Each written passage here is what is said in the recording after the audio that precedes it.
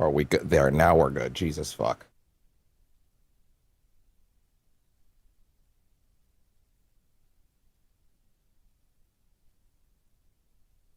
Noxious bullshit. So I have a couple preset VODs ready to go live at any given moment. If I just decide to do them, like, and one of them is the the next run of Dispatch, which is, to be honest, not exactly on the schedule. It's just sort of a thing. I'm like, oh, I might do that one day. I just left it in my private list, and it chose to lock onto that one for whatever fucking reason, despite using a dummy key so that it won't actually go live, or shouldn't.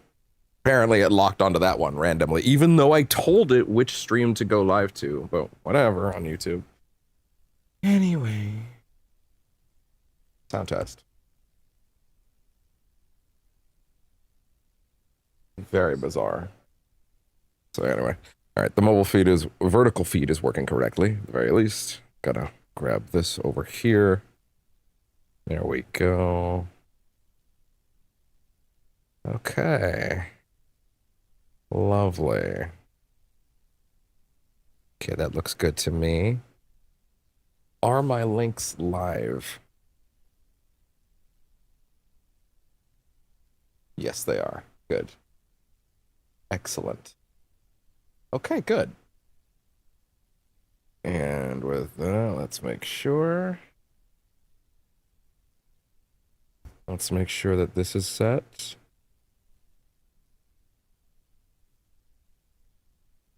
View channel. I'm really annoyed that they've moved the open channel button on YouTube's phone app to like a second slot over and replaced it with a get premium button, meaning that everybody that tries to go to their own channel will automatically, inherently, if they've gotten muscle memory for it, click on the I would like premium button, which is like, no, I fucking wouldn't actually, you fucking weirdos. Like all those fucking companies that are like, yeah, so we're renaming all of our like 20 to 30-year-old things in all of our apps as AI features, even though they're not. They're things that you guys have had for like decades. Yeah, we're gonna rename those as AI tools because it looks really good on our quarterly review when you say, look at all these our AI features that are going really well. Meanwhile, it's literally just people using stuff that they've been using for like 30 years that had nothing to do with AI at any point in their entire existence. But anyway, hey, AI, weirdly relevant, actually. And if you're like, how is it relevant to Alan Wake? Then you have not played The Lake House, which we will get to tomorrow. But anyway, for now, let's go ahead and open up the Rebirth album. Also, I can add Anger's Remorse in here now, and you know what? I'm going to. Look in the mirror, the cobweb in my soul, on my face forever. Let it load. There we go. Hello and welcome to Percentage Chance for the day of August 7th. Oh, of 2020.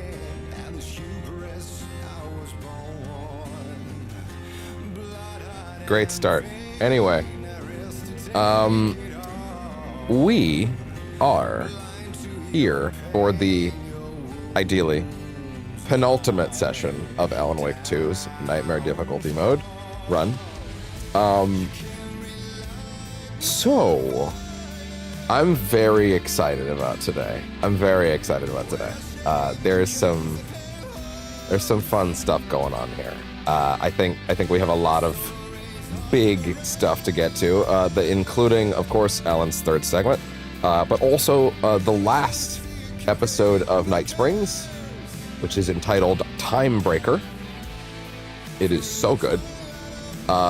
Tomorrow we'll also be home to... So here's the thing, the Saga's last segment of the game, relatively short, all things considered, but we'll be adding in the lake house to it to get it up as a larger thing. So yeah, I need to make sure that I have a decent sleep tonight. I need to make sure that certain things are taken care of so that we can roll into this nice and cleanly. So, how have things been since we last touched this? It has been a little bit under a week. We got up at a kind of a short Black Flag session earlier this week, but a very eventful Black Flag session because it was all plot focused. We did like sequence 7 and the beginning of 8, and then we found Blackbeard's treasure, which is one of the new quests. It's very cool.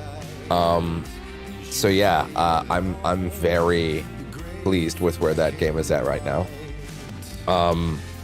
Additionally, I think it must be said, we had Rival Season 9.5 happen, so the Hood is out. He's way cooler than I was expecting, to be honest. There's kind of nothing in that game like the insane bullet spread mode that he has. It just feels good.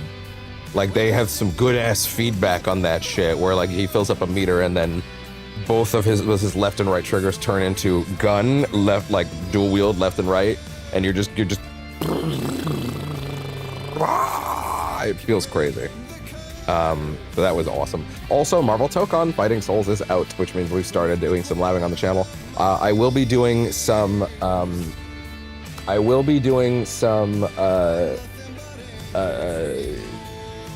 streams of that for the story mode specifically next week. We'll be doing the story mode based on what I've heard about its length, probably about 2 sittings. I've started labbing a little bit on the leader characters, just enough to where I can like do stuff with them when it comes to those story modes. I plan to do, because I haven't looked at it. We looked at a tiny sliver of a chapter during the beta just to kind of see what the structure was. They seem very cool. I am hearing good things about the story mode right now. I'm excited to check it out. And yeah, or the episode mode, whatever you want to call it.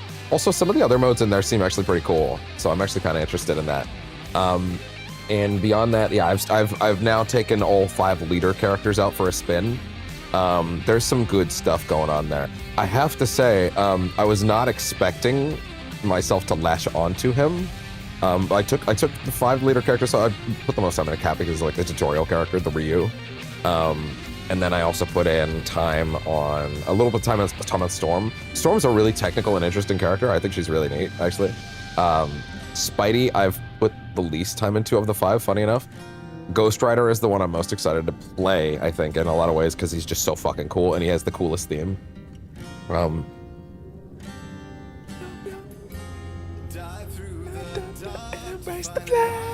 It's so good. But the last one I took a look at was, I wanted to take a look at all the team leaders, primarily, just because, like, I figured those are the ones that the story mode will start me on, right? And I was looking at Dr. Doom last, and I didn't put too much time into him, but I don't know what came over me. I was like, whatever, just throw me into some casual matches, whatever. I had not labbed enough with him, to be honest, at this point. But I kind of cleaned some people's clocks with Dr. Doom. He's really interesting. There's something about that fucking ranged teleport command grab that like, and like that, like, I'm gonna pull up this fucking circle that says no to projectiles, and when it touches you, you get knocked back. It's really interesting. I think I'm gonna vibe with Doom a lot. Yeah, no, there's some stuff that everybody in that cast is so interesting. They're so unique and so well put together. I'm slowly starting to put my brain together on like combo structure a little bit. Am I gonna purport that one day I'll be great? Will I tell you that one day I'll be the Hokage? No, I will not be. I've never seen any Naruto. Anyway, that's not true. I've seen a little bit. I've just not enough. But anyway, yeah, no, I think that game is really special right now. It's a shame that, you know, PlayStation is being PlayStation right now. I wish they would stop doing that. But anyway, yeah, not in any way disappointed with that game. Very happy to have a physical disc of that game. Also, the disc is content complete. Does it play tested it? It is a fully functional full disc. You don't have anything to worry about with that. It is a fully featured release. It's so weird that Sony's always been so good at those, and was the one to pull the plug. Although people are still fighting and pushing, but who knows? I'm not holding my breath anymore that they're gonna run it back at this point. I'm kind of just prepared for the worst and the death of so much beautiful art that could have been made that will just not be made now, because less people will be willing to make art. This is the thing that I think a lot of people have missed on this. It's like, oh, but so many companies are digital only already. You gotta understand, there are artists out there that make art because they want people to see it, and they hope that years later down the road that people can. And when physical media completely goes away as a concept, and there's no way to preserve that stuff, and for people to have that stuff in the future, you know what happens? I mean, those artists aren't as willing to make the media to begin with. They are less willing to take risks. They are less willing to create something meaningful because it might go away. And there's nothing worse than pouring your heart into a piece of art that is just discarded through time and not preserved, right? Like, the kinds of art that will be made to begin with will change. And that's a catastrophic cascade effect that will not be understood for a long time. Art that you would have loved simply won't be made in a post-physical media world. That's the thing that people aren't talking about that's getting me. I'm like, there is pieces of art you might come to adore simply won't exist or be made in the first place because the people that wanted to make them will look at their body of work and go, well, I'll just make something a little more disposable because it's not going to be there one day, and I'm not going to pour my heart into something that might be gone, and it sucks.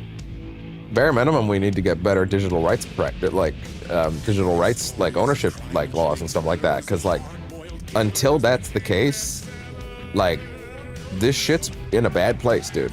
It's not good. But anyway, beyond that, I'm not going to announce it today. I will announce it tomorrow.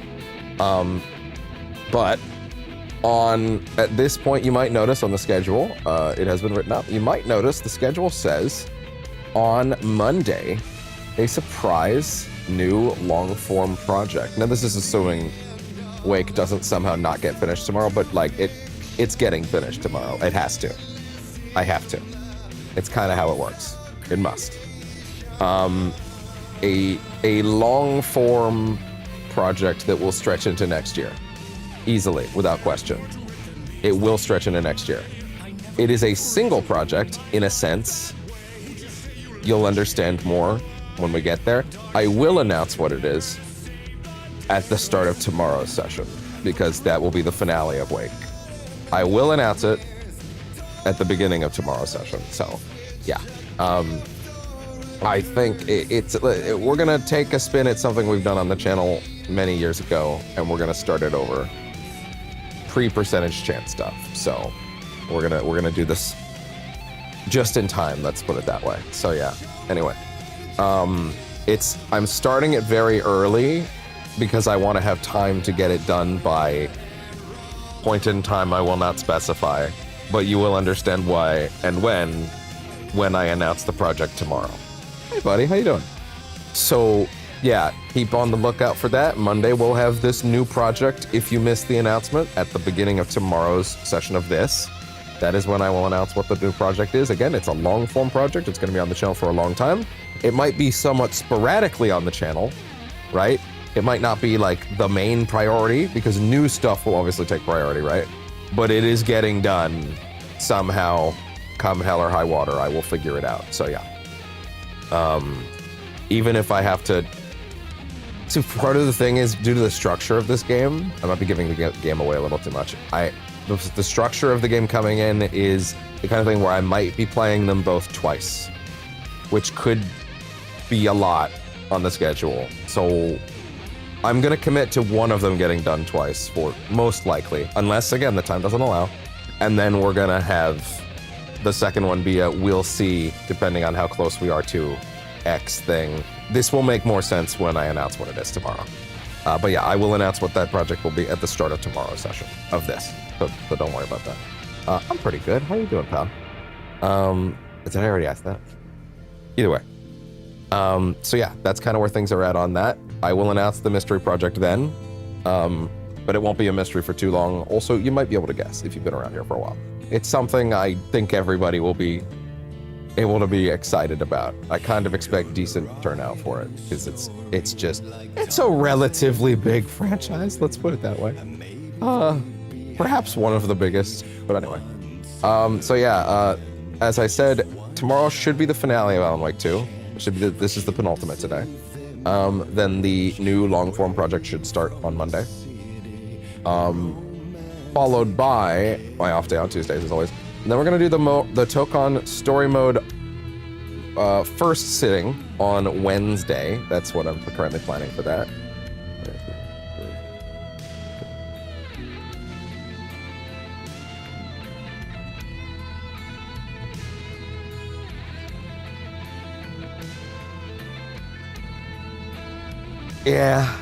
Yeah, you're not gonna find a lot of argument from that on me. As we've said before, I'm certainly not gonna be playing it on the channel. It's not even because I have like beef with Rockstar. It's not because I have like any even apathy. It's just I haven't really played GTA before. I have played Red Dead 1 and 2, and those are excellent. And I have played Bully. I also think that game's pretty good, even though I think it hasn't aged particularly well. Whereas Red Dead 2, I think, has aged very well. Although I've talked to people that are like, "Oh, you played Red Dead? Oh, you played GTA?" And I'm like, "Okay, fair enough." Because here's the thing, right? I've seen people play GTA in front of me, but I've never done it myself. I was going to finally go back and do them when they announced that collection a few years back. I said this a few times before on camera. But then that collection was a steaming pile of ass. And I was like, okay, I'll wait till they fix it. And then they just apparently didn't. Apparently they just didn't. Which is crazy for an IP that big. I kind of can't believe that wasn't like a #1 emergency scenario. The classic GTA games that people love the most. Yeah, so we just left them dead and broken and fucked and didn't fix them.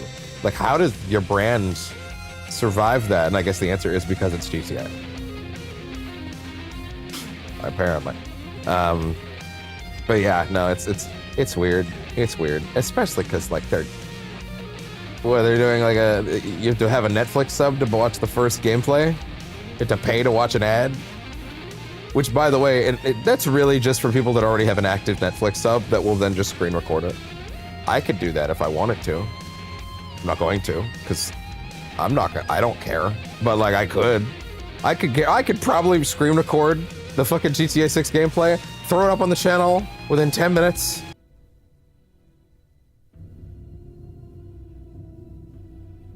Hey there, 0 bitrate.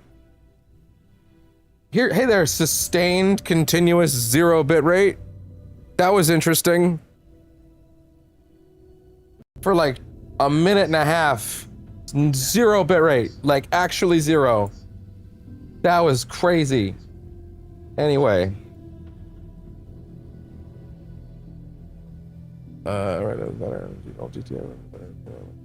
So here's the thing, right? I can't even sit here and say, genuinely, listen, neither you nor, oh wait, sorry, I forgot I turned off the music because the stream died for a minute. Neither of us can even say whether or not the new GTA has nothing new on the table or whether it's better or worse, because they haven't shown the game yet. If nothing else, I would assume for the amount of money they poured into it, it's probably gonna push some things forward, right? It's probably got some crazy features they haven't announced yet, right? Neither of us know at the end of the day, right? Because they haven't even shown the game. That's the crazy part. They haven't even shown it. But of course it's GTA. They don't have to. They know people will show up in droves. Apparently they're gonna have this big expose at the end of the month. I'll probably hear about a bazillion features that are in the game that I'm like, oh wow, I can't wait for X game that I like to steal that in 5 years, something like that. You know, that's kind of where I'm at, or that, you know, but like, whatever, anyway. It's just weird. Oh, sorry, I was making a joke. I don't know how much of this got cut off earlier, but I was making a joke like, I could go screen record the GTA Netflix footage and I could throw it up on the channel and get like a bazillion views and be like the first person, and then the channel will blow up and blah, but I just don't care. Like, I don't care. I don't care. I'm gonna be just fine. I really hope Nintendo drops the Ocarina of Time remake on the same day, because that'd be hilarious. But you know which one I'll be playing. Actually, probably not that. At least not right away. I will probably play that, just might not be right away. You know? Probably not right out the gate kind of thing, but I'll get to it. I still have a stack of things we have to get to. To be fair, hey, for the record, the altars, which I've been talking about putting on the channel for a long time, I've had it just about as long as I had my copy of Expedition 33. It was actually going to start right after Alan Wake 2, and then I knocked it down the lane in favor of the surprise project, just because I was like, actually, I should probably start that other thing now. I've got a bit of a time limit now, don't I? So, you know.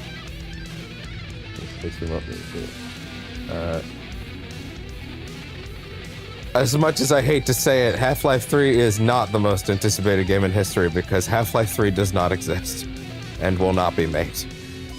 I think they've let it go. I don't know. Then again, they soft announced it with Alex a few years ago. I don't know, man. I feel like you don't put something in at the end of that unless you do intend to finally carry it forward. And it does kind of seem like Valve's making games again. But like until they announce it, I'm just like, man, it's fine. It's fine. I'm not worried, but also like, anyway. All right. So with that, we do have, despite the fact that Ellen's last segment is a little bit of a shorter segment, we still have a lot of stuff to get through today. So with that, let's go ahead and... That's not the button I wanted to push. Let's go ahead and jump into the shorts of the day, the shorts of the day, the shorts of the day. I was a little late today because I actually forgot to edit my shorts last night, so I took a little extra longer this morning just to get things set up. But hey, it's fine. We'll go. Okay. Excuse me. Let me actually cut to it. There we go. Cool. All right, number one, we have one from Black Flag. Least inattentive guards. Don't stutter there, relax. Okay, fine, whatever. Stutter if you need to. Pull that guy down. You're overreacting to a filthy canard.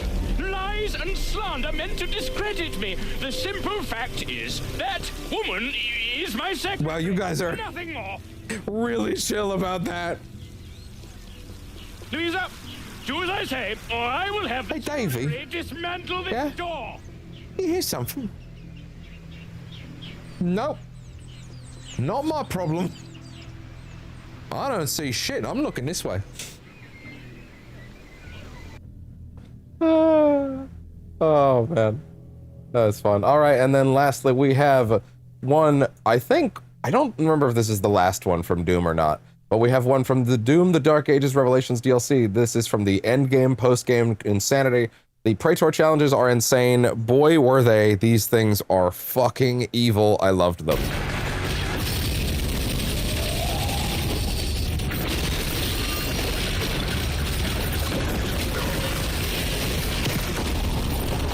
Not quite as evil as the Mastery arenas, but those were still incredible.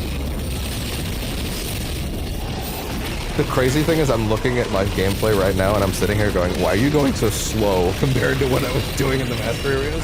You had to. You just weren't getting anywhere if you went like any slower than what I was doing back there. You don't get time to breathe around there. It's crazy. If you have not played Doom The Dark Ages and you heard it wasn't quite as good as the other ones, people were wrong. You should absolutely pick it up, and you should also pick up the DLC because the DLC does fix the problems that I think the main game does have. If you didn't like how slow the game was, that's no longer a thing. Also, I don't really agree that it was so slow Doom anyway. But like, yeah, no, that game, especially post DLC, it is the Doom I think everybody was wanting. And especially because after Microsoft dismantled the team that made it, it's probably the last Doom we're ever gonna get, to be honest. So, yeah, you should really appreciate it in that case. Next Doom's gonna run on Unreal and have frame stutter. I kinda don't care at that point.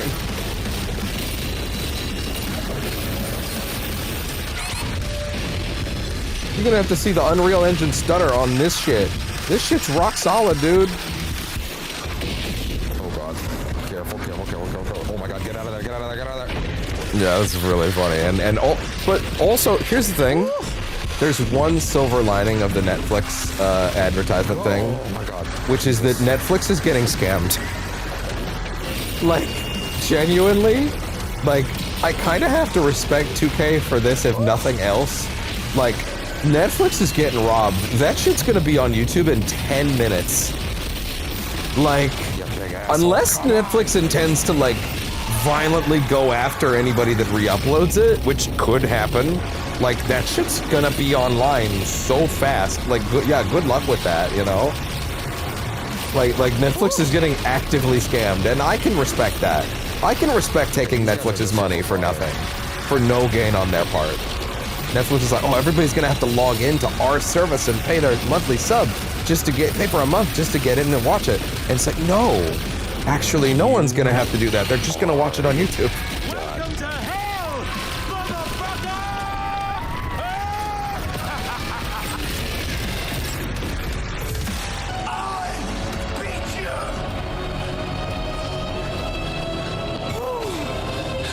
Okay.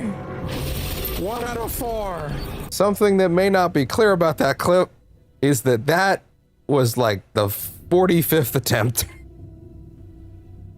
Also, that was only like the last 3 minutes, of course, of that particular challenge. They tended to go for like 10 minutes a run. If you eat a full run of that mode is like a good 10 minutes, and usually I'm dying on the way. So yeah. Anyway, with that, all right. So.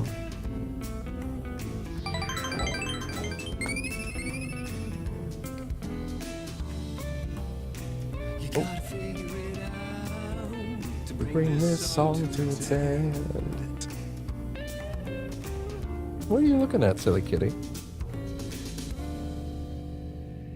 You looking at the door? Oh, he's such a good boy. He is.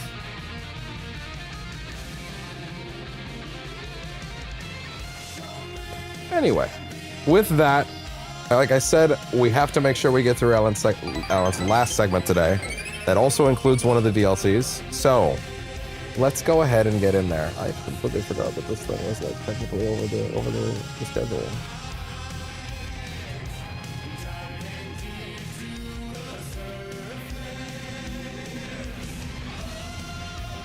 Maybe that'll be good, actually, right under me. That actually kind of fits pretty well. I don't mind that. Cool. All right, fair enough.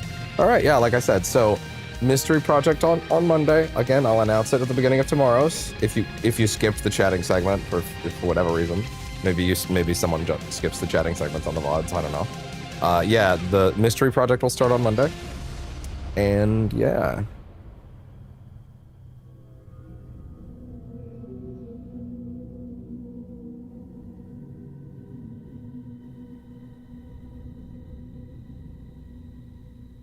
Oh, yeah, there will probably be a lot of people trying to, like, get consoles around then for the first time that just pick one up because a GTA game is coming out. That does seem potentially possible, yeah. That being said, there's probably going to be a lot of people that don't have a console anymore that are going to go try and pick one up for GTA 6 that, like, are going to have a rude awakening when they realize that shit is nearly $1,000 now and be like, okay, maybe not, actually. Maybe I'm not going to spend $1,000 for one game. Yeah, and then Marvel took on Story Mode Part 1 on Wednesday. I'll be continuously labbing a little bit of certain characters off camera until then. Followed by, Black Flag on Thursday, and then Rivals Weeklies, which will include some Tokon labbing. Followed by Saturday will likely, I'm going to decide that one a little later. We'll either do Tokon Story Part 2, which could be the last one, or we'll do the second part of that mystery thing. So yeah, that's kind of where things are at right now. But for now, let's go ahead and dive deep to the surface. Yeah, pretty much. Also, we're now at the point in the game where I'm gonna start showing some final draft things, which are some of the special extra things that were added into the New Game Plus version. Now, we're not playing the game a second time because that would, A, take too long at this point, and B, the New Game Plus mode is good if you want to play the game again, and it does add great new stuff, but it's not enough to justify a whole second run, in my opinion. Also, if they had remixed enemy like placements and stuff like that, that might have been worth it, but they didn't do that, so yeah, unfortunate. But anyway. All right, and with that. Also, I'm now going to put my earbuds in. For those that haven't been around for a bit, OBS had some recent updates which have led to some stability problems, which means that whenever I take these out, sometimes OBS can crash. And when OBS crashes, I am put in a position where I have to reset the Stream Deck. I have worked out a solution at this point. I don't remember if this was... I know there was at least one crash during an Alan Wake session. At this point, I kind of have how to prevent that down to a science, but I've also had a few times where it didn't work either. So I'm going to do the process right now. This might feel a little cumbersome to watch as I pull these out slowly and try to be careful about this. Believe me, it's still a lot faster than it would be if OBS crashed and then I had to reset Stream Deck, which takes like 5 or so minutes. So bear with me a minute. Because it is bad. I don't know why they updated it like this. It's way more unstable. But things that it used to be able to handle without breaking a sweat, it just crashes on now, and it's rough. Okay. And now I will push this button. And then I will push this button. And if I did that slow enough, OBS will not crash. Okay, we're good. We're good. We're good. We're good. We go. We surprised. Lucky luck guy. We're surprised that someone didn't just copy. Wait, maybe I missed your previous comment. Hold on. Oh, sorry. There's the laughing here. So let's back up.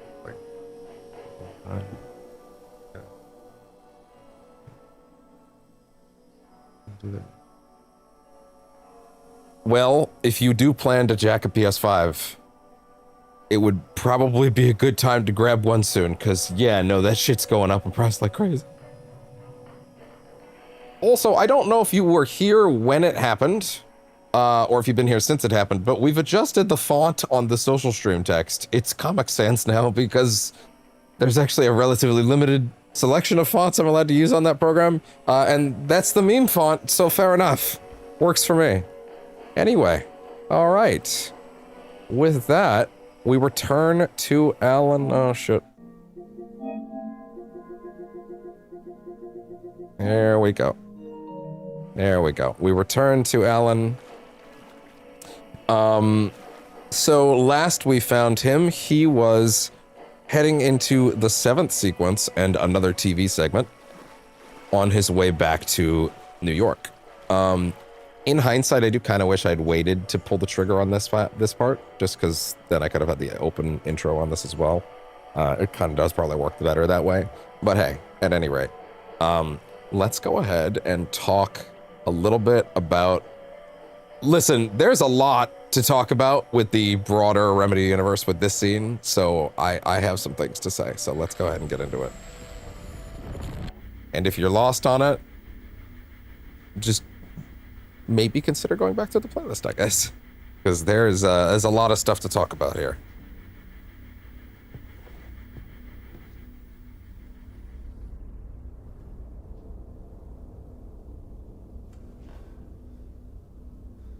Very different energy than last time.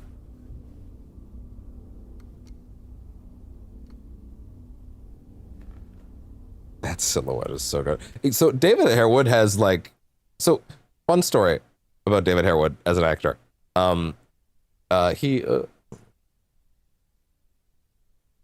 Yeah.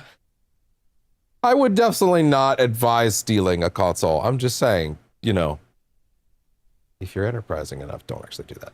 Anyway. When David Harewood was on Supergirl, yes, I know, we're talking about CW shows, just give me a minute. There was, listen, I love his Martian Manhunter. He was playing a character that was unrelated to Martian Manhunter, and then apparently at a certain point in the first season, they just kind of looked at him and went, he has very silly, very unique ears. His ears have like this almost pointed element to them, right? And someone was like, man, this dude could actually play like an alien. And someone actually said, what about Martian Manhunter? And then they were like, oh, wait. And then they offered him, hey, what if we revealed you were Martian Manhunter? And then he ends up as Martian Manhunter for the rest of the show. And he's fantastic at it. But it's one of those things where like he has a very specific way that his ears curve out that like it catches the eye, and like the silhouette really you can really see that. It's one of his more unique qualities that I think is really interesting. But I think something that I appreciate more than just the silhouette that he's able to create with that is this moment when he sits up. And in fact, to be honest, this entire scene, I have this feeling in the back of my head. I said this on the very first original playthrough. If you go back and check the old footage, again, no camera, no, I wouldn't stand by that playthrough exactly at this point. If you want to skim it, go ahead. If you want to see my initial reactions to certain things, go ahead. I'm not going to tell anybody to go watch the whole thing. Again, it's a bit of a mess from back then. But again, it wasn't professional by any means. But the first thing I thought when I saw this scene was, why does it feel like the spirit of Lance Reddick has entered the room? And it really does throughout this whole scene. I kind of want to set that up before we go forward because I want you to kind of feel it.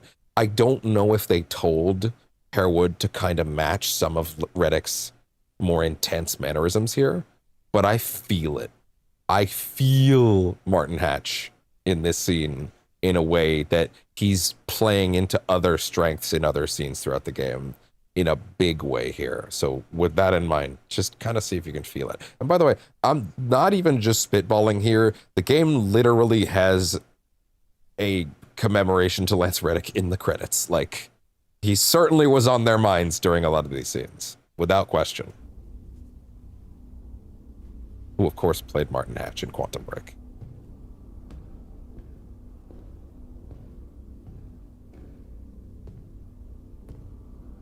I don't have time for this, so let's get it over with. Tell me, was this all fake? A show? Well, yeah. No one said otherwise, Mr. Wade. Yeah, exactly. It was to indulge you, but we can stop pretending. Which your voice now. probably going to be great. Masks come off. Oh, I wouldn't go that far.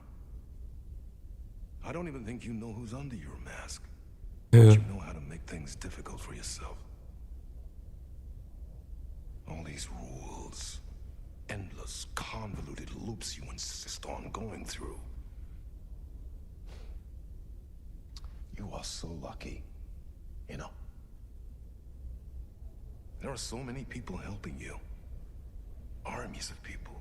This is interesting. I think this is a little bit meta narrative of like the fans also trying to like quote get him out of the dark place for like 13 years to get a sequel made. I think that's also a cheeky little line about that as well. Myself. Your wife. Alice. I need to get to her. She's in danger. She is. Because of you. And so is someone important to me, someone you pulled into this. Oh.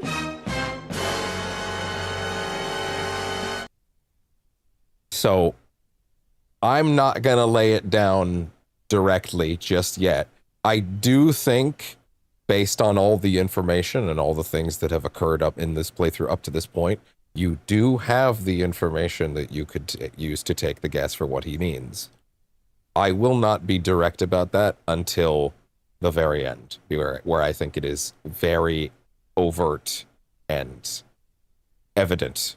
And it's hard to miss, says the guy that kind of did miss it the first time, but hey. First copy, some 16 yes, I disc copy. I will definitely be getting a disc copy without question, assuming it, releases before. I do kind of think they want to get it out by next year. I think that the development timeline does make sense for next year. I think that's probably going to happen, but we'll see at the end of the day. At the end of the day, I'm most happy that I'll have Revival on the shelf, because Revival will be at the end of this. It will be the closing gap of that trilogy. And if I had only 2 of them physically, that would be pretty gutting. Unfortunately, going forward, things can be a little different, but I'll still stick up for these discs. But yeah, You keep opening doors, peeking in. Hey, that's the name. Get what you want, and that puts you in my path. I don't know what you're talking about. I have to go now. I genuinely don't think he does. Maybe you will make it through this time. This has gone on long enough. This and our Night Springs. It was a nice distraction. For the record, in case anybody thinks that it might have been added, that line was there in the original version of the scene. That wasn't added after the Night Springs DLC. That was always there. It's peculiar because they clearly thought that through in advance, and I do think that actually pays out pretty well. But you would be forgiven for thinking that was added later. It's time someone gave me a straight answer here. The next time we meet, the circumstances will be very different. And you would do well to return the favor by playing your part. Or stay out of my way, Mr. Well, Sega said that they have most of their sales are digital and that they will try to support physical for as long as they can. But if there are no consoles with disk drives, then that kind of doesn't mean anything. I think that's them, if anything, trying to throw their weight around and be like, hey, we really don't like having a revenue stream cut off, actually. That's not actually, it's actually not good, no matter how you split it, especially when Sony didn't tell its partners they were doing that.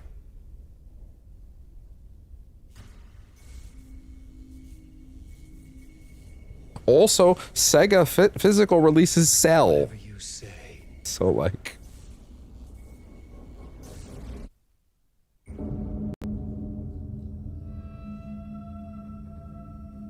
Door, Zane, the masks were finally coming off. Was it a sign I was closer to escaping? I had no time to waste.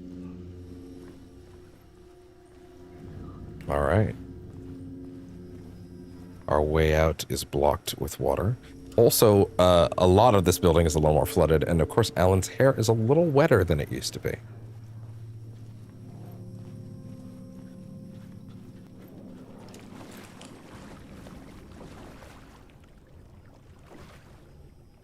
That's kind of the trick, right? Is that they want to continue making discs.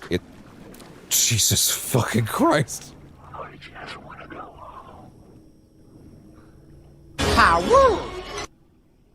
How do I always forget that one?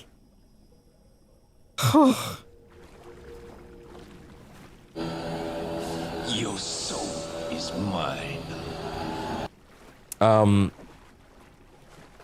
Yeah, basically, like, the thing is, if Sony is not making any consoles that has discs on it, right, or if there are no disc drives available, here's the thing, as long as disc drives are, like, still around, we can expect some companies to still make them. But the minute, if Sony actually isn't planning to put a disc drive on, then they won't, and it sounds kind of like Xbox was planning to, and now that Sony's diving out, they probably won't either.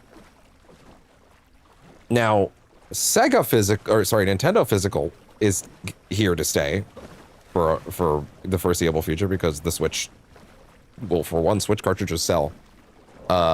Even despite all the... Can you stop that, sir?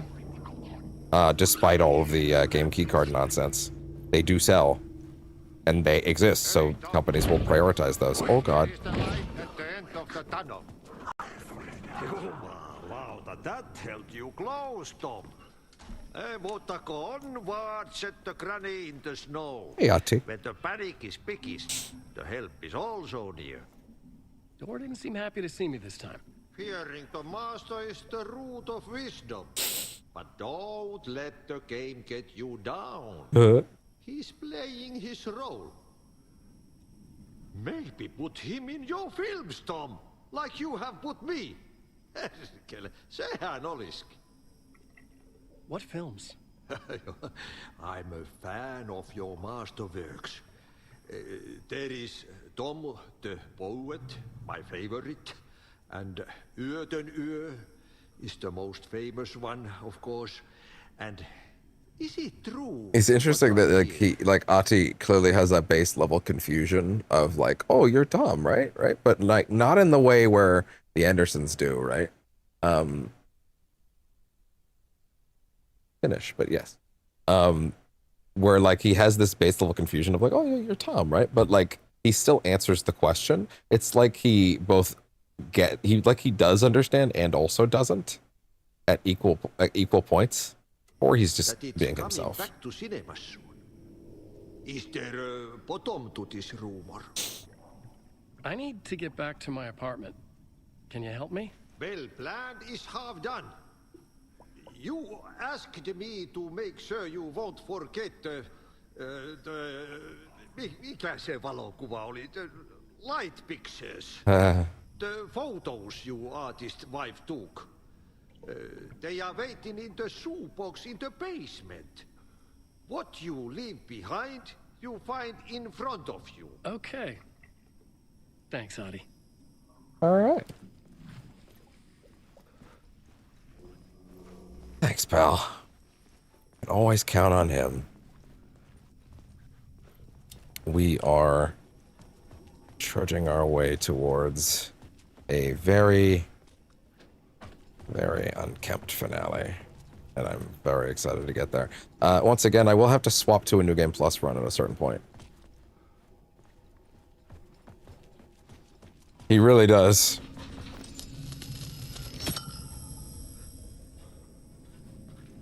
There we go. And...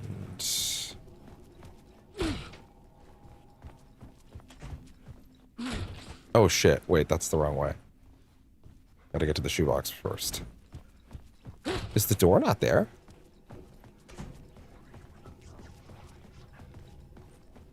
Oh, there we go. Hey! I would find Alice's photos in a shoebox. There we go. Alright. Ooh, that's some spooky shadows going on there. Oh. Put you away for a minute. Oh, wait, is it? Yeah, it's back here.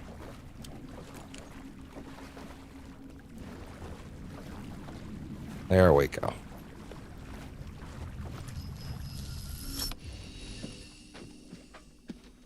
The way that they can have the objects in the room shimmer around without pushing him around too much is always so impressive to me. Yes, there was, yes. A bullet of light to push the darkness away. These were Alice's photos. I recognized the style. One showed the clicker sinking into darkness. He is a wife guy. The other showed a light in the shape of a bullet. They were important, even if I didn't know what to do with them yet.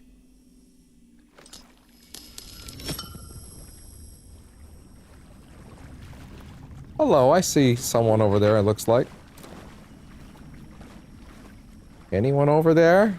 Anyone peeking around the cave? What's up?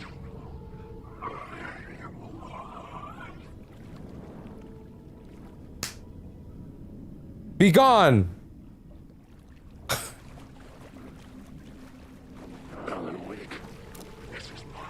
Are you real? Oh, you're real!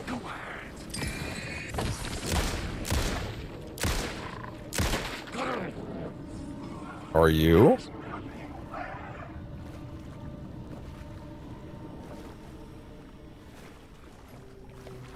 Jeez.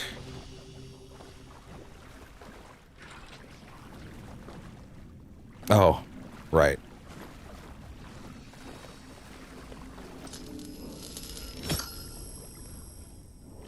There you are.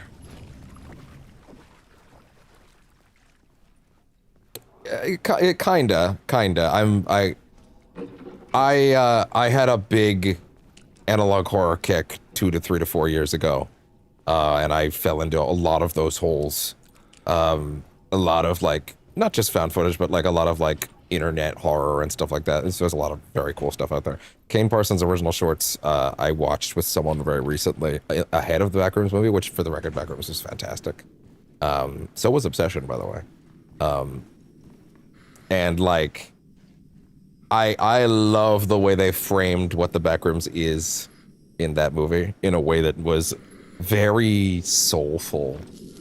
They had some, Kane had some ideas. I mean, Hollywood grabbing the kid that made those shorts to begin with was a brilliant idea to begin with, but like, yeah, anyway.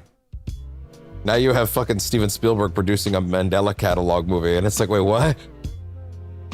That's another weird one. Great stuff, though. Mandela catalog and, what's the other one? There's another one. What is it? Once again, the song, it took me a while to realize the song was not just looping, and it's not the same song every time, that it is in fact like trailing forward to the same as one big song. this would be my 5th or 6th, albeit we're keeping spoilers off the table for the time being. Albeit the old ones on the channel were in the pre-percentage chance era when it wasn't my job yet, and this wasn't like a professional setup yet. So I'm considering this the first one in a lot of ways. So we're trying not to talk about future spoilers for this point, but also plenty of things have happened at this point. So that one's more just like an interlude. Hey, this is my favorite one. Can you tell? It's almost like it's in my trailer for this project. Oh, I think I accidentally skipped it. My bad. Well, guess what? We could still watch it here. Hey, look, it's my favorite one in the game. As you can tell, because I made it a centerpiece for the trailer. I think this is his best acting in the whole game. For both of them. I just want to sleep, please. Let me sleep. I'm so tired. I just want to go home. I've written so much. I write. There's nothing left. It's all gone. I don't know how to write. All the words are gone. There's no more words. Where do they go? Did I eat words? I don't recognize these words. Who are the words moving? Oh, this is familiar. Oh, this is familiar. Oh yeah, fair enough. There's some pretty exciting stuff in the final draft version, like the true ending. But also, you know, I do think it's a lot of the new stuff in there is the kind of things that's like, it's all very good, but there's might not be enough of it to justify a second one. But I think most people will want to play it a second time anyway. But yeah.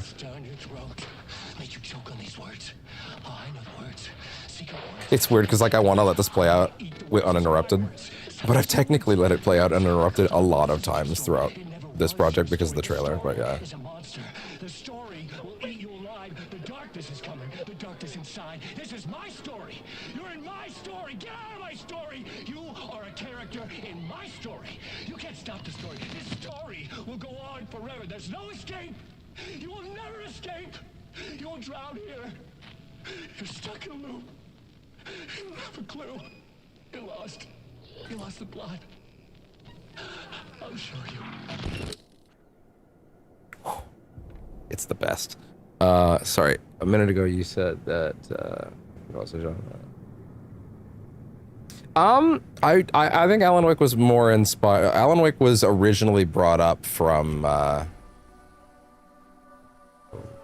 Fair enough. Yeah. Alan Wake was actually Sam Lake's idea from when he was in high school.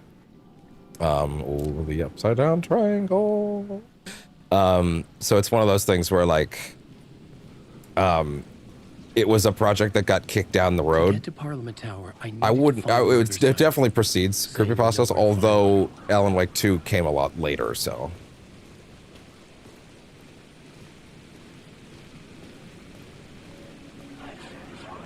Inside this messy maze of blood trails I was chasing the cult through, I ran into the filmmaker, Thomas Zane, an esoteric bohemian with a That's a good way to put it. Cruelty performed in the name of occult nonsense. A director wants to control every aspect of Didn't mean to do that. Fuck. their films. Is a cult leader any different? Was Zane just another alias for Scratch? There was a rumor that Wake and Zane had been working on something together. I was going to get the truth out of Zane with whatever means necessary. All right.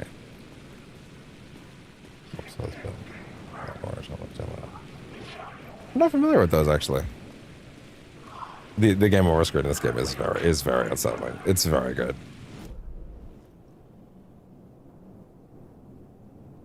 It is, yeah. So one thing about the last segment of this game for Alan out in the streets is that Alan, like the amount of shadows on the street are actually much higher than they used to be.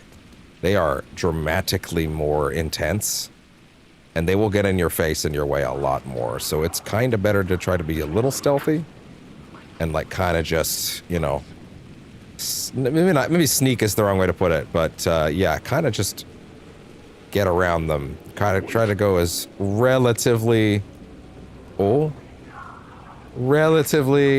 quietly, just try to kind of let them pass by you, kind of thing. But there's so many of them at this point. It is actually absurd.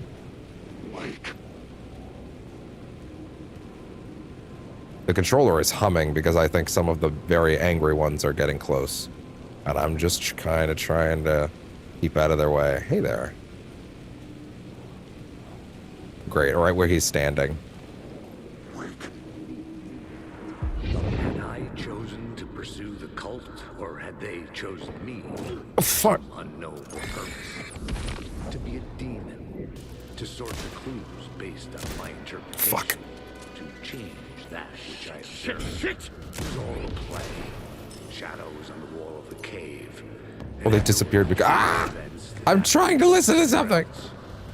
Was I there to watch the shadows, or was I a shadow too? A performance set up for someone else. Whew.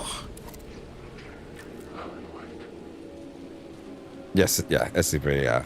Which, now, to be fair, SCP is much more inspired by internet horror, because that's, like, very much... Control is an explicit riff on the SCP Foundation.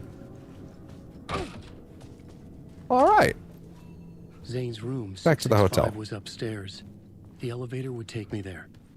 Although, I'm pretty sure that the last Night Springs episode,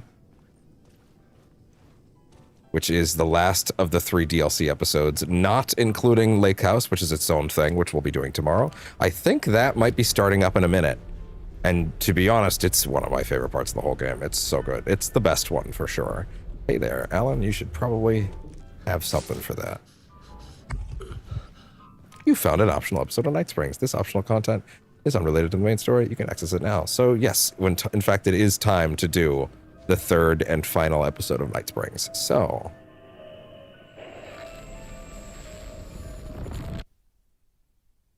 And I love how they've integrated them into the main campaign's flow so much. It's just taken this game and extended it out just a little bit. I think it's very, very good. Also, again, if you've played Quantum Break, this one is going to be a big deal. And it's the main reason, for the record, if we watched the Quantum Break playthrough, this is where a lot of that stuff's finally going to come back. Yeah, this Scarlet. Yeah, there's so many weird SCPs out there. I think there's a lot of really, really neat and unique ones in that catalog. Would we be happier? Mr. Satan's one of my favorite, or whatever he's called. Choices behind us, the lucky ones. Time to get really meta. Nothing would be different. What if for some of us, our destiny across the endless number of versions of ourselves has been defined and locked beyond any causality of circumstance, beyond the forces in any one reality, but across all realities? I wonder how much Mr. Door will see in Control Resonant. I do think he will show up. We join this lone operative, many versions of him, in fact, as he chases his nemesis, a dangerous being known as the Master of Many Worlds. Across the multiverse, across the many versions of a city that is always the same, yet always different. In Night Springs.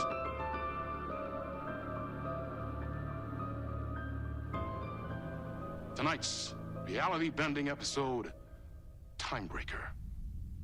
Timebreaker.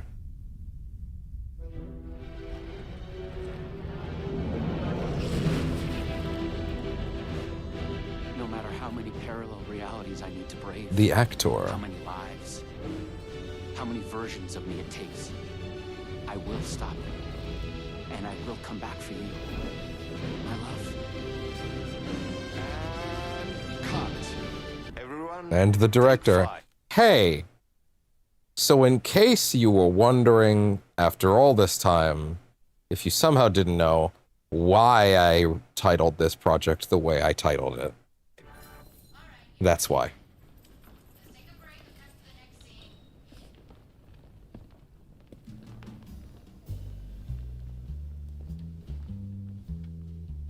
Yes, I did, in fact, title this entire project after an in-joke from the DLC. I can do less. Yes. I was originally going to use that Poison Pill logo more directly in the title, and then I was reminded that they own that logo, so you can't really do that. Yes. I was like, oh yeah, right. It just because it's a fake logo doesn't mean they don't own it. Let's talk. I love your your instinct on this, but we can still push this further. I want to note that he called him Sean because we are not looking at Tim Breaker. We are looking at the real actor Sean Ashmore now. Immerse ourselves into this story. Believe in it. I love Make he's it got that little crazier, skip. He's got a little skip and a hop and a jump.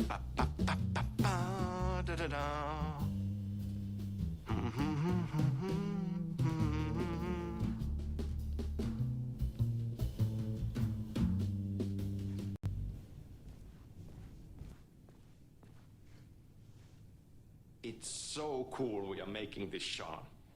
Let's do. Is that the one with the weird bulbous head?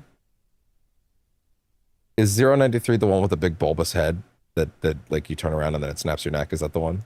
Dive in. Or is that a different one? So here we are. You wanted to talk? It's awesome to be doing this with you again, Sam. Sean, it's so good to have you back. We've been dreaming about this for so long, and now finally we are making Timebreaker, the video game. It's happening. Yeah, and FMV as well. That's so cool. Of course.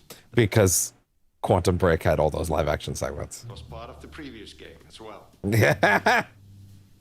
I'd like to talk about my character, just get deeper into the lore. Hey, I could talk about this for days.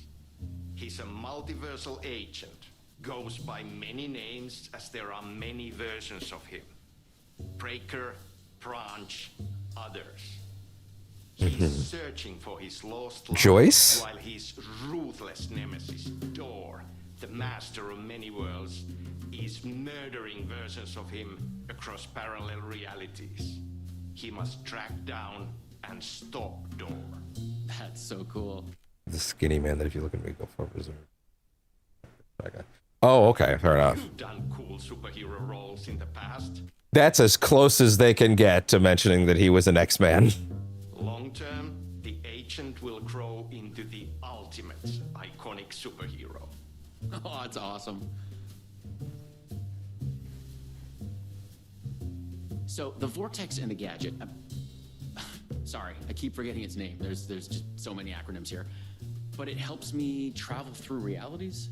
Acronyms are cool, right? Like tiny mysteries. Power up your PRS, polyhedron reality shifter with a SEN, shifter energy node, to Shifter activate energy the node. Lumivista TV and ride the vortex between realities. It's all REC, Ripple Effect Corporation tech, and you have a REC. TPS, Timebreaker Solidifier. Ripple Effect to defend Corporation. yourself. Right, yeah.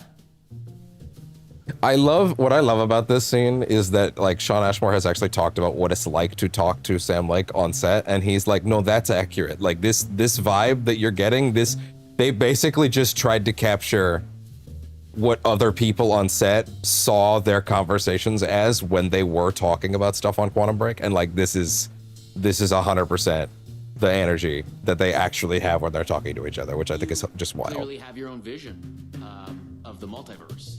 The right vision, the truth, it's all out there. The right That's vision. where these ideas and inspirations come from. They seep through. Somewhere this here us talking is part of the video game, and another version of you is playing it. Somewhere your character, the agent, is real, and he could appear here through a portal anytime. I'm a writer, god damn it.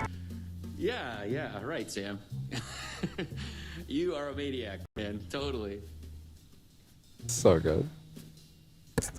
Appreciate this. I'll show you. Look at it. Oh yeah, I do remember. I did see someone made that sculpture as a real thing, and I think someone just like took that and then used that as the basis for it, which is pretty wild. Okay. So, what do we shoot next? As a casual reminder, Remedy does not own the rights to Quantum Break anymore, and therefore any and all references to Quantum Break must be legally distinct until such date as Microsoft gives them the rights to Quantum Break back, which I'm not holding my breath for.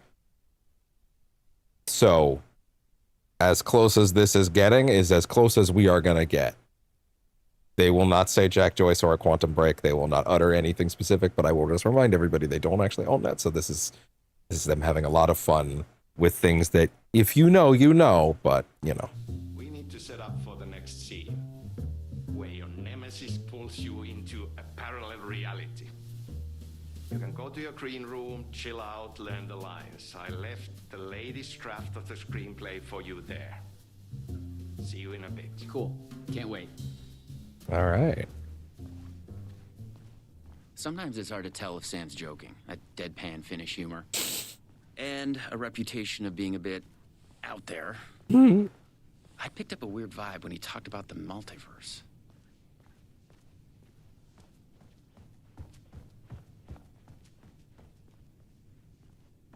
Nothing back here? Okay, just wanted to check.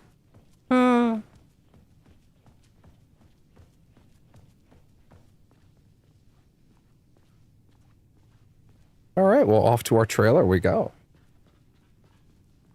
Time Breaker.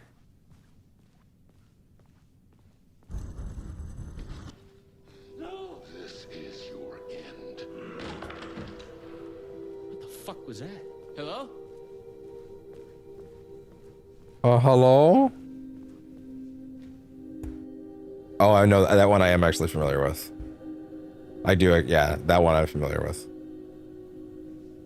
Yeah, I am familiar with him. What the fuck is this? I thought I'd gone mad. Then I realized Sam was playing a crazy prank on me. There's no way this was real. But first, What is this? Time Breaker, written by Sam Lake. Suddenly, psychedelic colored lights flare up through the open doorway. Branch, OS, in the room. Fierce panic shout, "No!" Door, forceful. "This is your end." A loud struggle can be heard from the room. OS. I should know what OS means. Off screen. Okay, fair enough. Spooked, disbelieving. What the fuck? Actor, careful. Hello? Interior, grim room, day. The actor steps out of the room. A body sits against the wall on the floor. Someone has been killed. It's the actor's double. A trail of blood on the floor where he hit his head. At his feet lies a gun, a sci-fi flashlight, TBS, and the scepter-like PRS. Actor is shocked to the point of hysterics. What the fuck is this? Thought I'd gone mad. Then I realized Sam was playing a crazy prank on me. No way this was real. A screenplay lies on the floor. The title page reads, Time Breaker, written by Sam Lake. The Poison Pill logo is visible on the page. Another page of the screenplay is also visible. It's 1-to-1, this page here, if the player investigates this page. Actor, confused. Huh? What is this?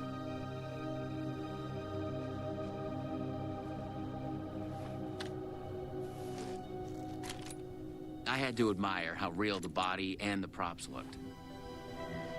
So we got another one of Well, hello there. Too late again. Excuse me? I think it's more goofy than scary, It's yeah. a prank. It's just a prank. Wait, are you? Shit. You're not Branch. Oh, no. The agent. He finally got you. Are you cast in this game, too? Listen to me. There are things you need to know. You are in great danger. You must do exactly what I tell you.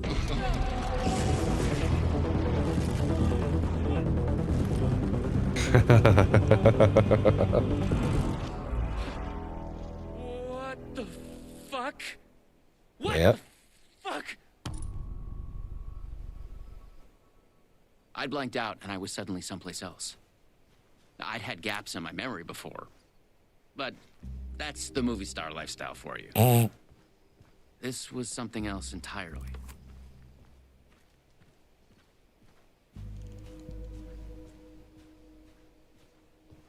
The last thing I remember was the redheaded woman at the door. She looked familiar. Yeah, I wonder why. She was trying to tell me something, and then it went dark. It felt like a dream. Think, man. I need to get out of here. A psychotic episode? Or was the multiverse true after all? Did Sam do Who's this? to say? An elaborate hoax? Off-the-wall method acting reality show? It had gone way too far. Okay. Yeah, let's go with that. Act like this is true. Okay? I'm an actor. I can do this. And once it's over, we'll have a good laugh. Yeah. I will punch Sam in the face.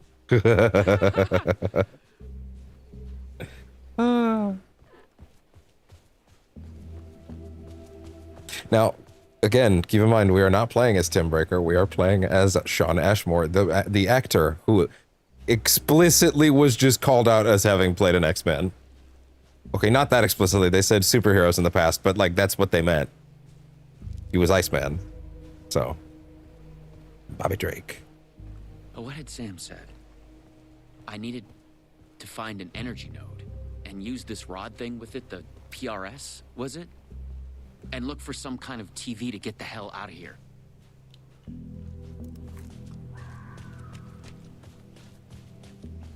Across the pond. Not completely a different area than some of the spaces that we've seen in some of the forest segments of the game. There are clearly some reused bits, but this is also a pretty bespoke area too. It's not just a recap or a repeat. There is new stuff here. That being said, I actually don't remember going down this path before, and now I need to check in case there's something weird hidden in the corner.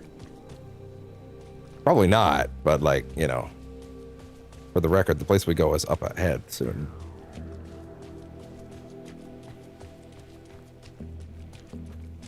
Okay, wait, no, we're going too far.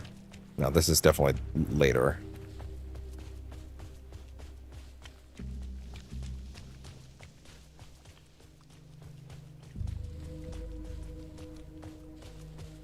All right.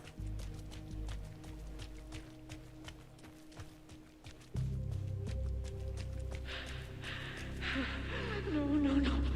Door's coming. He knows where I am. What was that? It's coming. He knows about the trailer. I need to hide the energy. I need to get it away from the trailer. Away from the TV. No! God! No! Oh my god! Oh my god! I wasn't certain this was a prank anymore. I heard a voice in my head. It sounded like me. In his head, he says. I heard the thoughts of another version of me. The one living here. The trailer was his. I'd check it out. Don't think. Just act. Don't think, just act.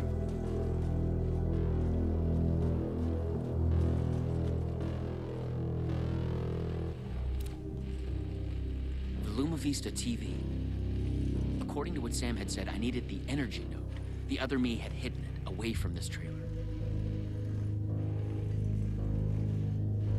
The energy node.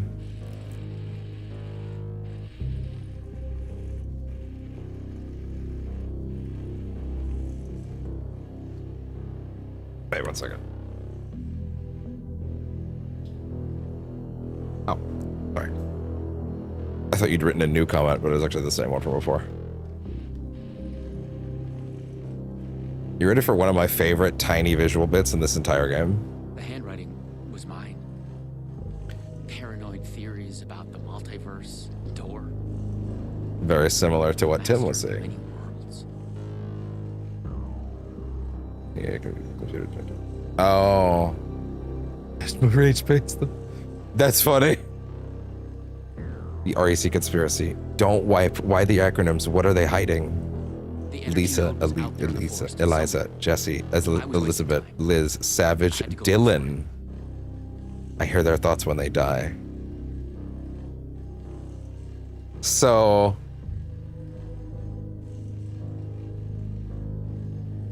I actually forgot about this. Lisa, Elisa, Eliza, Jesse, Elizabeth, Liz, Savage, Dylan.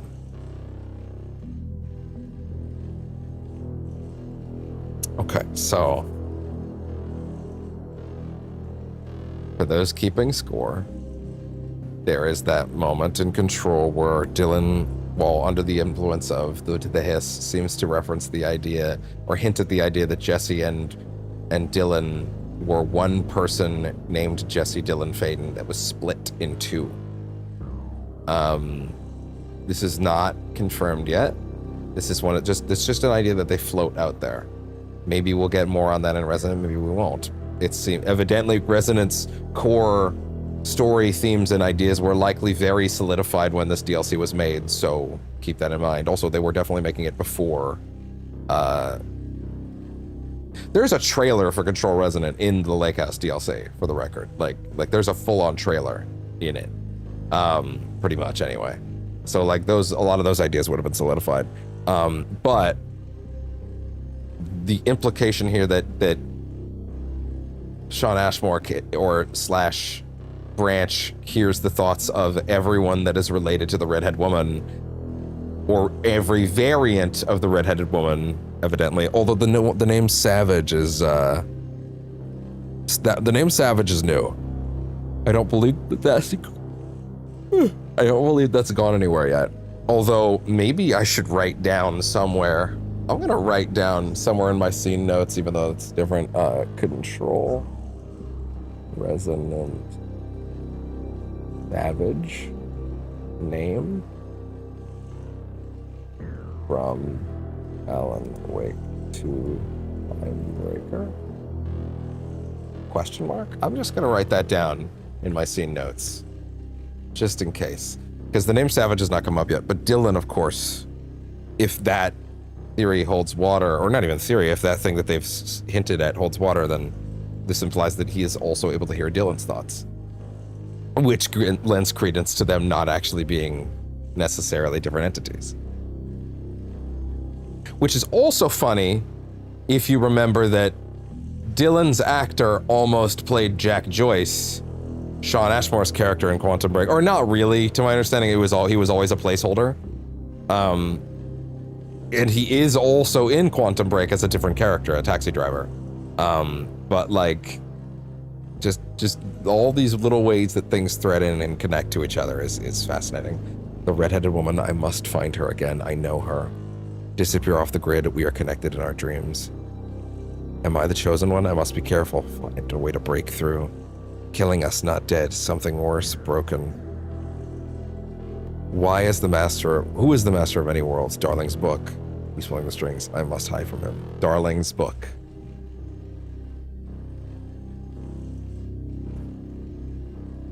Sorry, wait, what was the name of Darling's book again?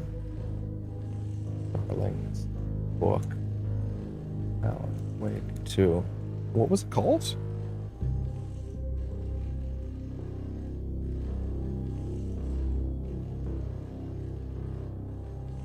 Casper Darling's book. Yeah, hold on, wait, hold on. My Interpretation of Many Worlds. Okay, gotcha. That was the name of it. Okay, cool. Good. Keeping that in mind. SCP-079. Talking about run Crisis on it. That's funny. He could probably run Crisis at this point, though. Darling's book. He's pulling the strings. I must hide from him. Because one of us is the chosen one. Who can stop him? Replace him? REC Agent Branch, Timebreaker, James J. You are a paranoid nutcase.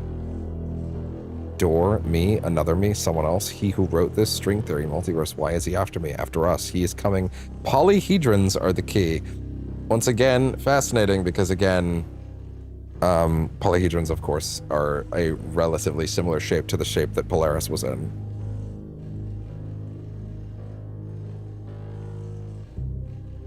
Polyhedrons are the key. Dylan. By the way, that was not my rep. I said a minute ago that my favorite visual in the whole game is there. It's actually not that. It's this. You are here. This shit made me so happy when I saw it. And to be fair, I can't even fully talk about why until the end of this session. But hey, there we go. You are here. I'm going to screen cap this actually, so we can look at this a little later.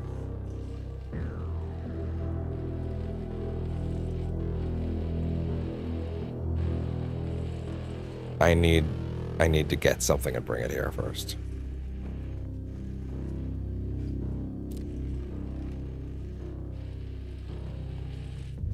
Well, find the energy node. Okay. It's safe. creek's deep in the forest, all the way at the waterfall. It's safe. Now get the fuck away from here before Door zeroes it on me. I'll make it. Why is Dora so fascinated with all of these guys is a question that, of course, we can answer by having played Quantum Break, which is that they're tied to each other. Martin Hatch is tied to, evidently, any version of Sean Ashmore. It's funny because with Alan, he's more of a bystander in Dora's shenanigans, whereas it feels like this is explicitly the relationship that Dora's interested in the most. Martin Hatch had a lot of ideas, evidently. Whoa. Although, at this point, I'm willing to bet that Martin Hatch was the alias, right? And that Mr. Door was the real one. Just because Warland Door is a significantly stranger name, and Martin Hatch probably makes more sense as the one he twisted it into to stay anonymous, you know?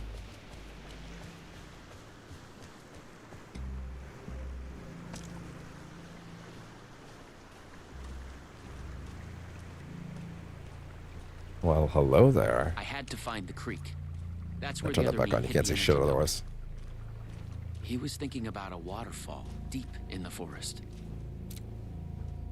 Night Springs Park, City Park, Parallel Reality, Bleed Zone, Cross-Dimensional Anomaly, No Trespassing, Authorized Personnel, REC Personnel Only, REC Personnel Only. Well, hello there. There. Oh, banana.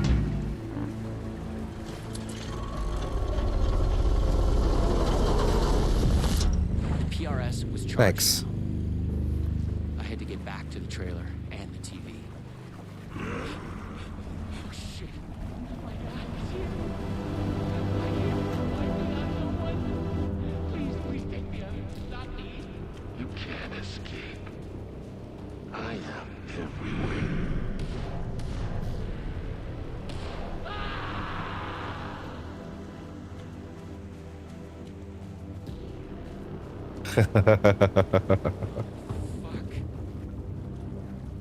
Fuck this shit. I thought it was just the plot of a video game. But it was all real. Door, the master of many worlds, was murdering versions of the agent, played by me. Versions of myself.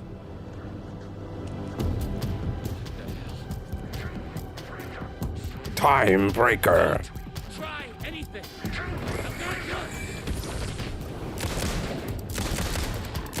Little rapid fire. It's all true.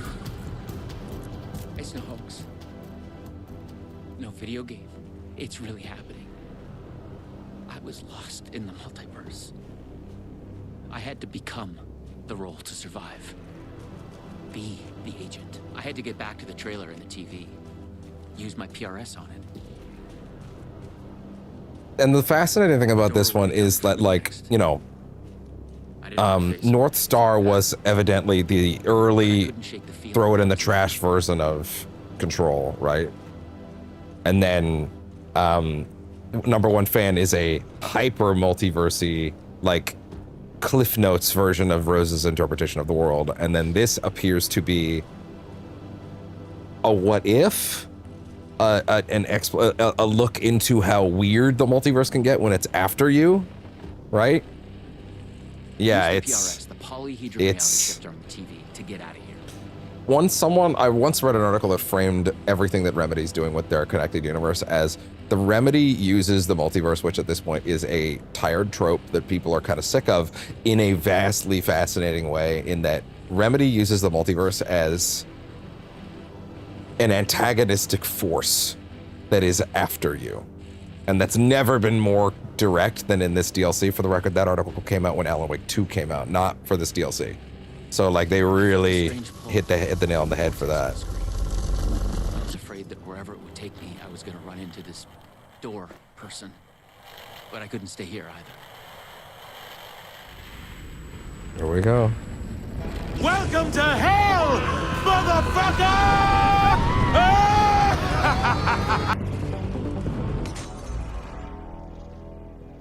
Hey there. Welcome to Night Spring City, the Ocean View Hotel. Enjoy your stay. No.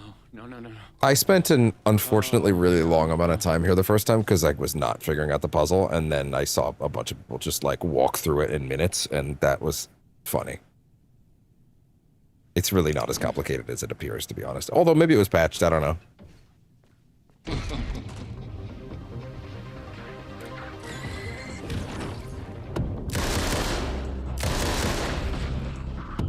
I was in a different reality. But not better, worse. Maybe by thinking of Door, I traveled closer to him, to where he was in control. Entertainment lobby, tango lobby, coffee lobby.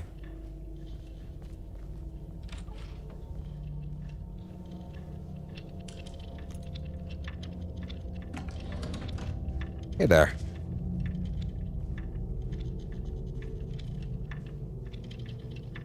There we go. There we go.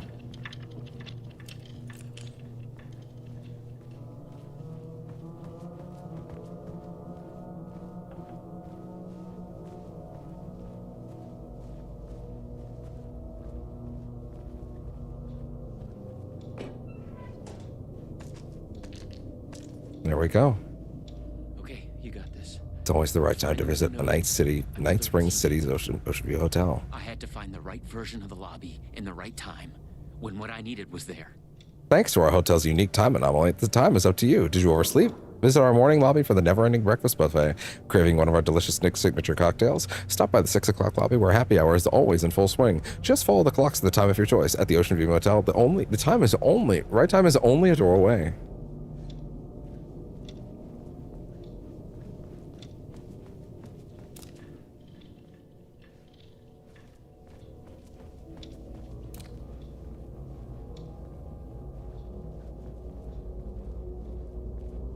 All right. I just noticed his jacket literally has that symbol on it. I wonder how much, if any, of this stuff will directly come up in Control Resonant. Like, if this is the kind of... I feel like this one is the most forward-thinking, right? This is the one that feels like the biggest, like, pushing forward, but it's unclear in how and what ways. If the REC will matter coming forward, or if it's just an offshoot kind of thing, you know?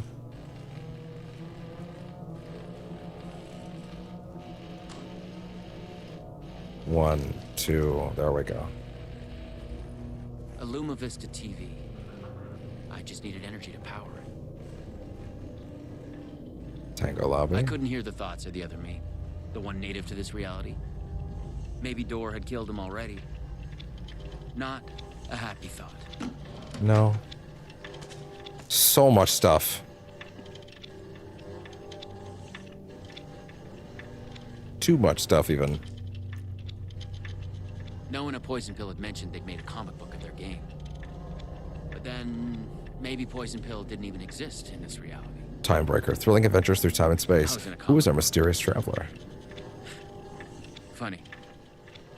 All is revealed on the pages of the trippiest collection of science fiction stories on the stands. The secret origin of Door includes a 3D pull-out map of the Ripple Effect Corporation, the zaniest story ever published. Oh, man. My nose is evidently poking me a little bit today. Or, I guess these are poking my nose to be more accurate. Sorry, wait. For... Tango Lobby. Okay.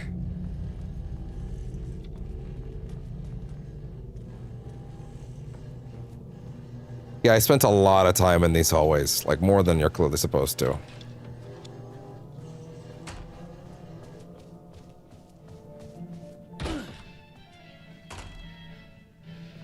The Tango lobby. Finish Tango.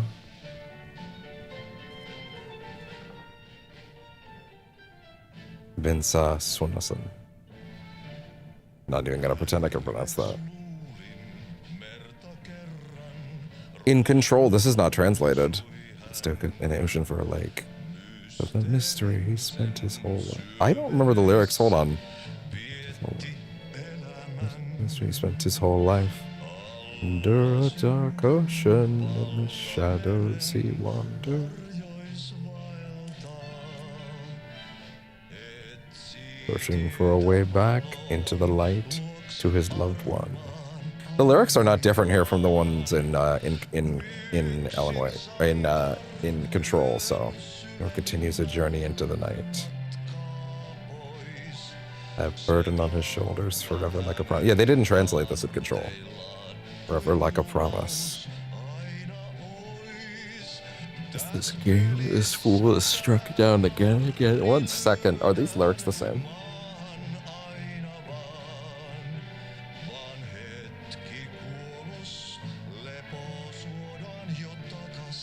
Only moments rest in death before he's called back again. Yeah, let me get the translated lyrics. It's the same.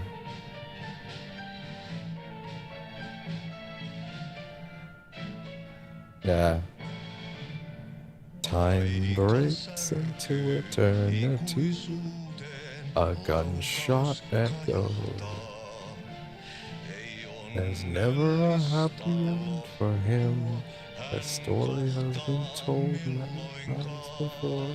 This story. That's crazy to have the lyrics for this song only first be heard here in English. There's 1,000 faces and a hopeless path.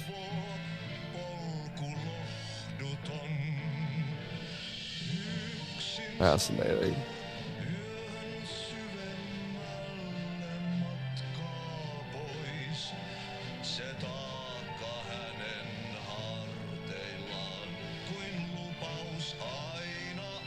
Behind the scenes, the song was written by Sam Lake and composed and arranged by Petryalenko. It is sung by Marty Swosalo, who is the voice actor of Ati. In the credits, Lake is credited for the song under his real name, Sami Yarvi.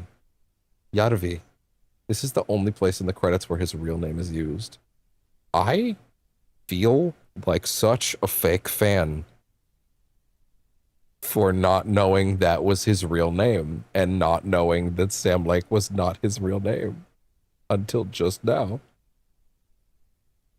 I feel like such a fake fan. Genuinely, I feel like a failure.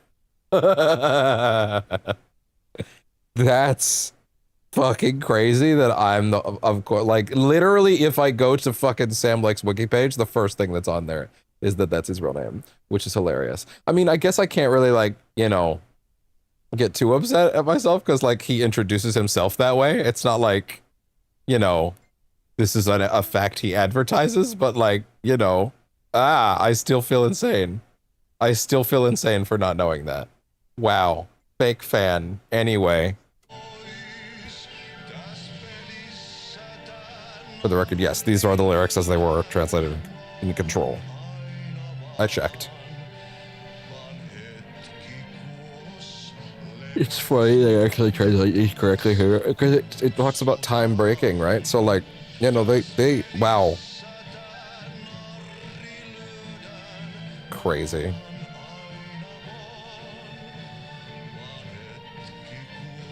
Absolutely insane.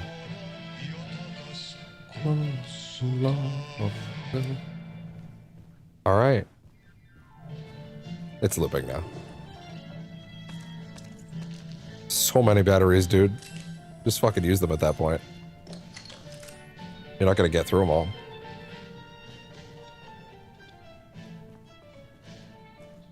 Lastly, the coffee lobby. An ocean for...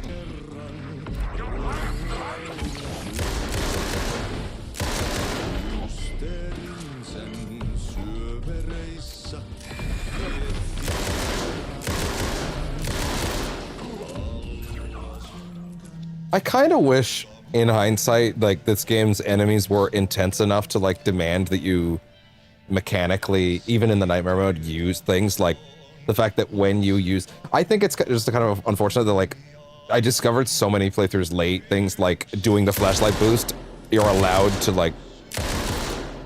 I didn't realize it was a 3-round burst. No, it's not, wait.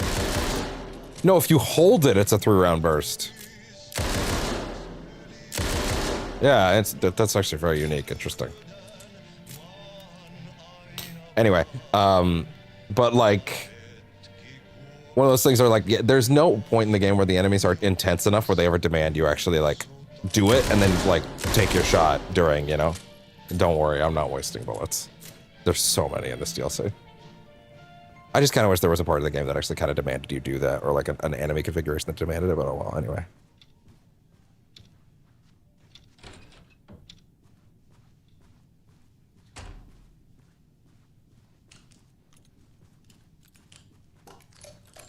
Okay.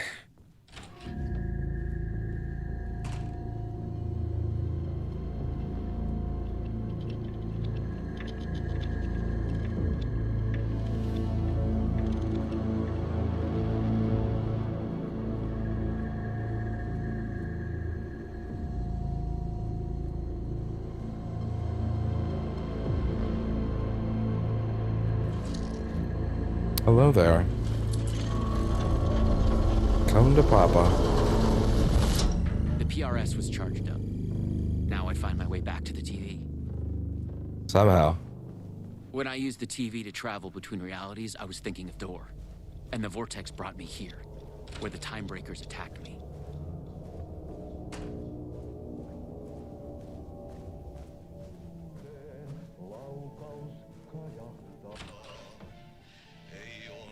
I did kind of just pick a door at random that for that time, to be fair. Actually, wait, hold on. I don't think I checked the side room in the lobby.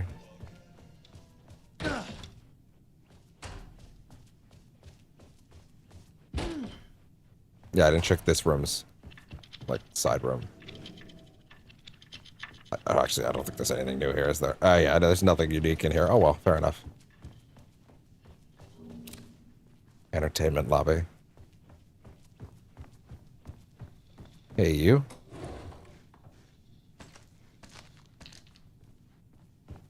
So many flashlights. So many batteries. More multiverse science babble.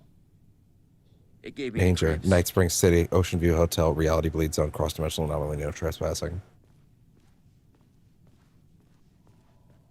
I actually, those bullets stayed. That's funny. Wait, are those on every version of that room?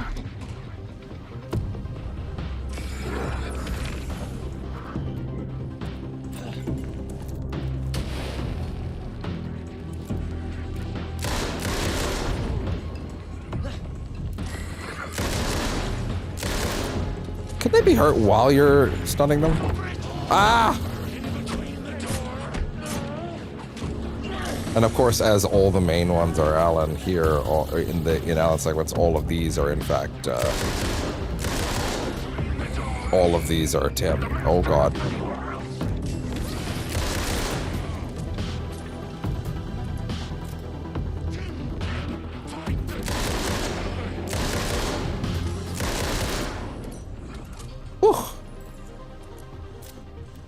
Yeah, sorry, now I'm curious. If I go over here, are the bullet holes still on the door? They are. Yeah, no, they didn't make 3 bespoke environments, which is fair. I wouldn't have actually expected them to, but fair.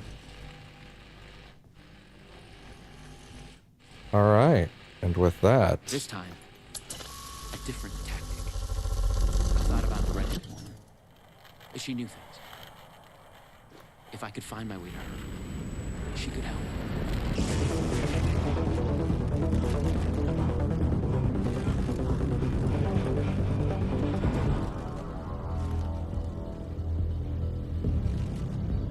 One second.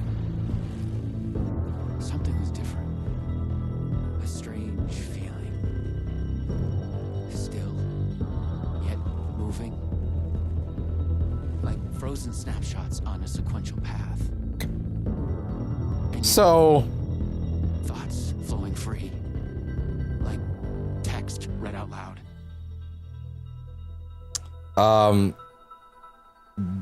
They went for it, dude.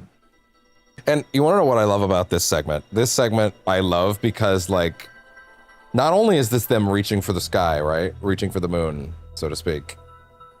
It's also a great solution to a problem that this DLC had structurally, which is they have a lot of things they want to say in this particular episode regarding their wider Remedy universe stuff related to Quantum Break. But there's not really a lot of room to do that within the scope of the regular gameplay, right? Right? So, like, how do you solve that, you know? How do you solve that? And the answer is this. It's you. I made it. Door pulled you away. Thought you were gone, for sure. I focused on you when I entered the vortex. I was trying to reach you. You are full of surprises. Okay, let's try this out. Welcome to the headquarters of the Ripple Effect Corporation. We were making a video game of the multiverse, but now it's suddenly real? Real and not real exist side by side in the multiverse. Echoes flow through it like currents in a cosmic ocean, the Sea of Night.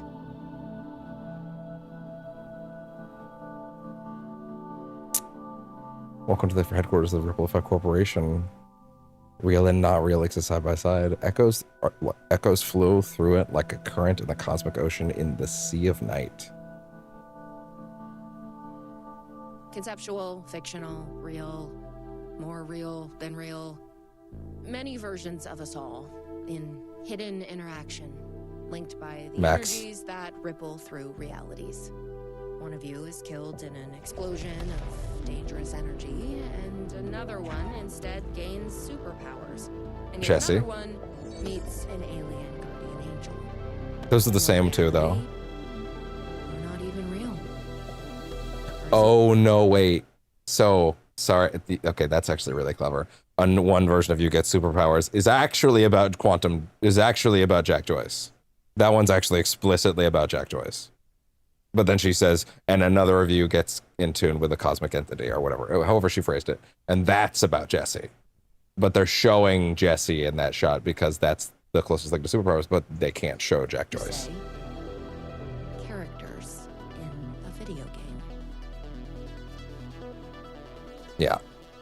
There you go. I really love the framing here, by the way. It's very clever for a reason that I won't talk about until later. Okay, let's just say there's a panel in there that shows something that could be considered a spoiler, but they quickly hide it. And that's all I'll say. And if you didn't figure it out or you don't know already, then don't go back and look, but go back and look later. There are legends about... Okay, hold on. For a minute, here's what I need you to do. Here's what I need you to do. I don't remember. I feel like I said this out loud. I feel like I said this out loud in the Quantum Break playthrough.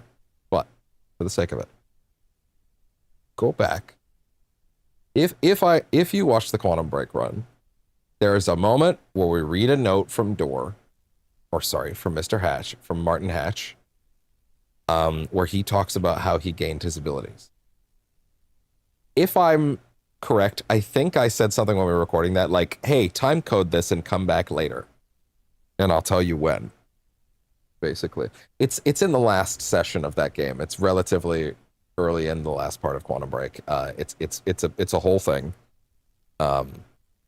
So, like, you know, keep that in mind. If you have that time code, go look at that right now. If you're watching the VOD, if you're live, stick around. But that part would be beneficial to reread or re-listen to. So if you do have that, go back and look. Go to the last session of Quantum Break. It's a moment right after we get through the big fight sequence at the beginning, going up the tower in the last episode. Right before we enter, it's directly before entering Paul Serene's office is a note. That note is vital. It is the most important part of that game. And you should go reread that right now or go listen to me reread it, whatever. If you need a refresher, I recommend it. Beyond that, though, keep the details of that note in mind because him going back further than we can trace. They say he found an opening to a horrifying parallel reality that consumed him, gave him access to all realities. The feedback loop killing all other versions of him. I am on the threshold. Liminal. In between.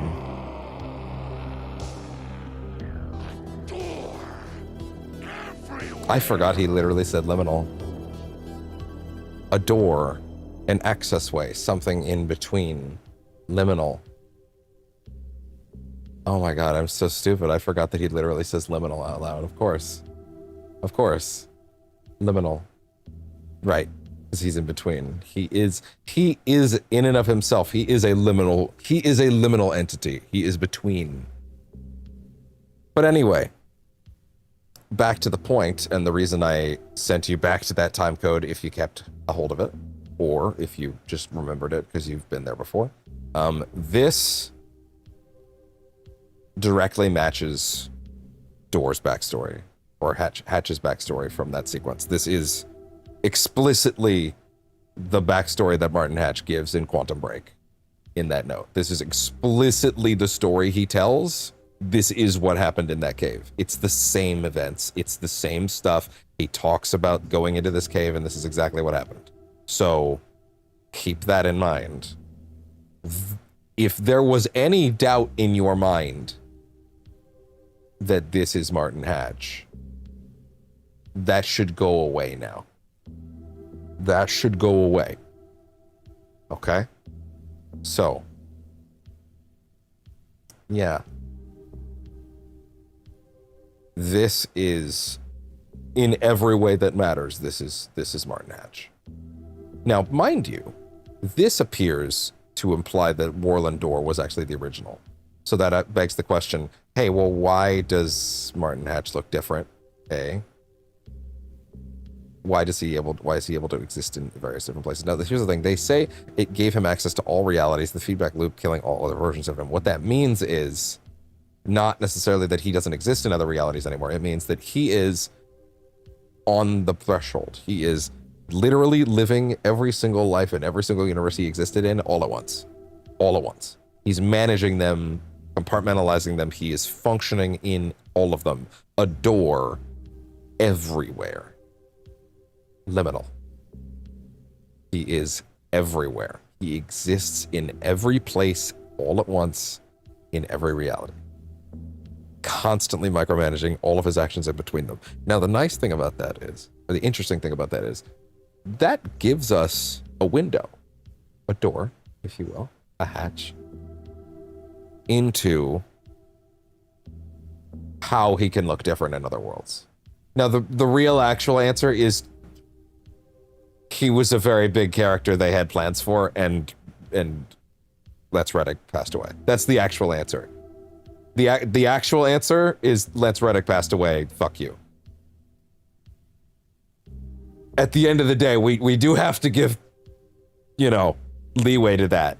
He's dead. They had plans for this character, big ones, evidently. They had to recast. But I do still think that opens the door for how there can be other versions of him. If you look in most multiverse stories, there are usually other versions of the same people, right?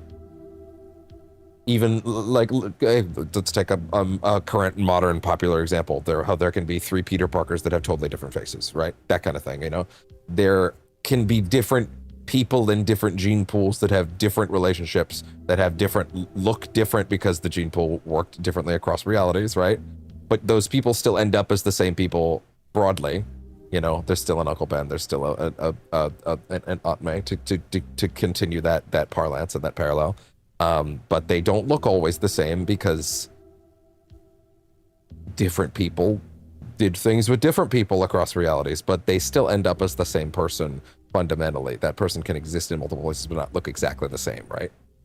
It's kind of like that, I assume, where there were realities where Martin Hatch did look a little different. He could have a totally different face next time.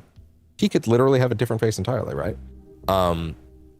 So that's kind of where my head is at as to how Martin Hatch looks different than Door. But really, I have the emotional intelligence of someone over a 10-year-old, so I'm able to understand Lance Reddick died. So that's the real reason. We don't really need to examine it beyond that more, right? At the end of the day, it's very tragic and it's very sad as far as the character is concerned. You maybe could look at this as, oh, well, Martin Hatch, maybe he actually did look like this, and for whatever reason we saw him differently. I don't think we need to do that. I think it can be as simple as just, hey, he passed away. It's unfortunate. Again, this game has a dedication to Lance Reddick in the credits that was not added because of this DLC. That was there on launch day. In the credits, there is and our good friend Lance Reddick. Like, that's there. You know, they had big ideas for him.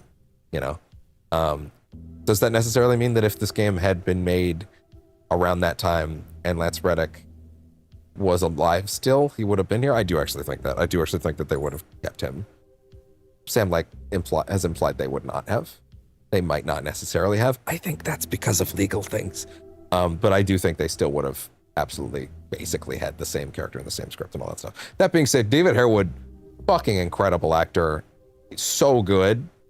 As much as I do think, universally speaking, I was robbed of Lance Reddick doing the Herald of Darkness dance, and I was, we all were, we were all robbed. He would have had a blast. David Harewood does kill it. They're both, and also I do genuinely think Harewood is respectful of that role. At the same time, there are things about him that are a little different too, right? There's things about him that are a little askew. There's things about him that are a little off from the, some people think that, oh, well, it can't possibly be the exact same character, and this is mainly speculation before this DLC came out. It's not going to be the exact same character because his details in his life are a little different here. And here's the thing about that. This is a different reality. He exists in all of them at once. That means he had different lives and experiences in all of them. So the things that made Martin Hatch in his world do the things he did may have been driven by different concepts in different realities. Evidently, there could be realities where Martin Hatch had people he cared about, right? Because that's kind of the nature of the multiverse, is you're bouncing through realities and things are happening. Now, one last thing I do want to bring up before we move forward is that in Quantum Break, one of the implications at the end of the game is that the time was going to end in the year 2021 or 2022 or something like that. Around then, 2021 to 2020 is around the time when time was supposed to end and time was going to stop moving. Evidently, and that would cease like all realities essentially. Evidently, Quantum Break 2 would have been that story, because that stuff has not come to pass yet at the end of Quantum Break, right? They don't really stop that, they just kind of delay it. But evidently time was still going to end. Quantum Break's universe probably, for sake of argument, we can assume that Jack Joyce continued doing what he was doing and did solve the problem in the end. So we can assume that he did stop the end of time and that would have been Quantum Break. But also we can assume that if that game existed and was made, the events of it already occurred because we're in 2024 now. But it also happened in a different universe, right? Or did it? This is the tricky part. Alan Wake 1 is, the events of Alan Wake 1 are explicitly referenced in Quantum Break. The events of Alan Wake 1 are canon to Quantum Break. And they make references to AWEs and Control stuff in Quantum Break. They were clearly already making it. But Quantum Break clearly doesn't exist in canon for Alan Wake and Control. Or does it? Because evidently if these things happened and Jack Joyce did stop the end of time, that happened off camera, right? That being said, I think it's fairly overt that this is a different reality and that it's not the same universe as Quantum Break, mainly because of Tim. Tim exists as Tim Breaker, not as Jack Joyce. I think that in and of itself is proof that Quantum Break is a different reality. Now, if they did get the rights back, they could loop it back in and they could even pull some clever writing nonsense to justify how actually, oh no, it totally was going on. But that might be a bit of a stretch at this point, thanks to, you know, the existence of Tim, right? Or you could probably multiversal nonsense it out a bit. Who knows? You never know. Maybe Tim was plucked out, and maybe Tim had his brain erased, and that is Jack, or whatever. You know, something like that. Maybe he was moved around. I don't know. There's things you could do. It's a little, you get a little silly at that point, though, I fear. So, you know, that's sort of something to keep in mind. I think at the end of the day, what they've established here is that this is definitely Martin Hatch, no question. But he evidently, it seems like Door is the original version. Like Borland Door is the main one, and Martin was more of an offshoot, or just one of many realities he was compartmentalizing and tracking and keeping an eye on. Right? Why was it so beneficial for him to keep an eye on that reality in Quantum Break? Unfortunately, I don't have an answer for that, because the reality is that answer was probably going to have been given in Quantum Break too. That's probably an answer that would have been given in that game, and they can't give it now because they don't own that property anymore, right? So, yeah. An opening to a horrifying parallel reality that consumed him gave him access to all realities, the feedback loop, killing all other versions of himself, meaning he inhabits all of them at once. So, yeah. A door. Everywhere. Now, what is Door's interest in this narrative is the question you should still have on your mind, assuming you don't already know. And he gave you a big hint earlier in this exact stream. I will not tell you just yet, but we will actively talk about it tomorrow towards the very end. So keep that in mind. We don't know why, but he sees the versions of you as a threat. He's killing them, bringing them back as time breakers. We thought he was after Branch. Now I'm thinking he's been after you. Your lives. Bring apart the master of many worlds. We came through the door. All right. What can I do? He must be stopped. He leaves dead realities in his wake, and he is only in his what? up speed. I'm just an actor. You could have fooled me. You travel through realities with Say that again? accuracy than anyone I've ever seen. Beyond Door, even. You picked it up just like that. Finding the place that made Tim's awareness of all this is also interesting. That was our theory. But we could never find it. Because again, it seems like throughout realities, there are versions of, all versions of Jack / Sean / whatever are aware of all the other versions of Jack and Joyce and evidently Jesse. And Dylan, as they hinted at earlier.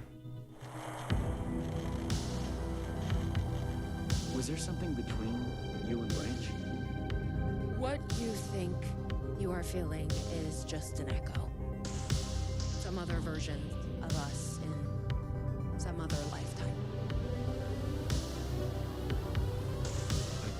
Maybe.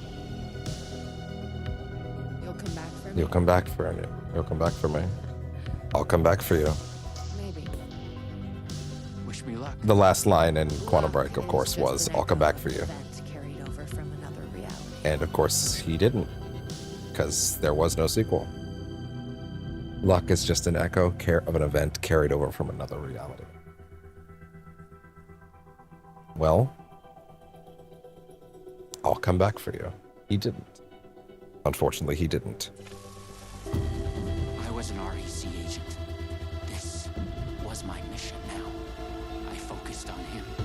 The darkness, the entropy, Door, I will say, the master. for in advance, there is a segment at the end of this DLC where there are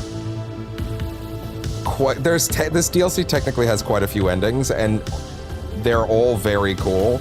I don't think I will be able to show them all off here, unfortunately, especially because in the context of this, like, there's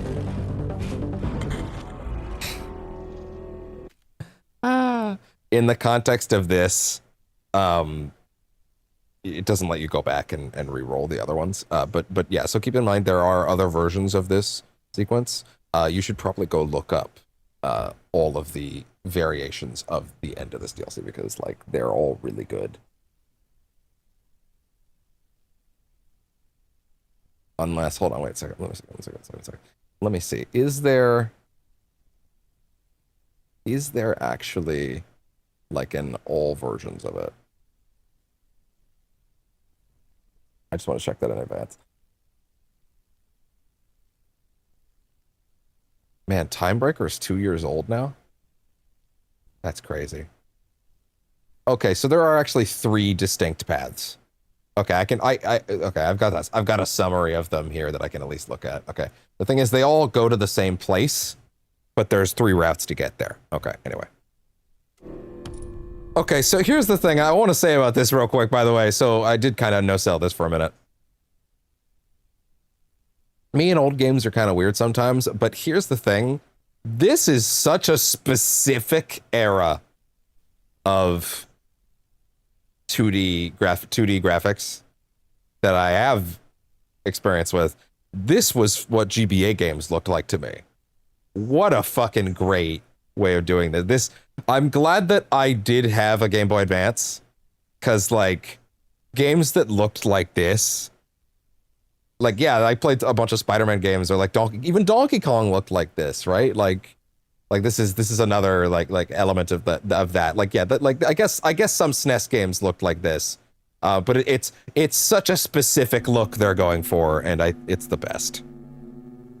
Now I have to get reading. I'm the master of many worlds. You will never beat me. We'll see about that. My Timebreakers will stop you. And you will join their ranks. Fuck off! Get ready. So good, dude. You kind of just spam it.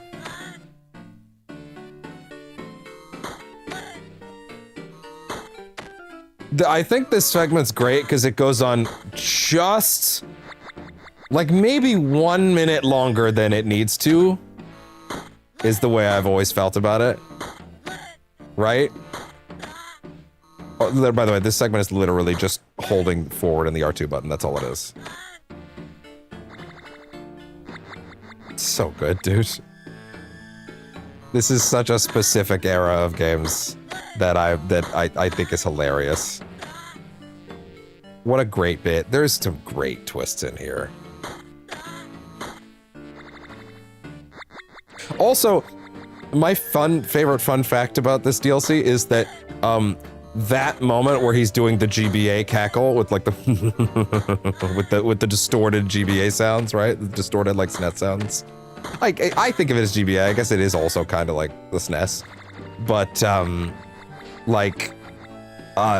is that moment when he does that laugh? That's the only time Door appears in game ever. Like every other time Door appears is in live action. He doesn't appear in game anywhere other than like this. This is the only time he technically appears as an in-game model. Impressive. Out of all the versions, you might have been the chosen one. Join me and we'll rule together. No, never! You will regret this. Also, I was lying. Like, that model is the only model of David Harewood in the fucking game, which I think is hysterical. To say it out loud, I think that's hilarious.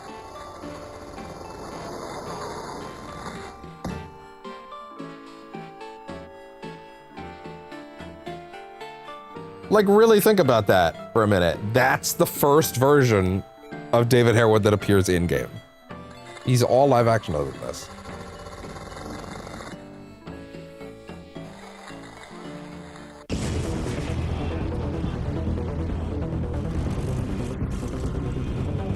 Really fucking funny. I've been brought to the very edge of the multiverse. Or some deep, dark trench in it. The polyhedrons. Dry of color and energy. All the polyhedrons. Door, or the means to travel on.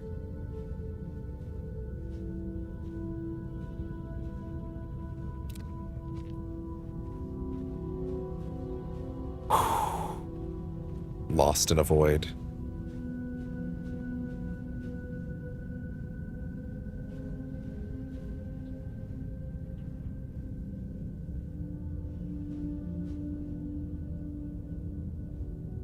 One second.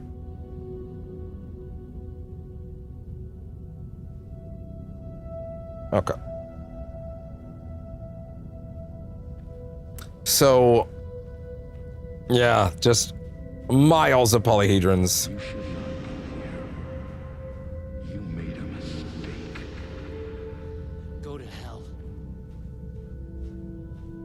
It's very easy. There are a couple pages you can miss here. Or a couple interactables you can miss here. I guess I just kind of gave it away, but anyway.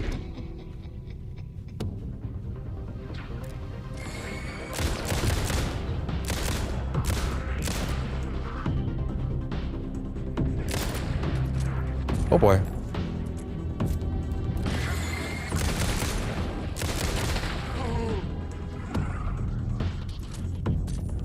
Hey there, what's up? Uh-oh. Ooh! Time breaker!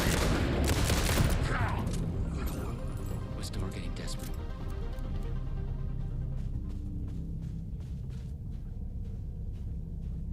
Indeed, he may have been.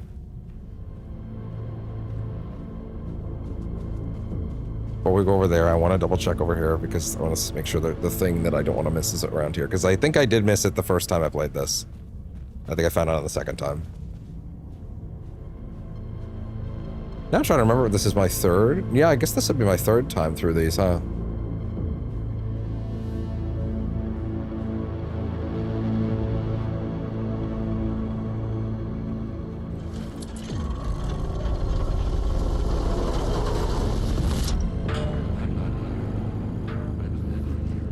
I was never here.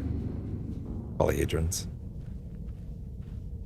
And I find it so interesting that because Jesse is so tied into the stuff with Hedron, right? And Polaris.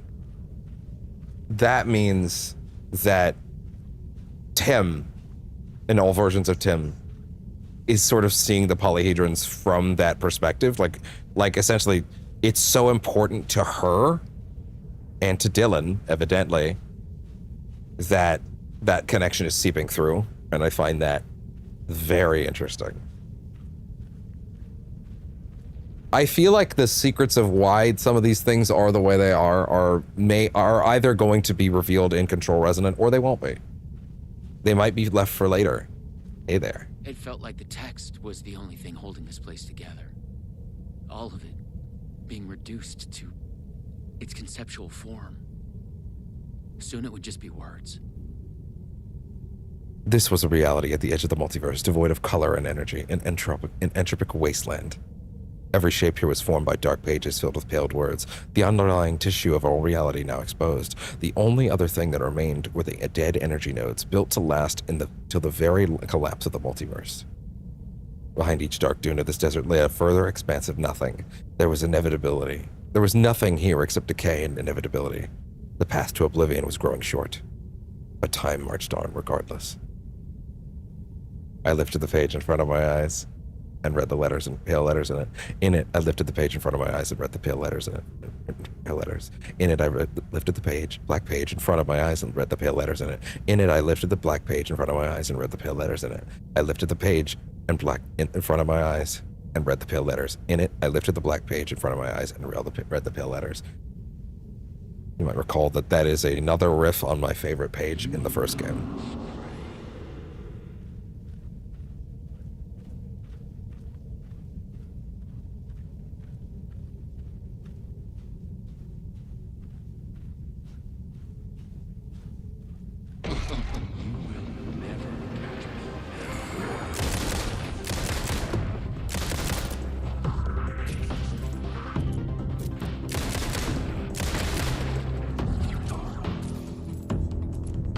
Come on, guys, what's up?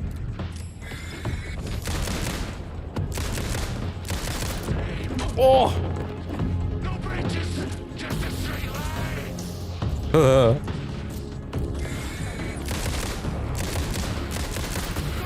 Oh my! Ah!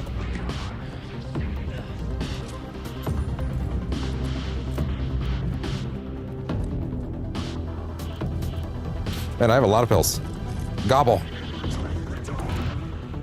Gobble. Okay, you skipped the animation there for some reason.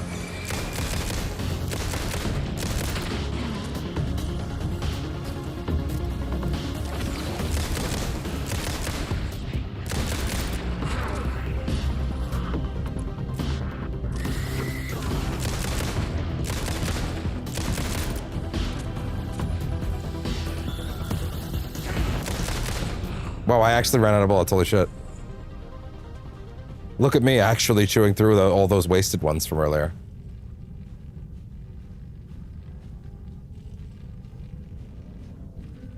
I was close. I knew I was close now. I'd say so.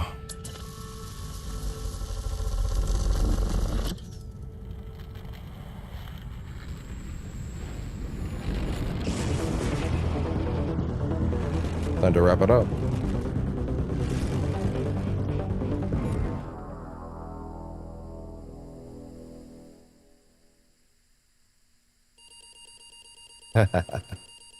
After dreamless sleep, you come to and gradually become aware of the utter lack. There is nothing. So, there are 3 versions of this text adventure. This is of course a classic trope, and I do think they use it very well here. There are 3 routes for this. We will not be able to do all 3 of them. I will tell you what the other ones are, but they all do end in the same place. I'm just gonna wing it. There's no particular route I think is better than the others, although there are different ones here. It's not just the same thing. Focus. You search for something to focus on. An idea of a geometric shape comes to your mind. I read the previous one, right? No, I don't know. Pentagonal trapezohedron. How do you know the name of this shape that you don't know? You feel yourself fading, drifting apart, losing your essence in the stream of consciousness, the ebbs and flows of your thoughts. I am going to let these charge for a bit. It would seem prudent of me. Also, how long we've been going? 2 hours? Fair enough.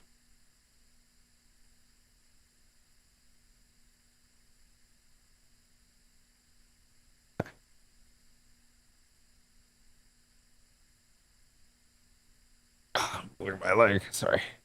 Sorry, bud. He's in my lap. Drifting apart, losing your essence in the stream of consciousness. The ebbs and flows of your thoughts. Hold yourself together. Let yourself go. You let yourself drift apart. Losing what thought and focus you had, sleep reclaims you. After dreamless sleep, you come to and gradually become aware of the utter lack. There is nothing.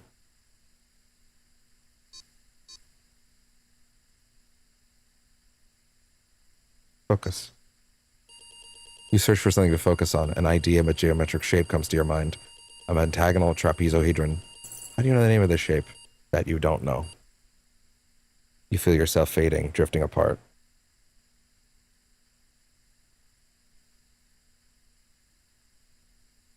One second. Okay. Drifting apart.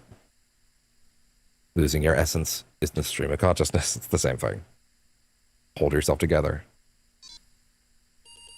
You fight to hold yourself together, to swim against the current, to break to the surface. Coming to focus, you realize your first impression was wrong. There is something, and there is you.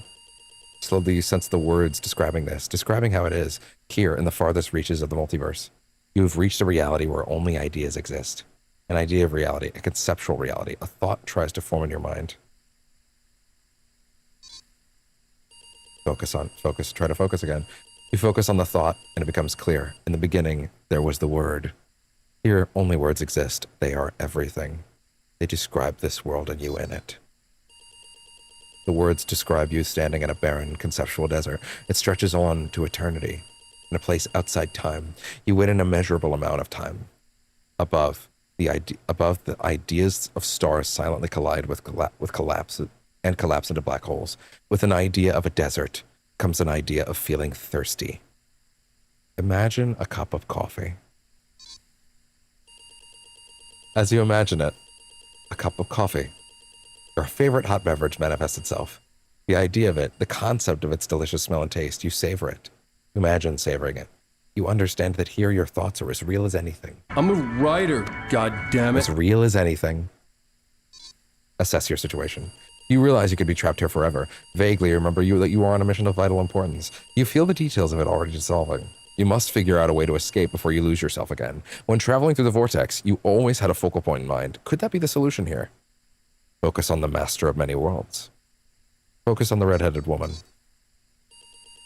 You think of her, and she is there. You are with her.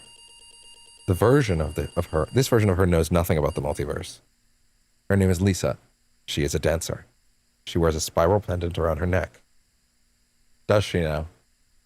You feel a strong pull toward her. Tell her that you've come back for her. She thinks it's a pickup line, but it makes her smile. There is an echo of it having been said many times across many realities, and that gives it gravity. Not long after, you are a couple. You are head over heels happy. But what you experienced in the multiverse still haunts you. Forget your past. You pack your REC equipment in a box and take it down to the basement. You run into a janitor with a strong accent and a friendly face. You find yourself trusting him. He promises to keep the box safe for you. Soon, the madness of your adventure across the multiverse starts to seem like a dream. Your life with Lisa is now your reality. Settle down to live your life with her. You return to your acting work, but stay away from video games. You love Lisa, but you don't get to spend a lot of time together. You are both busy. She trains hard. She has a big dance production in the works. You can tell she is very tired, not doing well. She's having trouble with her ankle. She asks for your advice. Should she cancel her new show, or push on? Advise her to cancel. You advise her to cancel and look after her health. There will be other shows. She cancels her show, disappointed, and collapses. She burns out, more tired than either of you would realize. She needs to rest. Her ankle will heal. She thanks you for being there for her, but you can tell she is disappointed. Find a way to distract her. You feel you both need a break away from the city. You surprise her with a rented cabin on an island in a breathtaking caldera lake in the Pacific Northwest. You tell yourselves you can rest here. You think you can be happy here. Tell her you love her. She says she loves you too. That night she wakes up to a terrible nightmare. She is distressed, but eventually calms down in your arms. The nightmare comes every night after that. Her description of the dream is eerily familiar to it. In it, she is aware of the multiverse, the many versions of you and her. Memories come flooding back. In her dreams, you are murdered again and again. She doesn't want to sleep anymore. You are worried.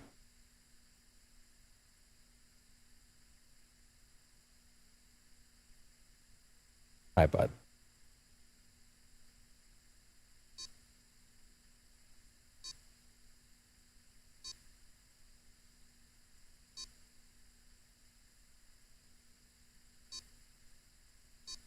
That's hard. Not just because I remember how both go.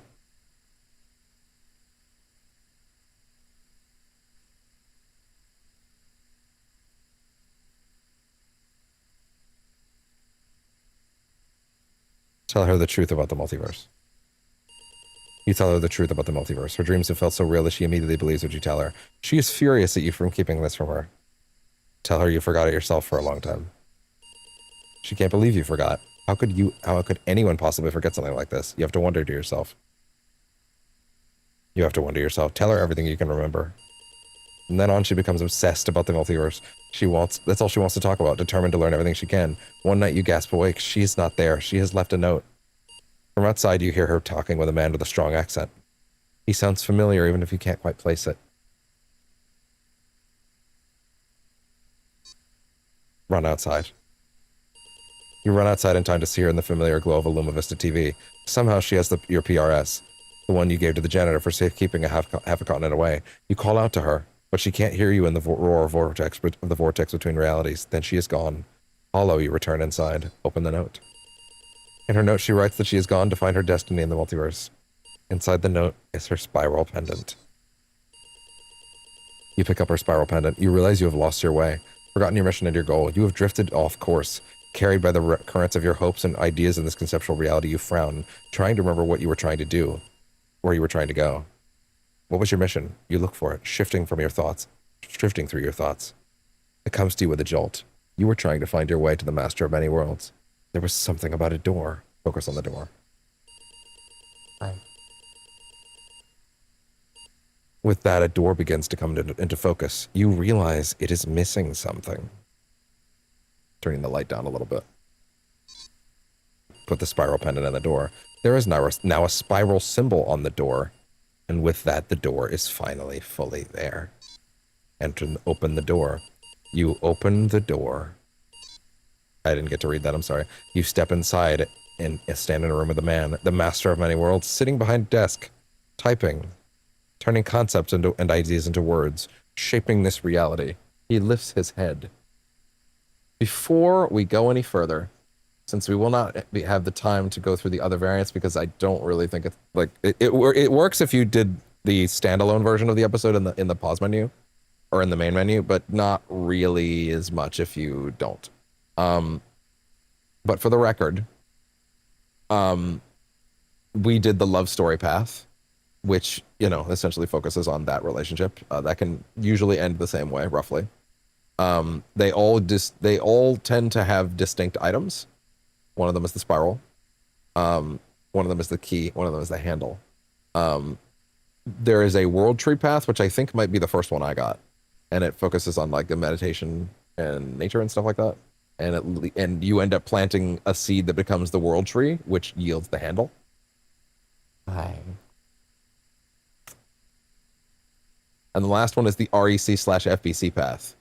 And it focuses on preparing for war and investigation, leading to interactions with the Federal Bureau of Control, where you deal with a service pistol and searching for Polaris, which gives you the key. Sorry, I think I've actually found... Oh yeah, sorry, there's a chart that someone has put together here.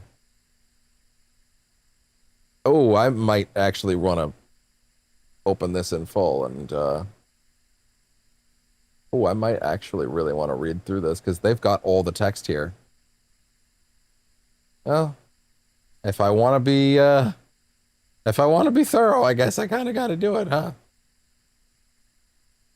All right, fair enough.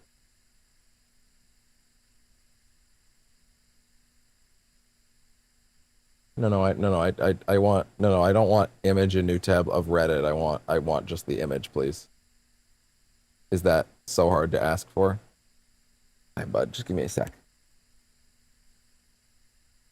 God damn it. Fine. Anyway. Okay, now I can scroll through. Okay, cool. Yeah, fuck it. I'm gonna tell you the other variations. Why not? Because it's actually really nice. Going back to sleep means that you allow yourself to slip back under, and then it just leads back to focusing. Letting yourself go, letting yourself drift, you basically get pushed back to, it basically pushes you back to the main thing until you focus enough. Holding yourself together is the one where you focus on thoughts, and then you just for the words, and then you imagine either a cup of, so when you imagine the cup of coffee, that sends you out to the route that we went on to. Focusing on the redheaded woman is what we've got. Oh yeah, I'll focus on the routes we've already done first. If you say that, if you thank her for coming back for you, it's the same outcome. Forgetting your past is when you pack all your equipment. Concealing your past is actually the same. Conceal your past, you pack your REC equipment in a box and drive to a nearby bridge. You throw the box over the railing, watch it hit the water, and disappear into the darkness. The ripples spread across the black mirror surface. You vow to hide them. You hide your past from everyone. Even Lisa, she'd think you are crazy. These both lead to returning to your acting. Advising her to cancel. If you give her space, she gets more resentful of you. Trying to distract her, you find that it's when you both feel like you need a break. Trying to distract her leads that way all the time. If you encourage her to push on, then on opening night on stage, she twists her ankle with an audible crack. The X-ray shows a fracture, and the show is canceled, and she's devastated. Giving her some space, of course, is also going to lead. You give her some space, or you can find a way to distract her. Eventually, she comes to you. She may be able to unable to dance again, but she is grateful to have you by her side. Then that leads you back to her getting devastated. If you tell her you love her, then she has that terrible nightmare again. Console her, it's only a dream. It goes the same way either way. Next up, if you don't tell her, wait. So if you try to conceal it, try to take her mind off her dreams, but it's not working. She pushes you away and shuts you down. She is depressed and angry. One night you gasp awake, and then it leads you back to you run outside. Yeah, same basic outcome. Same thing. Tell her everything you can remember. Same stuff. Spiral pendant. Pick up the pendant. Then you get to the door. Open the door, and then it leads you all the way back down to the main route.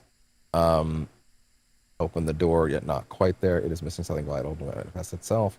Run outside. Yeah, same stuff. So yeah, that's basically the other ways that route can play out. So if we go back up to the mid portion, if you imagine the cup of coffee again, if you focus on the Master of Many Worlds off the coffee. Oh wait, sorry, where's the tea go? The tea seems to be. Okay, that's interesting. That's funny. Oh, sorry, the tea actually goes to the same place. That's funny.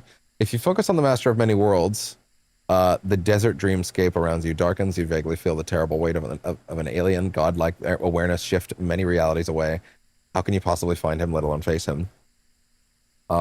Prepare for war or meditate to learn. If you prepare for war, that's the one that leads you out to forming the Timebreaker. Search for refuge. You seek a perfect place of power to build your base of operations. In the desert, you come upon a giant petrified tree trunk. You convert it into a skyscraper, a brutalist architecture. You set it up, an organization, a corporation. You call it the REC, Ripple Effect Corporation. The name feels appropriate. You search for allies across the multiverse. Build the perfect army. Share a telepathic link with them. You are a perfect army. Others join your cause as well. Ripple Effect. You call it the REC. Same thing. Now you need another red-headed woman named Jezbet. She doesn't know you. There's a connection there.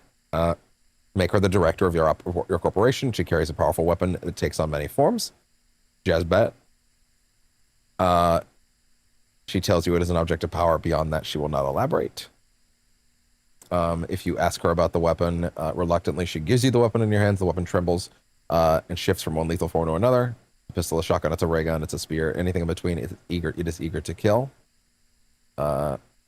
Trust Jezbet with the weapon. As director, Jezbet warns you that the REC is currently not equipped to subdue the Master of Many Worlds. Without a technological breakthrough, your chances are slim. You trust Jezbet to wield the powerful weapon. She seems relieved and swears to defend you from the corporation from the enemy. You scour the multiverse of technology. You find more agents. There are many uncomfortable horrors, more tragedies, casualties. Finally, they locate a reality with a singular alien being with a godlike power. It is shaped like a polyhedron. The being has enough power to potentially defeat the master, but the very sight of it drives any agent that looks at it mad. Alien is being shipped to the REC headquarters where it is secured in a containment cell. Not long after that, the director comes to you with intelligence. The Master of Many Worlds is preparing an all-out attack. REC is running out of time. Unfortunately, attempts to research the alien being stall as everyone who gets exposed to it goes insane. Given the situation, Jezbet suggests a desperate plan. Harness the being's power and detonate it as a bomb. Insane. Instead, you have an option to research it. You can then choose to still use it as a bomb. Let's see. If you bring it back to the laboratory, you feel yourself undergoing a mysterious, a strange metamorphosis. You feel your consciousness expanding in inhuman ways as you become aware of unknown planes of existence touching yours. You burn with a terrifying, but barely contained force. You are no longer a man, or you are something else, something more, a being of godlike power. The alien being in the laboratory dies. You have stolen all its power. Trembling Jezbet shifts her gaze from you. Your transformation has shaken her. Then you can go to confront the Master of Many Worlds, or you can use the alien as a bomb. Wow, there's so many. There's so many branches here. You can keep fighting. There's ways to using the alien as a bomb. There's like actually so much. You can continue fighting. Give the order. Let's see. massive time breakers. Closing your eyes, close your eyes. You shield yourself knowing the blinding light. The world and everything in it cut off, slid off. You blink and you are alone, deafening silence. You look at the service weapon. Jezbet dies in various of these routes. Immense effort and manage. You manage to stem all your rage and anger. And then you shift that power into a key. And then yada yada. Wow. You step over the threshold and then you end up at this spot again. Alternatively, there's other versions of that where you lead an attack on the Master of Many Worlds directly. Eventually, those mostly end poorly and pretty much universally end poorly, actually, and it ends in you getting a key. I'm trying to like speed up a little bit because like otherwise this is a lot. But yeah, there's a lot of different routes here. The last one again is with the multiversal tree, Yggdrasil. So you search for the Master of Many Worlds and you meditate to learn. And then you go in any direction, and then eventually you find the tree. This is when things get very conceptual. You reject the seed that you find on the ground, or you can eat the seed. Then the tree sprouts from within you. You can fight that feeling, or you can become the world tree. You have the option to become the world tree. It branches through all of realities, supporting all realities. The multiverse is born. You sense all the realities around you. All lives in history unfurling like a river flow. Grow and expand your knowledge. Eventually, all of this leads back to picking up a fruit, offering a seed to a man, picking up branches, and then, yeah, again, the agent branch, pick up the branch, trying to remember everything from before, and eventually using the branch on the door. Goddamn, that was hard to summarize, but yeah, basically the three core routes are using the tree's branches to go to becoming the Yggdrasil, the life tree, and the branches of the multiverse spreading out from there, and then the love route, which we did, and then there's also the FBC adjacent route. It's clearly not actually the FBC because the story around it is different, but still, it's in that logic chain. All of them lead to this moment. Look at the Master of Many Worlds. You stare the man in the eye. With a shock, you realize that you have made a mistake. You've come to the wrong place. This Master of Many Worlds, is not the one you were looking for. He's not Door. He is someone else entirely. You want to ask him what he knows, but it's already too late.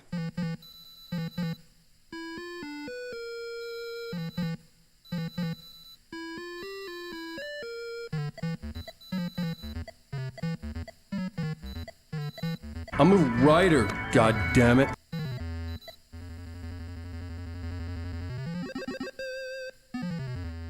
We have witnessed a case of mistaken identity. But in the vastness of the multiverse, with an endless number of versions of ourselves, what is identity anyway? Can there be more than one master of many worlds? Or did our hero take a wrong turn somewhere along the way? Was this particular journey precisely what was needed to make him the one he was meant to become? One thing is certain.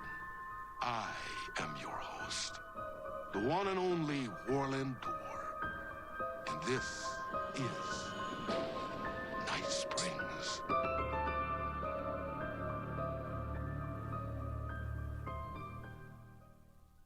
So anyway, I'm a writer, goddammit.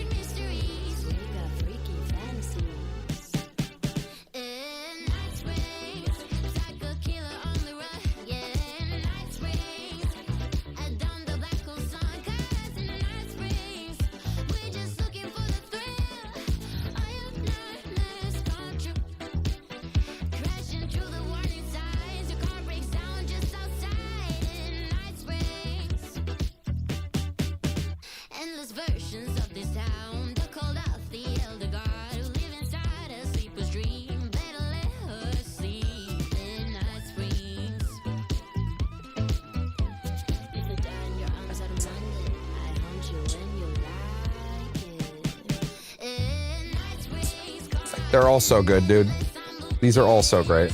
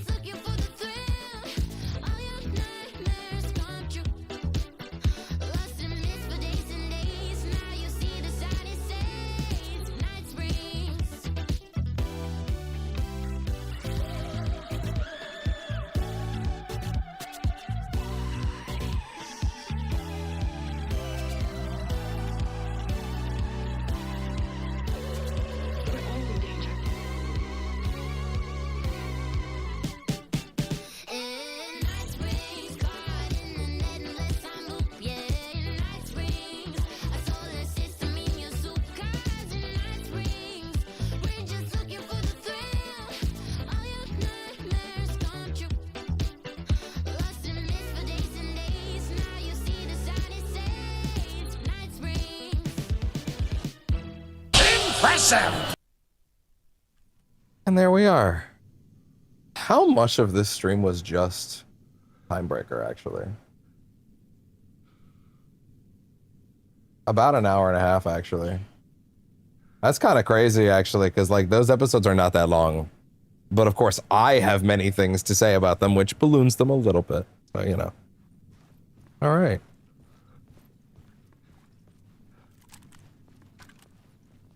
Okay. Well, that's a pretty decent charge on the earbuds too, to be honest. That being said, we're approaching 7. Should I? No, I'm gonna hold out on taking a break for a little longer, actually. All right, so let's go ahead and just turn that off real quick. And now let's do our very best to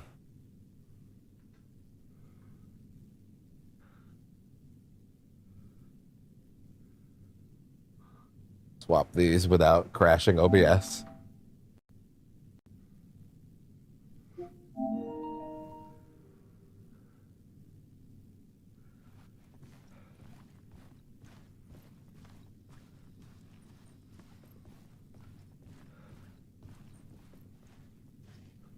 Something told me Zane wouldn't be happy to see me this time.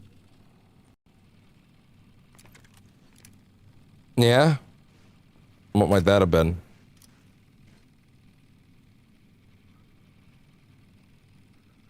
And turn the backtrack on now. Okay. Didn't crash. Yay. Here we go. Hey, what's up, brother?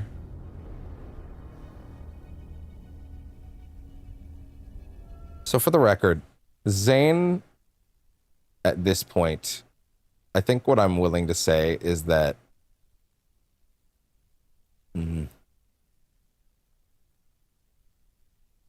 he's very much... Am I willing to say this yet, or should I wait until the end of the segment? I do think Zane came first. It's tricky. Again, I don't think I could say it yet, so. I'm in control now. He said it. You try anything, I will shoot you in the head. Scratch wrote return, not me. You're a fucking liar. Say that again? You stopped writing. You said it was too dangerous, that we didn't deserve to get out. And then he showed up. Scratch. He promised to write. To get me the hell out of here. He was magnificent. A visionary. Yeah? I mean, it was art. But then, when he finished, he took return and left me behind. It's still here, and so is he. I know I fucked up. But you can still catch him before he gets out, before he gets to your wife. And when you get to him, don't hesitate. Kill the bastard for what he did to us. Yeah. There's a murder site in my cinema where my film Nightless Night is playing.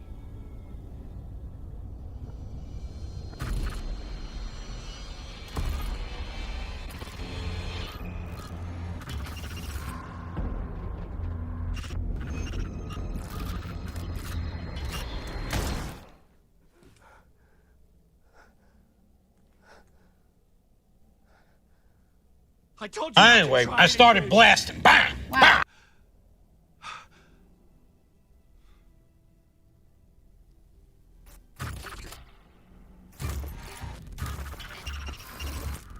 New ticket.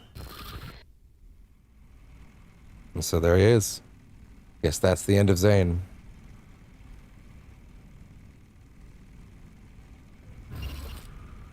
Oh, mercy.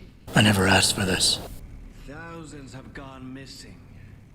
Beyond the labyrinth of me. When you're Beyond lost, the labyrinth of me. You're lost in your own company. The framing on the reel, by the way, is so good. Oh. Now that is drama. 665. Neighbor of the Beast. What the fuck? I had a million questions about Zane, but I had more pressing concerns.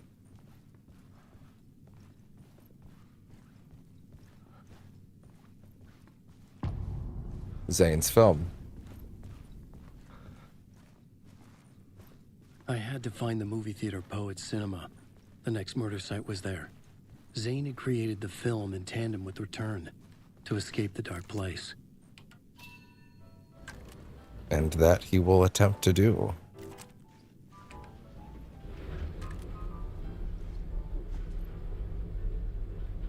My break will come up pretty soon.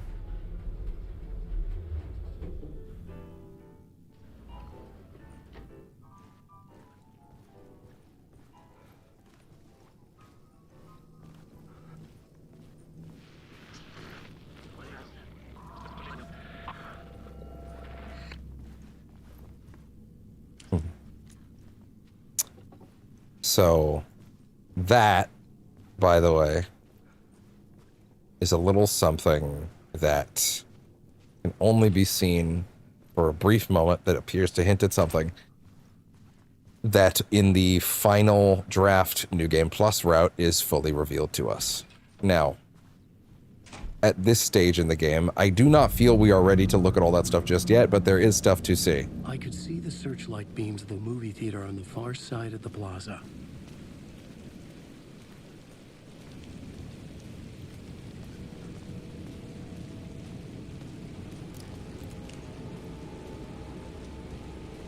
And now we are back to Alan's segment. We have done Timebreaker. And it's kind of funny how structurally, like, all three of the Night Springs episodes essentially function as the bulk of Alan's first chapters now. Whereas the middle parts of Alan's stories are always, like, the bits that are, like, properly his, right? But in reality, he is, like... He's obviously the centerpiece here, right?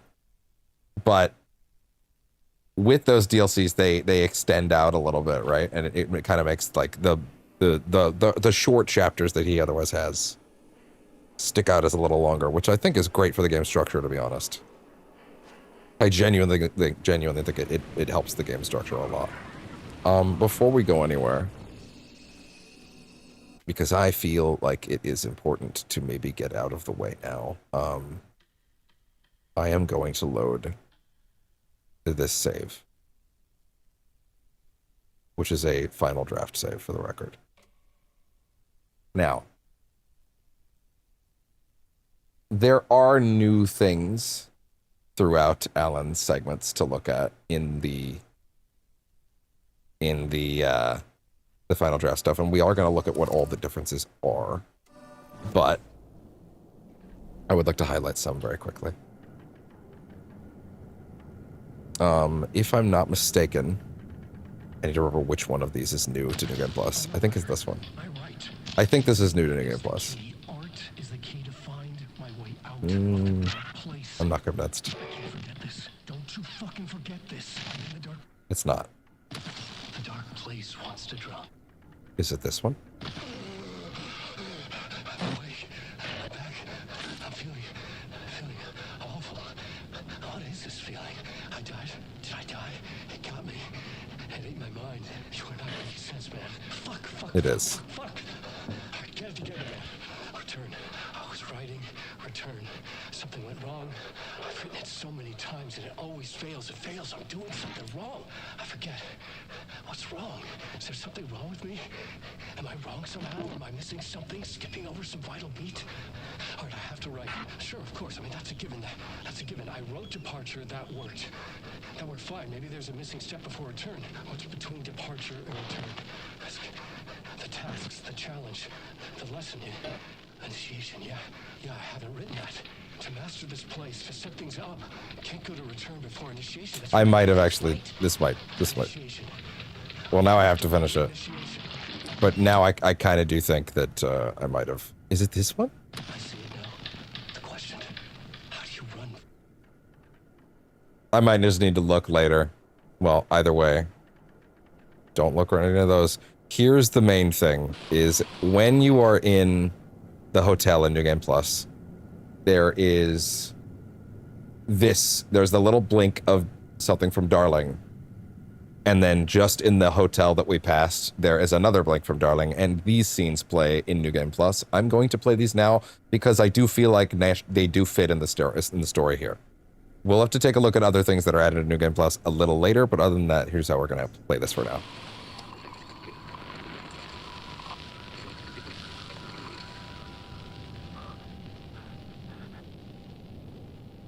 Our old friend. Casper Darling, formerly of the Federal Bureau of Control. I think the signal is coming through now. Are you receiving me? Something shifted. The previously observed interference disrupting the fluid. So he ended up in the dark place. Fluctuation in gravitational forces. Either something moved out of the way or my relative position to it changed, but the alignment or the condition of this whole plane spiraled to a more favorable position.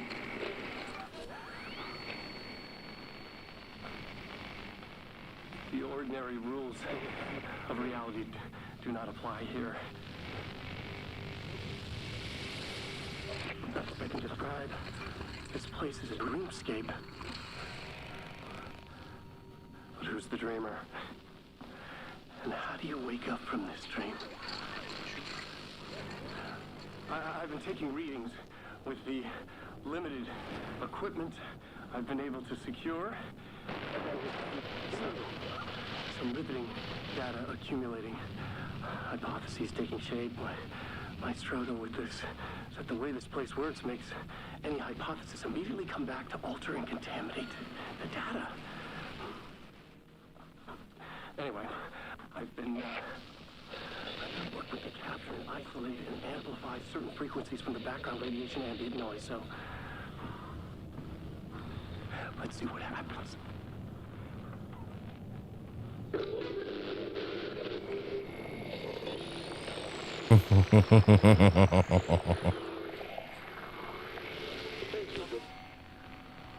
Lumi Vista, by the way.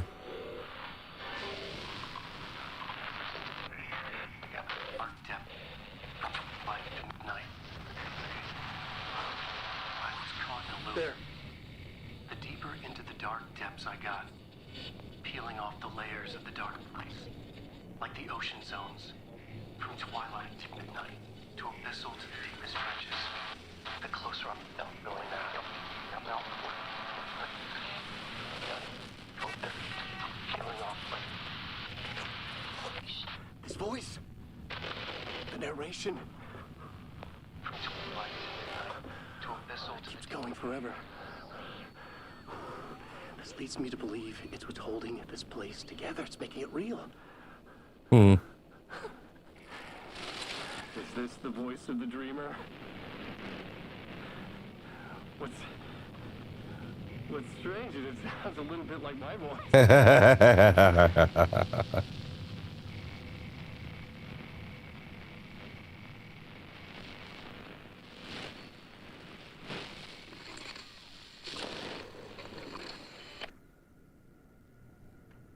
Well, isn't that interesting? Time as a linear construct does not apply to this place. I mean, is it because I never truly believed that was time's true nature and this place is reacting to my thoughts, or some other more fundamental reason? I don't know. That said, to the best of my calculations, subjectively, this is my day 665. Neighbor of the Beast. I have explored every conceivable avenue of research, exhausted every scientific method of investigation I know. It's all dead ends. I feel like I need something else. Something else entirely. Some mad, creative mindset to help me. I'm not a scientist, an artist. Yeah. This is a place for an artist. Wonder where you could find one of those. Oh. Oh. Hey, man, how you doing? Hello. Darling, Dr. Casper Darling, it is so... Alan's voice actor and Alan's face actor, by the way. I'm Tom. Interacting for the first time. Matt, you look familiar. Well, you sound familiar. Hold on. You work out a lot. I'm a writer, goddammit. You're swole. Well, I am active. You wouldn't happen to know a way out of here, would you? A drink? Oh, cheers. Keep it. You know what? You and I, we should join forces. Come up with a plan for escape. Art and science combined to form an unstoppable force. Yes. Yes. Yes. We have to start to methodically test and eliminate various works of art within bounds of which you could wildly improvise.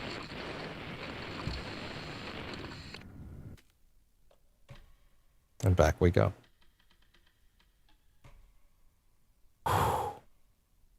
Isn't it just fascinating, by the way, that the way this all plays out, going forward especially, could hinge on that scene that is hidden in the New Game Plus. Darling and Zane joining forces is remarkably terrifying, for the record. I'm aware, thank you. For the record, I'm proceeding slowly because keeping this light on is dangerous right now.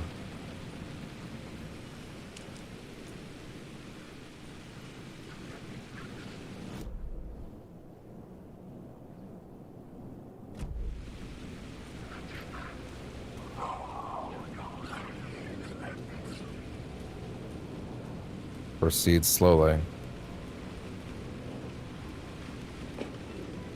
Fuck. Oh wait, no, I'll take that. No. Oh, hi!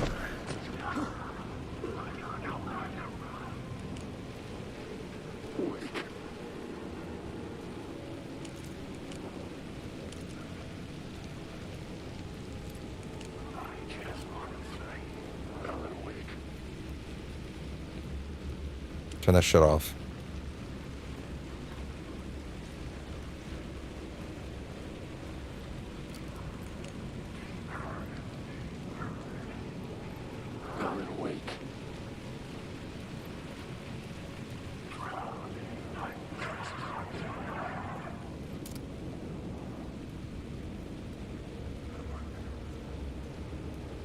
Anyone following me? Anyone giving chase?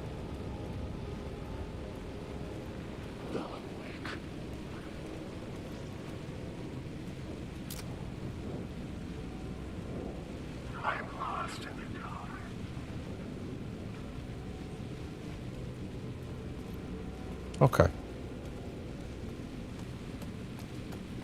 La la la la la la la la la la la. La la la la la la la la la. Following a typical nightmare pattern, I was desperately trying to reach my destination, a lighthouse, for some urgent reason I couldn't remember. I've been driving too fast down a coastal road to get there.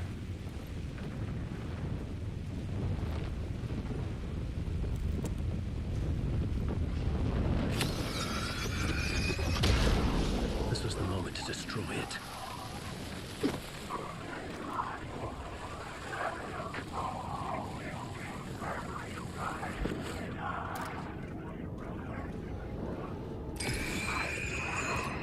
Fuck.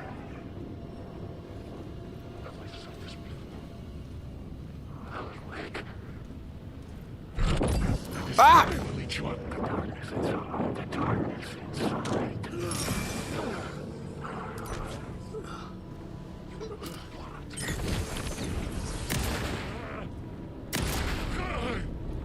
Oof.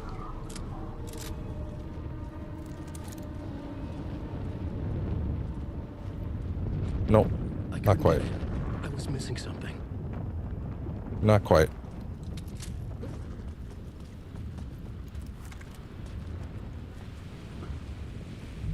Cult of the Word. All right. Much nicer street. Nightless Night. A Dark Place Films presents Heat of the Murder was like a crown burning on his brow. Nightless Night. Alexi Kesa. Baba Yakala.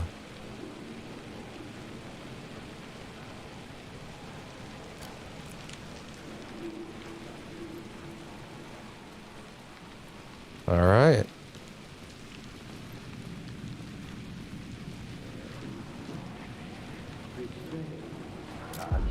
Something kept me going. A broken man. No hope, no prospects, no love. Too stubborn to die.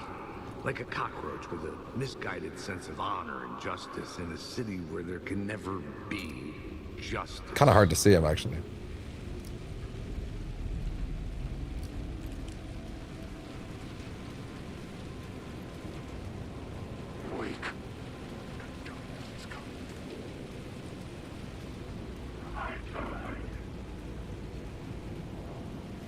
The Getaway Club.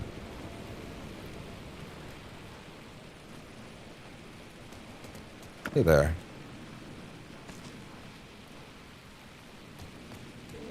Following a typical nightmare pattern.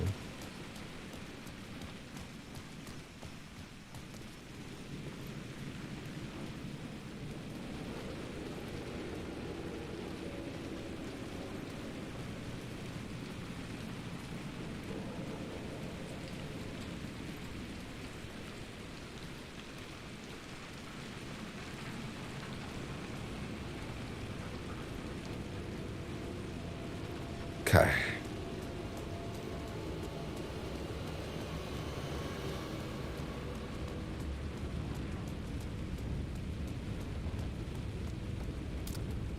Right.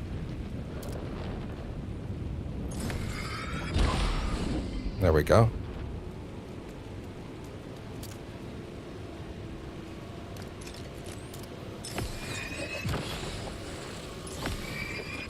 There you go. The light cut through the darkness.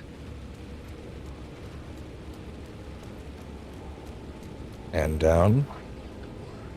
Hey guys, what's up?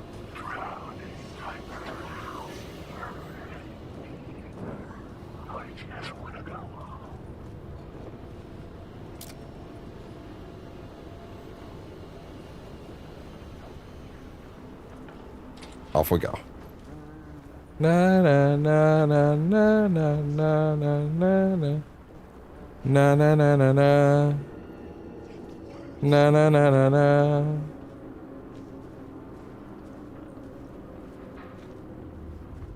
Limu. Hey there, Tim. Alan. It's good to see another sane face. After Timebreaker, this hits real different, doesn't it? Be careful out there, Tim. If you see me, make sure it's really me. Not some psycho wearing my face. Sounds like you've been having a rough go. Yeah. I've been there. Yeah. Missing time. The aliens. Wait. What's this about aliens? Oh, I was just convinced that everything going on with me was because of aliens. Abductions, signals beamed into my head, that kind of thing. Now I know it's been Door all along. I haven't ruled out him being an alien, though. Missing time? It's the same thing I've been saying. The dreams. Sometimes I wake up in a completely different place, missing entire days. I have no idea what happened, but I'm trying to find out. Things always get better if you just keep moving forward, Alan.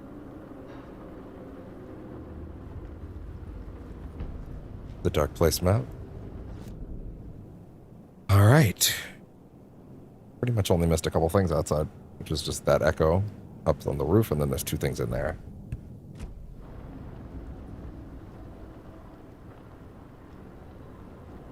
UFOs, polyhedrons, I see them in my dreams. Geometry, pure mathematical shapes contain energy.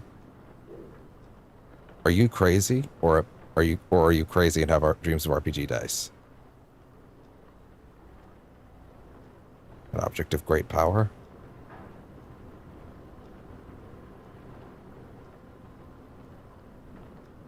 Polyhedrons, will she come for me? Will she come for me?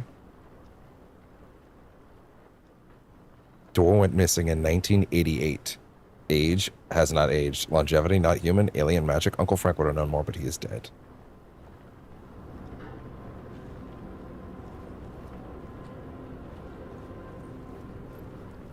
So, of course, you might recall that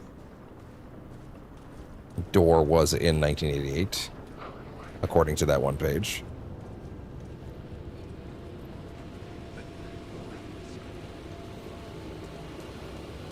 So what is his, what on earth could be his connection to what comes later? Or what came in the 80s to the Andersons?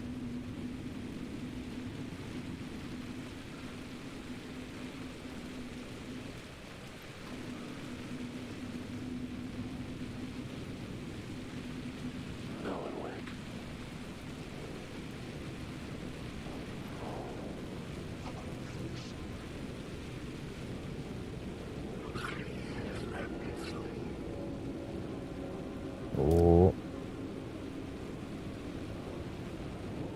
Oh.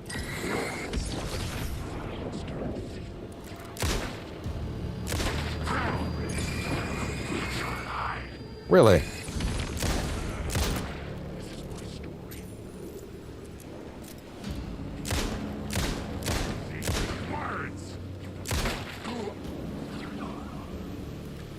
Well, there you go.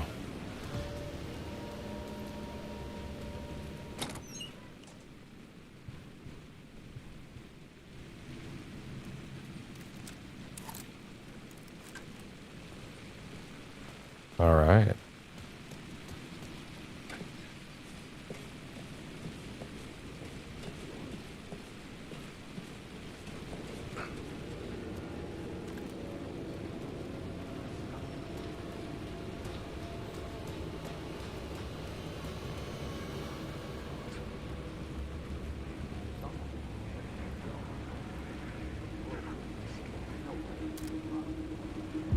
They say God made us in his image. Just like us, he is an uncaring, cruel son of a bitch. Having made it in heaven, he doesn't want us there, dirtying up all that nice white upholstery. And he doesn't want to reach down to help us. He gets his kicks just binge watching us struggling, hurting, killing, dying, screwing it up again and again. Lazily stirring it up when things threaten to get too placid. This city is only here to satisfy his sick, voyeuristic pleasure. Sweet kitty. Snuggling again.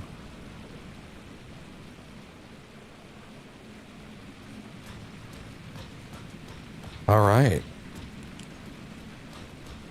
Heading down.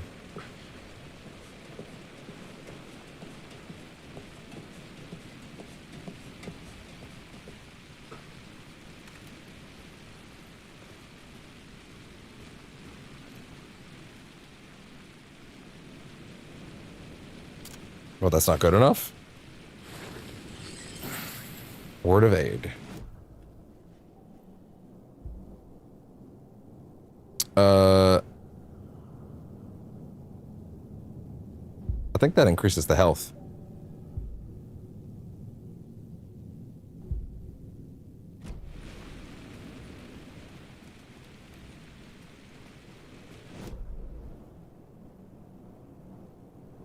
Okay.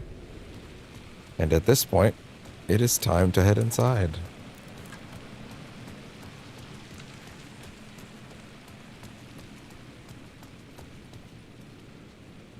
The theater appeared to be closed. Maybe the ticket could still get me in.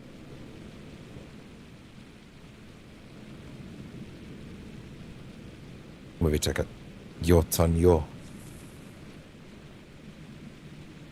Please enjoy the film, sir.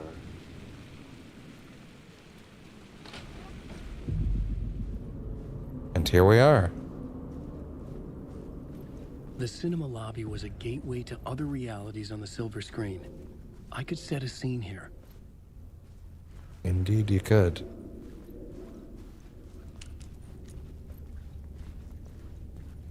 Before we do...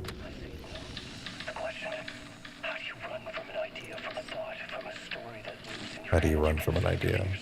You carry your monsters with you. The devil runs back. It's in you. You're running right back to it. A loop. I have to stop. Stop running. Stop writing. I won't write another word. It's too dangerous. Only horror comes out. Yeah. Get hurt.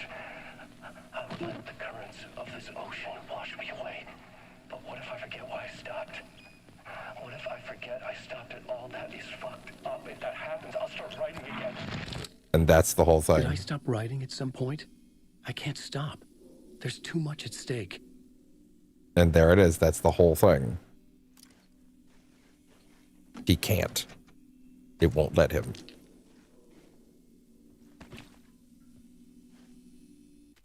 At any rate. We're going to take a little break at this point. I needed a new draft of the story. One that would get me ahead of Scratch.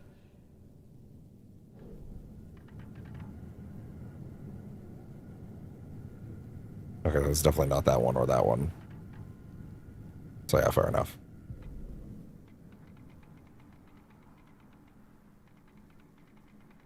Good, I didn't miss any.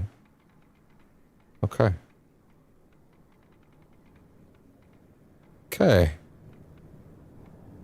Well, luckily I have a lot that I can play, so with that, let's go on a little break. I'll see you in a bit.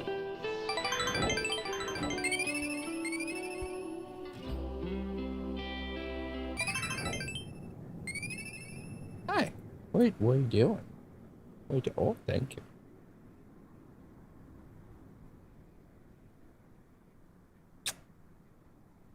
So anyway, how much of a break was that for the record? Man, my breaks are getting longer, aren't they? Like they've ballooned from 20 minutes to like 30. But I guess in a certain sense, it's good that I'm like, you know, not rushing through them anymore. Okay, there we go. Hey, bud, what are you doing? Yeah. Oh. Okay. With that.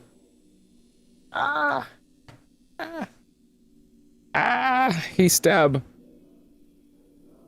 That should also be a very good charge for these. I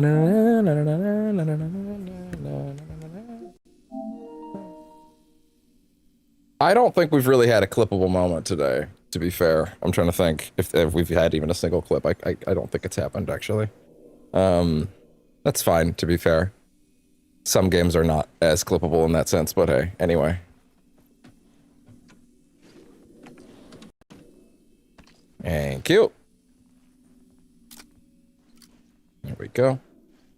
And now. Come here. Oh, it's really hard to do this when he's on me. There. Plug that in. And then turn that on. Let OBS be steady for a second, because otherwise it'll crash. This new update has made things so silly. And press that button. We're good. Okay, see, I've gotten better at that. I've gotten significantly better at this stupid hunk of junk not collapsing on me. Which is good. So. And again, I'd have to spend like 5 or 6 minutes fixing Stream Deck if that happened anyway, so. We are here in the movie theater. To be fair, this is not a long sequence. And unlike the end of Saga's last segment, there's no big backtracking to do at the end of it, you know? Hell, I might even add a little bit of Saga's next segment into it, depending on if there's, like, way more time than you would expect, right? Because her next segment's quite short. Hi. Oh, it's cinema.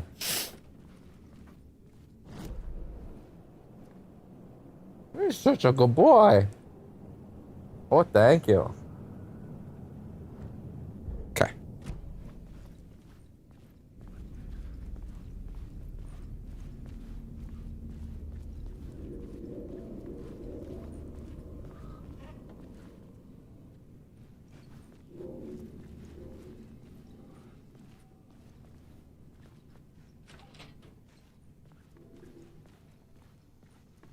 Okay, there we go. You know what, actually? Shit, yeah. There. Good. Now, yeah, there you are. Word of action.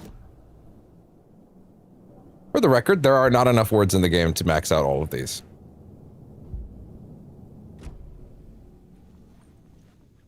Only through New Game Plus can you actually max them all out. Same goes for all of Saga's weapon upgrades. You are making choices, which is good.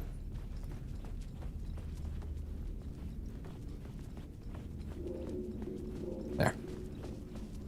Okay. I want to make sure we fully explore the lobby before we go ahead and move onwards. Hey. Where to fix.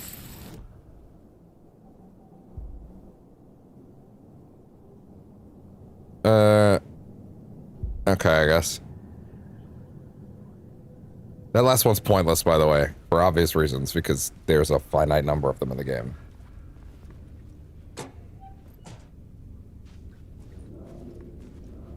For obvious reasons explains it in the same sentence.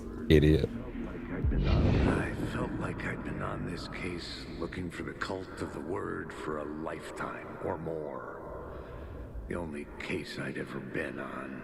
They would surface from the dark with their depraved acts of violence and fade back into the night, leaving behind bloody crime scenes and clues heavy with obscure meanings that led nowhere. Arriving at the cinema, I felt a monumental, terrifying revelation trembling before me, ready to open its jaws and swallow me whole. This place had significance to the cult. There was something to use there. Better. A little bit of crap hanging around the edge of your earbud. We can do a full clean later, but better out than in. Anyway.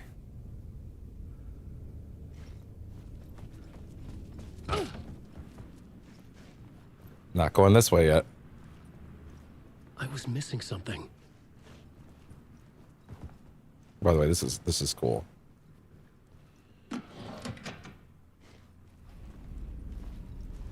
What's significantly less cool is seeing the back of his head like that. The main event was the murder. I had to find Running my out of way time. to it. Scratch wrote return. He stopped me before I had the chance to before I could reach the end with my edits. He had it now. The horror story would still become true. I had to stop Scratch before he escaped. One last chance, one last draft of initiation to get me there. Through the door. I did not know who or what Door was, not a talk show host, but I did not create him. An entity affecting the story from outside, affecting me, not the only one. The stories had not created anyone. My stories had not created anyone. The power of the dark place changed lives, messed lives up, real lives. But I could not stop now, or else darkness would win. I found Alice's photos in the basement, a caustic effect on a hand, a spark of light, shaped like a bullet, and the clicker. The pictures had powers, like words had power. Labyrinth of me. Zane had lied to me. Scratch wrote return. Zane was a liar. He had secrets. He knew where the murder sites were. I'd make him tell me the truth. Zane had worked with Scratch, but Scratch had left him behind. There was a murder site at the cinema, where Zane's film was playing. Nightless Night, the companion piece to return. Zane lied. Murder site at the cinema. Nightless night. Casey would lead me to the murder site. I found more visions of inspiration to write a new Casey story. It needed to be darker to get me there. Dark film. Can I change reality? Effect return. Wasn't done. Anticipation before the event. The cult of the word. This was the cult's lair, but they didn't bother to write it. Bother to hide it. The first step toward the murder site. I was making progress. So. Someone had barricaded themselves in the room. Now, funny, this trick doesn't work on a lot of the other ones, but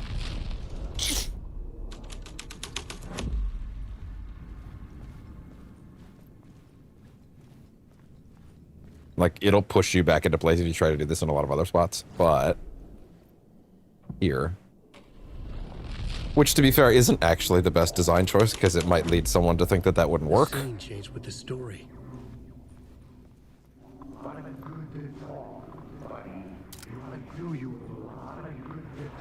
But it would do you a lot of good to talk, buddy. It was an initiation ceremony. Or so we made our new members believe. Which is, of course, finest. By Elmo. Endless favors to earn their place among us. Not actually Elmo, but, you know. For them. And something very special for you, Alex Casey. Who's your leader? Alan Wake? Cult of the word. Zane? Give me a name! Didn't mean to do that, fuck. You will meet him soon enough. There was no end to the New York's finest. It fit the genre, so I'd use it. They had gathered behind the doors for their rite of initiation.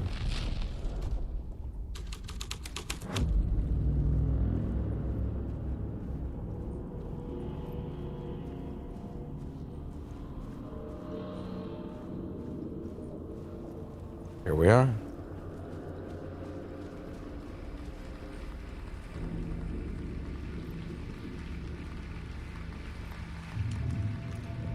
The theater hall.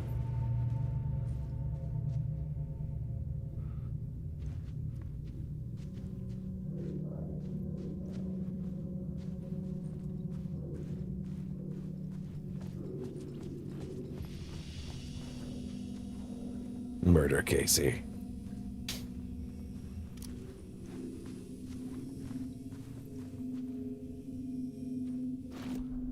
Wait. What's up?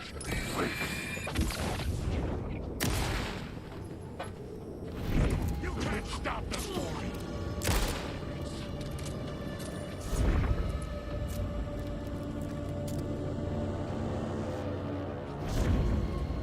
What? Oh, shit.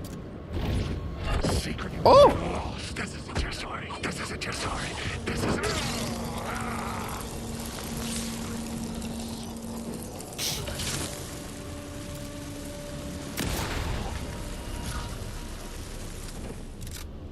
Well then.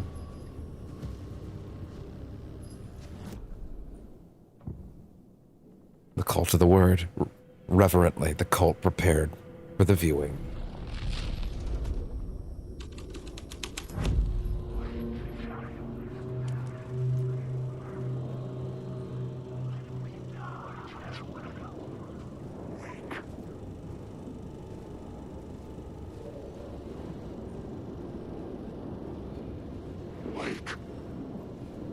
Oh.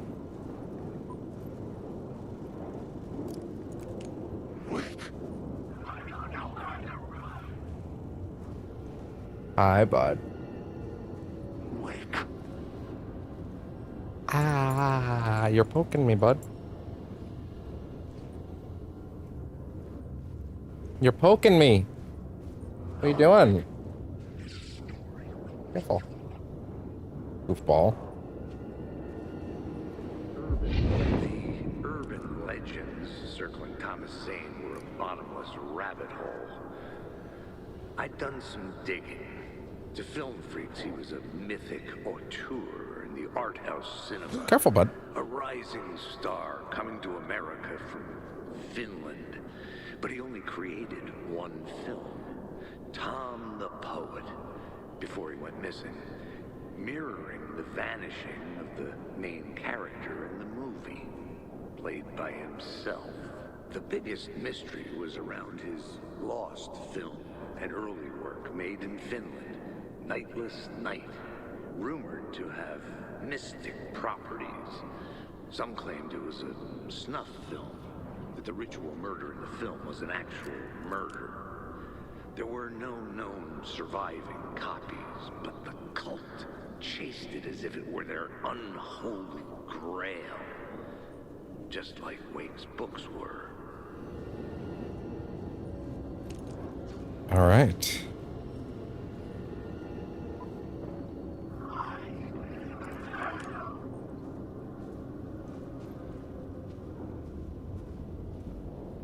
You're not going away. Wake. There's nothing. Wake.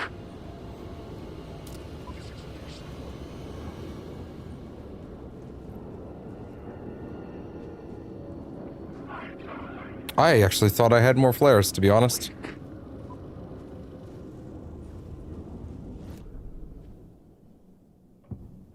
New York's finest, tempted with false promises, the cops were the ritual sacrifice.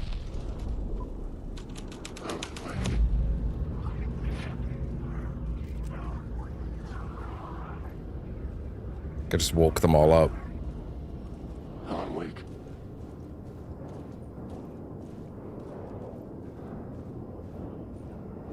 Wake.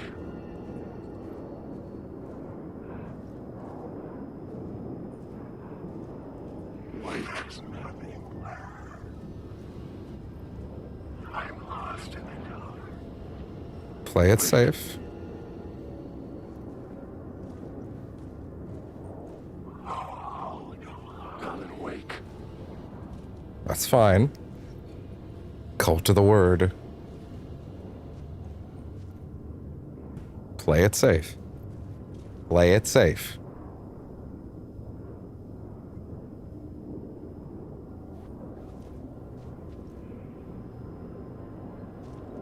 Wake.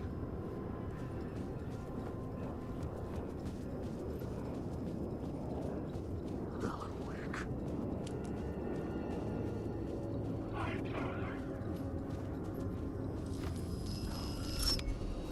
Hey there. Don't get all shake weighty on me, Alan.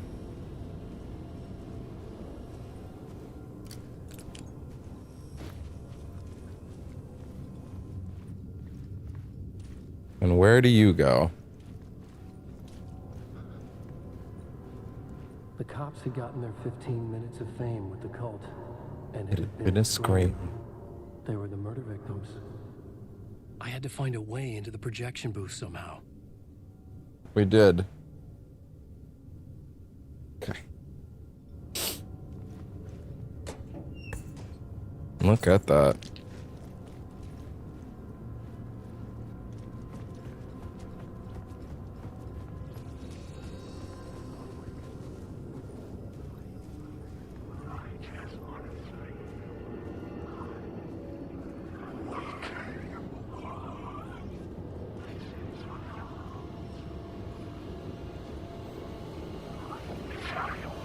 Hi, bud.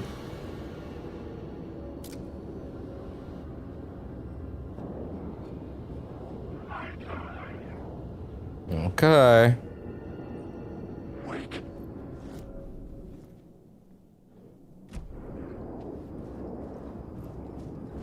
Helen, wake. There must have been something I missed in the main one. What are you doing, Goober? My writing was affecting reality. Yeah. Matter. Come here. Oh. Ah, there's another one I missed. The lava breeds you, following your master into La La Land, a sad bunch of clowns in funny masks and hoods pretending to be a secret society. Maybe it is you who's playing a role, Mr. Casey. A role carefully laid out for you. A puppet blindly performing the ritual steps for the glory of the cult. Huh? What the fuck have you been smoking? Nightless Night. A clip of the lost film survived. You will see, Mr. Casey. In the Nightless Night, you will finally see. What? Nightless Night was Zane's film. It played a role in this story. Clip of the lost film. The light projected a teaser of dark secrets. Before we do that. Wait. This is just starting. Sorry?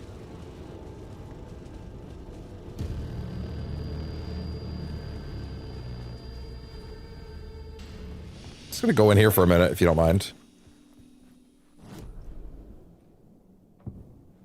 Clip of the lost film. The secret truths. What did it say? The secret truths. Wait, what? Oh, you can only read it then? Okay, fair enough, I guess. You can only read it up front. The secret truth waited in the film Nightless Night.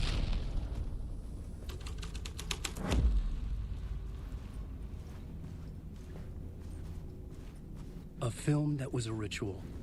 Literal movie magic. In a theater that hailed from a time when there was still magic in the silver screen.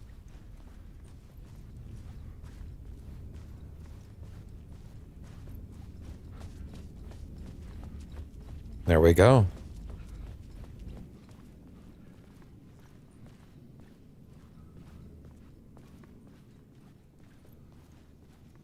Hi. Very sweet kitty. Right, bud? Yeah. Oh, you love the belly rubs, yeah?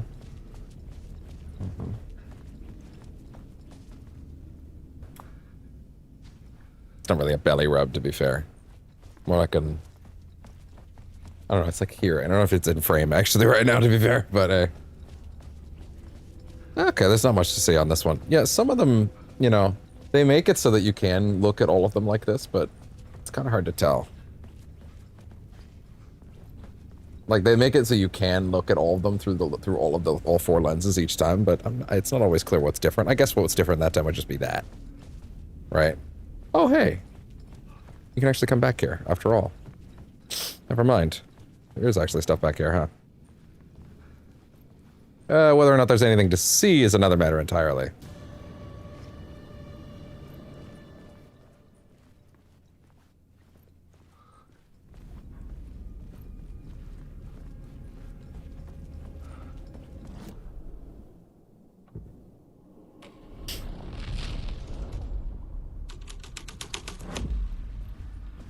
All right. Whoa, whoa, whoa, whoa, whoa, whoa.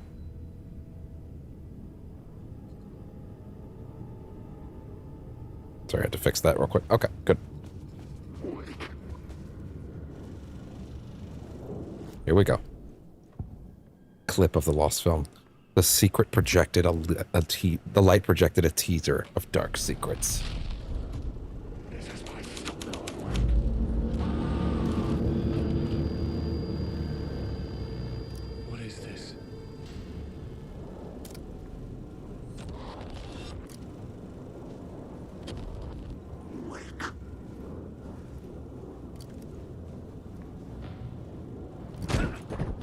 Hey!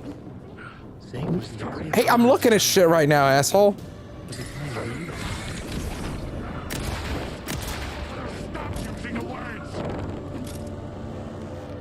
Zane's lamp on the screen had no light.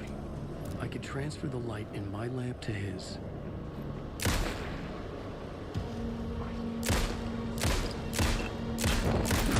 Motherfucker.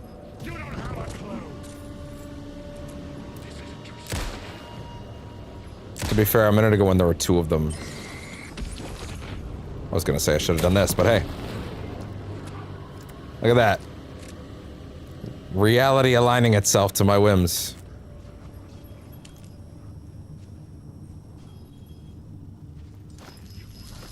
Oh, okay, animations, relax.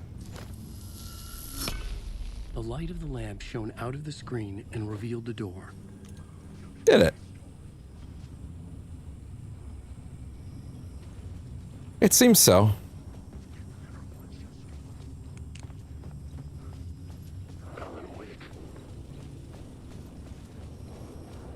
Yötön, this is the ritual to lead you on.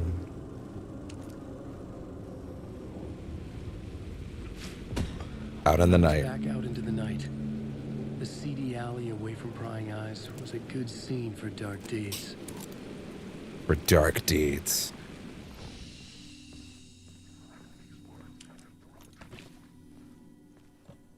Nothing is in there, fair enough. Okay. Hey there. Hey there. Look at that. Beautiful.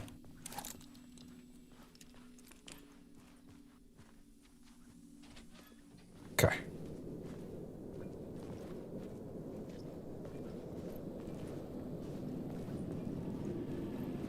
Don't write.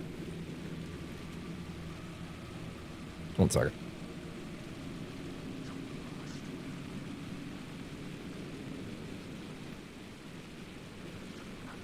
Need to fix the fucking feed being weird right now. There we go. I was sure the plot board had the pieces I needed.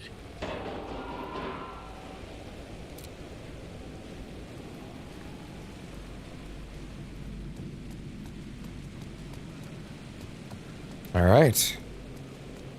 It's funny how I kind of feel like Alan segments are actually also just much more frightening at this point, which is kind of funny how I felt the opposite the first time. Return.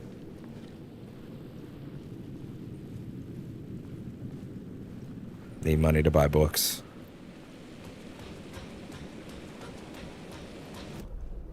Na na na na na na na na na na na. Na na na na na. Na na na na na. Na na na na na na na na na na. La la la la la. Na na na na na. Out in the night. The cult dump. The cult dumps their trash here. Cult of the word. The cultists were driven mad. Driven by mad, fanatical belief. Someone had fallen to their death from the rooftop.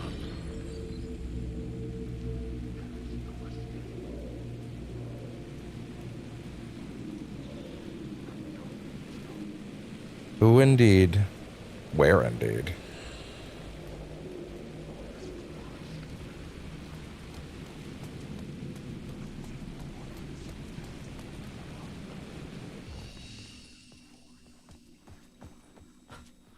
Okay, here we go.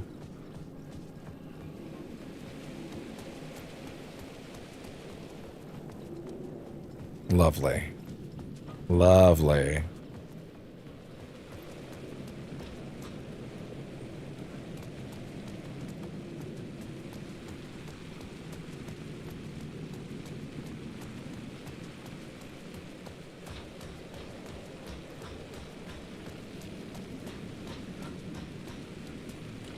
Okay.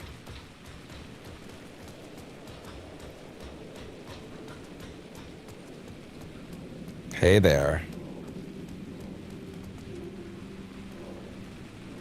Nothing else to do for now, I suppose. That'll be for later. New York's finest. Wait. Clip of the lost film. The film was made to be played in a place like this.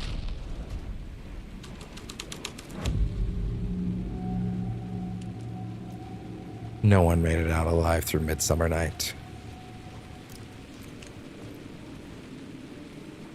In the city trapped in eternal night, they watch the film where the night never arrives, where the night hides in your mind.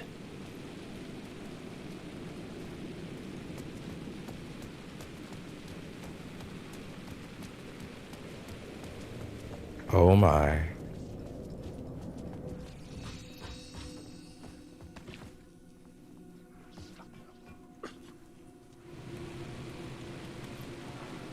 Why, hello. I will take those.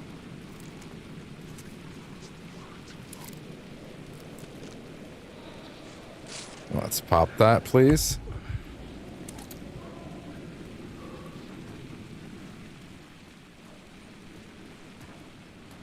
No, still not much here to see.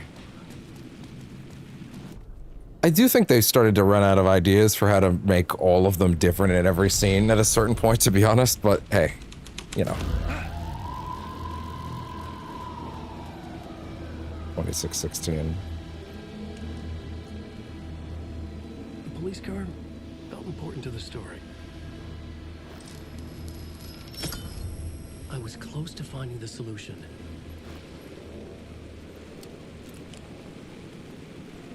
There you are. Back up. Finger or something? You don't think they're gonna want us to, like, cut off a finger or something for this initiation, do you? Nah. I'm sure we'll just chant some ceremonial stuff. Nothing to it. Well, it's about time. We paid our dues. Made plenty of their problems disappear. Dumped all those nobodies down that chute. What we did or didn't do, it's all behind us now. We're going straight to the top, partner. Yep, like we died and went to heaven. Yeah, totally.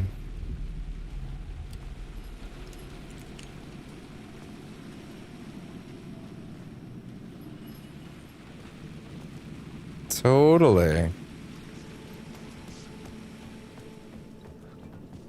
If I'm not mistaken. Wait. There you go. Hello. Impossible space hallway. Non-Euclidean geometry. Straight to the top. Straight to the top. Cops looked down on the city. Their city. They had committed repulsive deeds to get there. They told themselves it was worth it. Now this area is technically part of the alley, so I'm going to check up here if these are anything that modifies something. AWE. The same graffiti from Quantum Break, by the way. Like the exact same asset.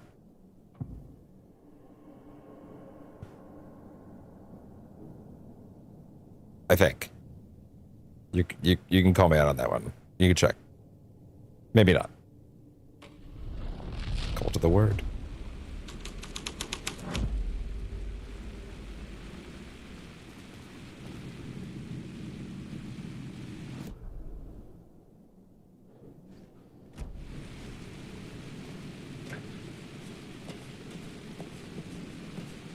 The cult of the word. Something I think is interesting is that, like, it seems like, again, the shades of things he wrote about the cult of the word ended up accidentally influencing the cult of the tree, right? Down to Ilmo being the leader here, even though it seems more stand-in-y here, as opposed to, like, literal, you know?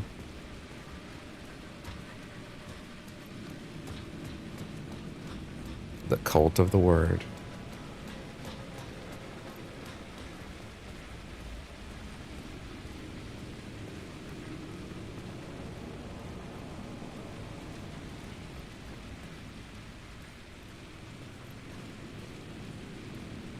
Before we go any further, let's go over this way. We are, in fact, on top of the Poet Cinema right now. Hey there.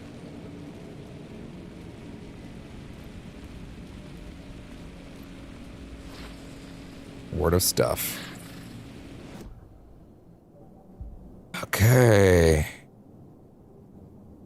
All nearby points of interest on Wake's map.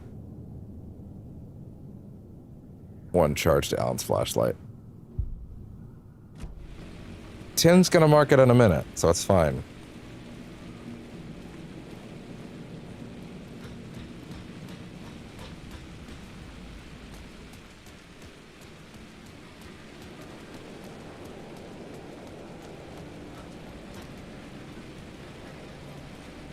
Oh, spoilers, I guess.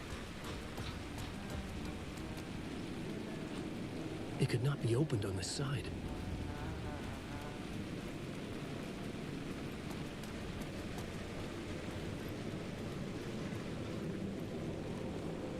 Sometimes I think Peretta knows that a line like that sounds odd and that it shouldn't be. It should more likely be it couldn't be opened from this side or something like that. But you know, language barriers. Probably someone in Finnish was like, no, You're Alan, as is written, please. right? Just making sure. It's me, Tim.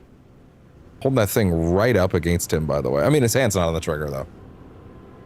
You ran into Scratch, didn't you? My double. Well, it's hard to say, but he sure looked like you. It was weird because I heard that you got out of this place. I guess that was just a rumor. Seeing you here, I guess Anyway. it was just a rumor. I'm just doing my thing, still looking for Door. I've got a new theory on that front. What did What Scratch was want? my double doing? Did he have a manuscript with him? I need to know. But he didn't have anything. No, he had a cocktail, and he was smoking. He wasn't like you said he'd be. Very, very touchy-feely. He wore leather pants. He was actually looking for you. He asked the same question about the manuscript. And then he asked if I was going to a costume party and if he could come. Like, I told him this wasn't a costume and he ran off. I guess he doesn't like cops. That wasn't Scratch. What's this new theory? It's a lot, so buckle up. You have your doubles, and I keep dreaming about other versions Do of you you, now, right? Tim? Now, this makes me think there must be other realities besides ours. But ours is connected to the rest of them. Door might even be a part of the reason why. He seems to be the only constant. Say that again? What's he planning? Sorry. You've got your own problems. Especially after Sometimes I think Timebreaker, I'm isn't going that crazy trying to make sense of this? very intriguing to hear him Maybe say? this whole thing is much bigger than what we're able to see. Maybe. Or everything I just said is bullshit. Who knows?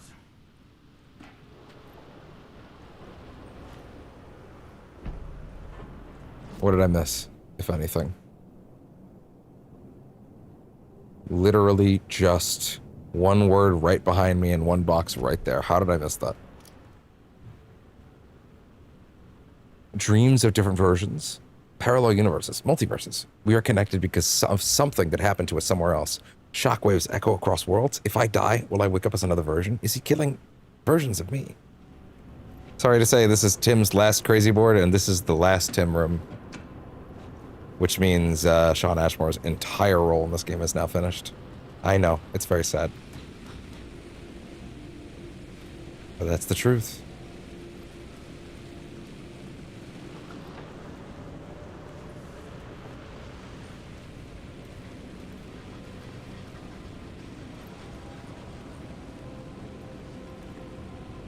All right. Before we go that way, please. Okay. There you are. Gotcha. Word of lamp.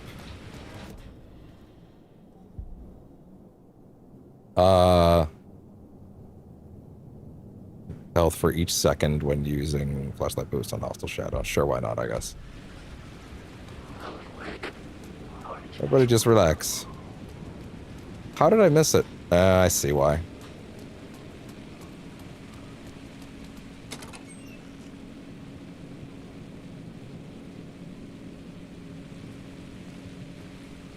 Yikes. Yikes. Shit.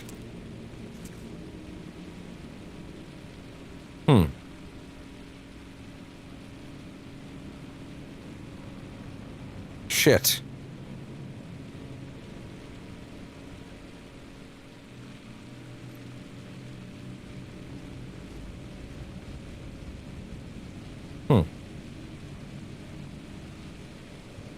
Shit.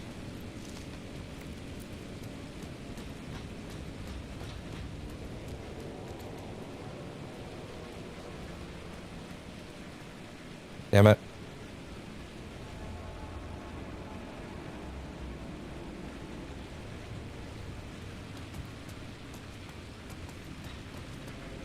I don't think I'm even gonna work through half of this stuff, to be fair.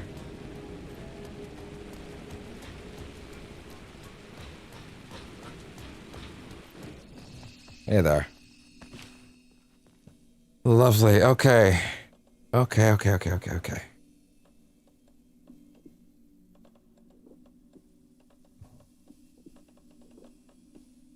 That'll do it.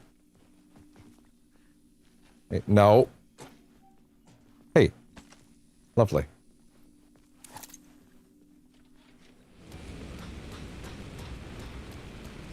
Yeah, fuck it.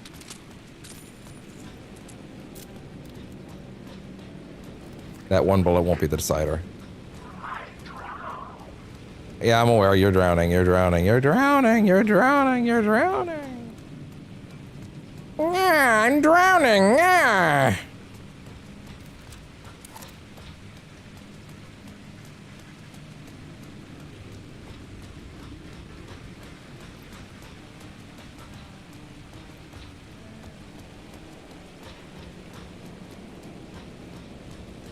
And down we go. Let me die.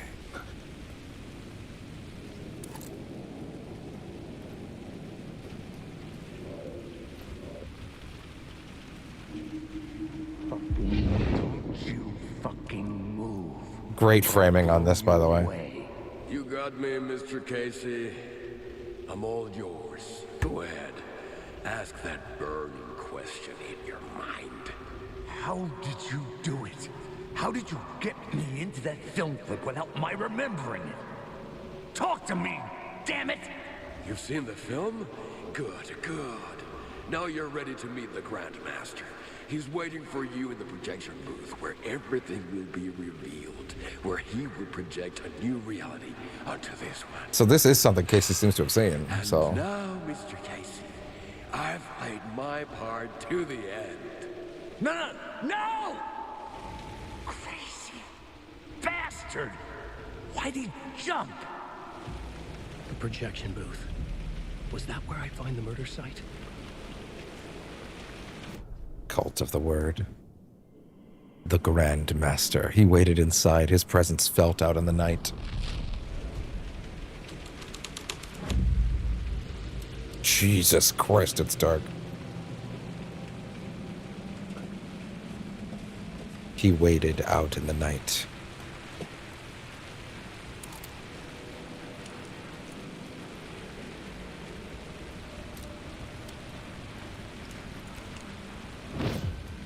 Hi, guys.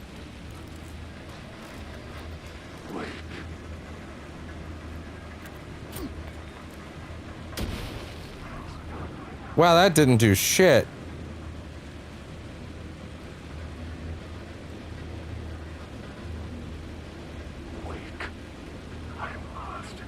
What if I just left?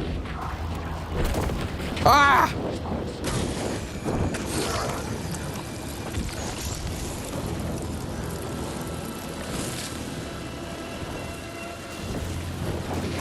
Jeez.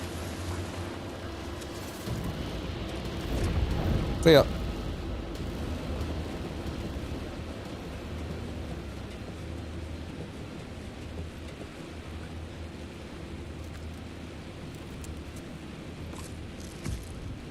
Pills to numb the pain.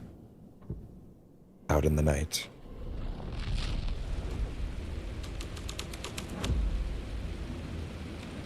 There we go.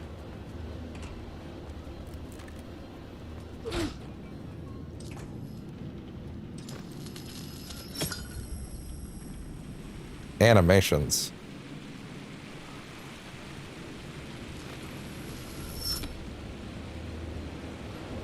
Oh, hi guys. What's up?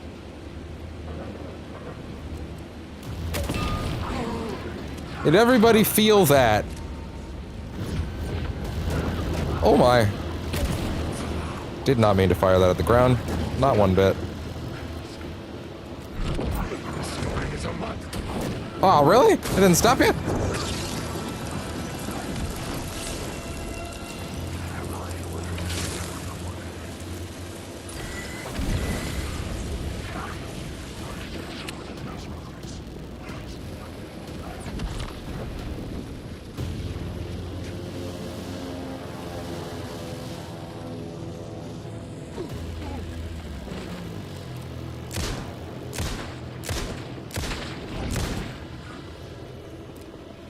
Come on, guys, what's up?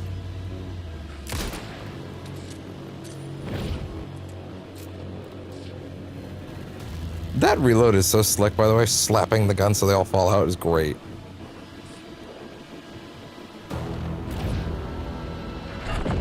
Ah! Never your story, never.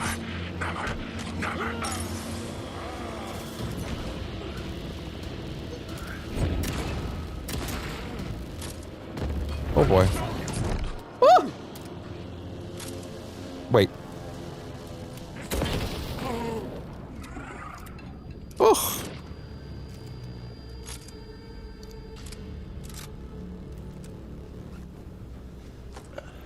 God damn, that was close.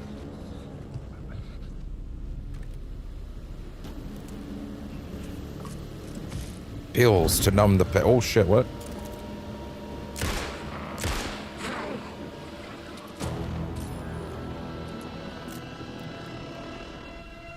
And we're back. Just in time for the Grandmaster. The Grandmaster was expecting a visitor.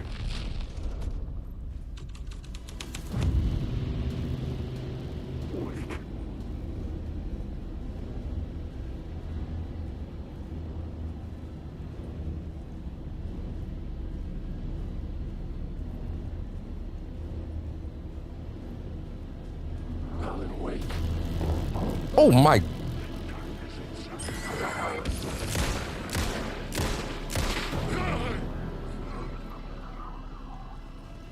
Jesus.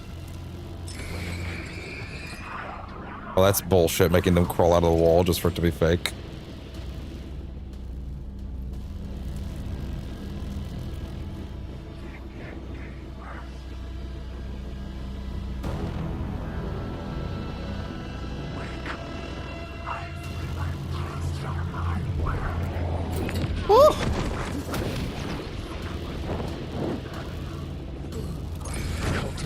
Oh my!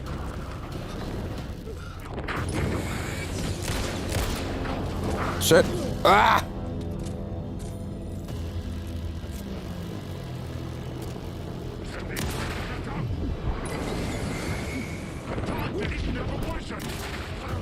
Ugh! There's no escape.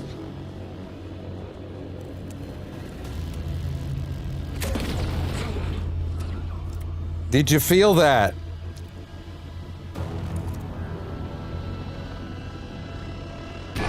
Jesus.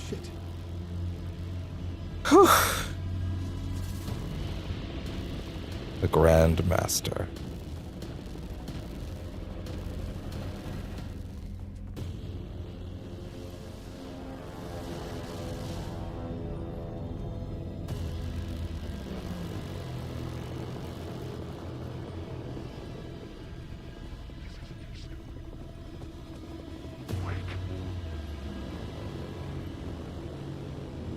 I'll take that back, Zane.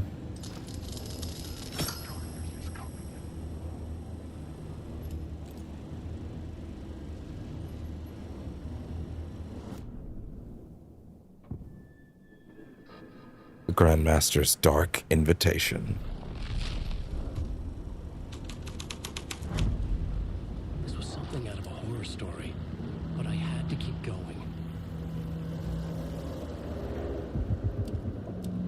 Him saying that at this point, I'm gonna be honest, is pretty funny. This is something out of a horror story. Are you? Yeah, at this point, yeah, we know. I would hope you know at this point.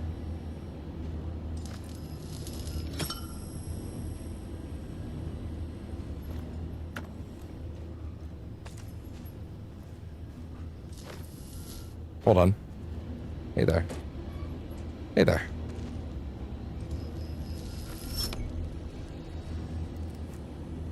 Okay. And there we are. Hard to believe we're almost done.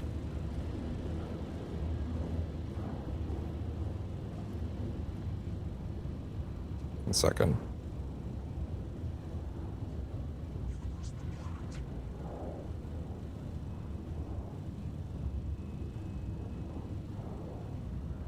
Okay, there we go.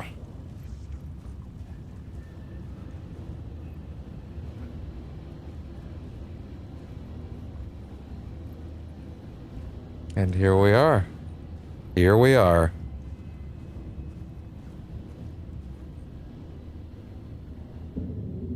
I found myself in a maze of film equipment. There had to be a way to the projection booth from here. I wasn't alone.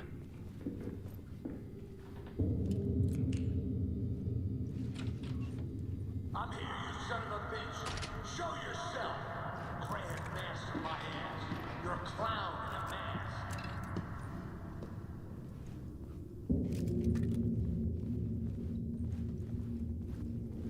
A clown in a mask.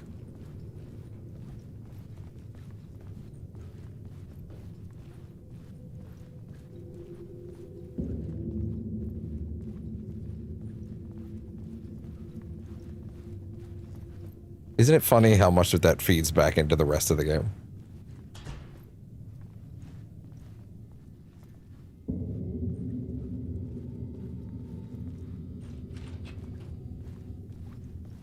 I was back where I started. A loop within a loop. I had to keep going. I'm here, you son of a bitch. Show yourself. Who was it? Who said that? The grand master my ass. You're a clown in a mask. I'm not the one wearing a mask here, you moron.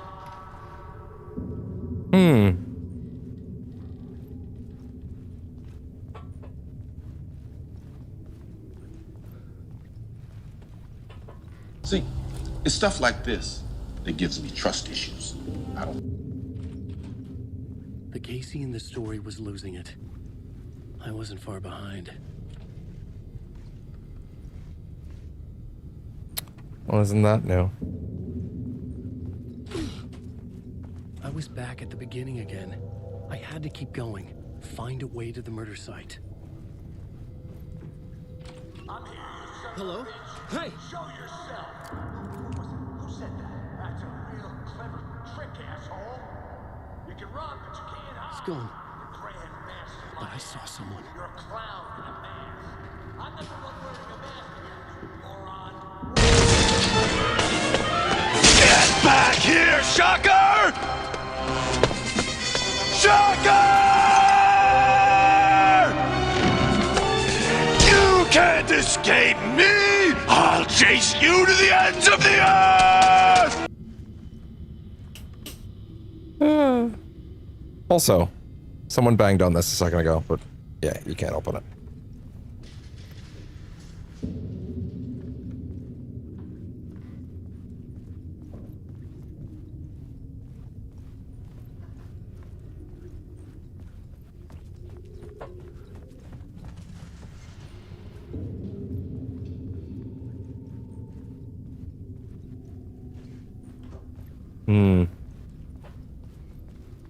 Indeed.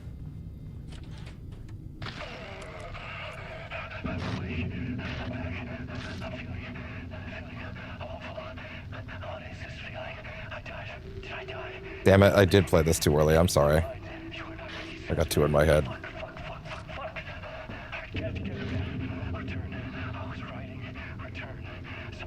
Yeah, no, I did show this too early, my bad.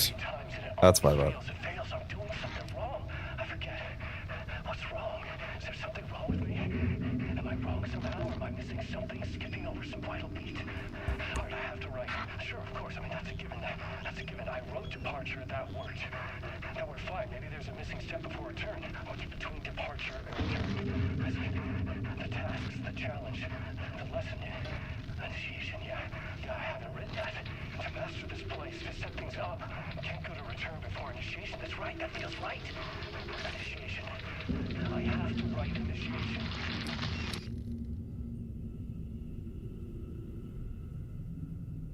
Okay.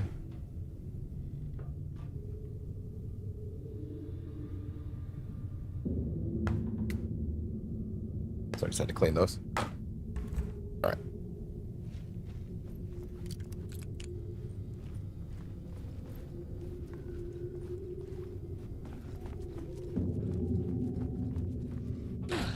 I was back at the beginning again. I had to keep going. Find a way to the murder site. Son of a bitch. Show yourself. Shut up.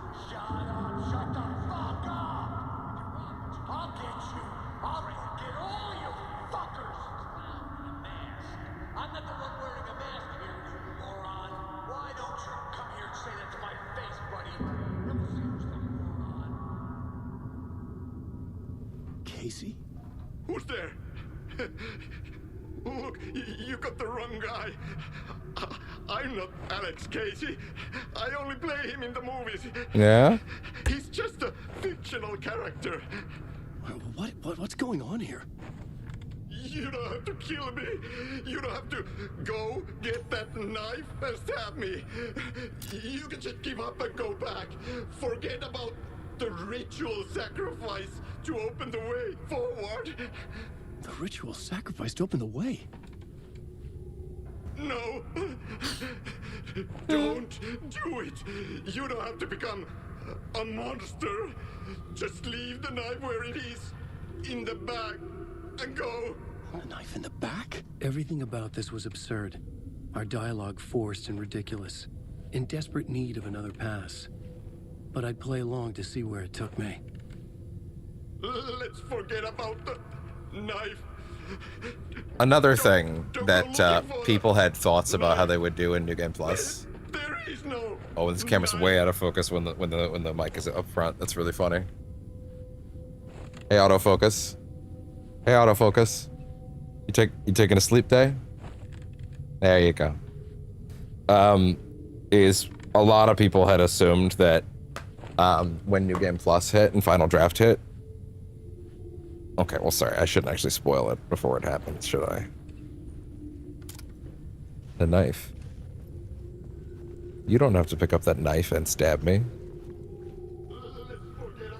The knife. Oh no! Oh no, you don't! You'll be sorry!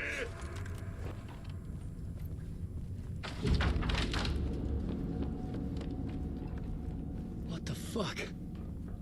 So a lot of people thought that on New Game Plus you would have the knife in your inventory and then you would be able to do it. But that's not real. That's not a thing. That was a really sick idea, though. Like, you would already have it in your inventory, and thus that would happen.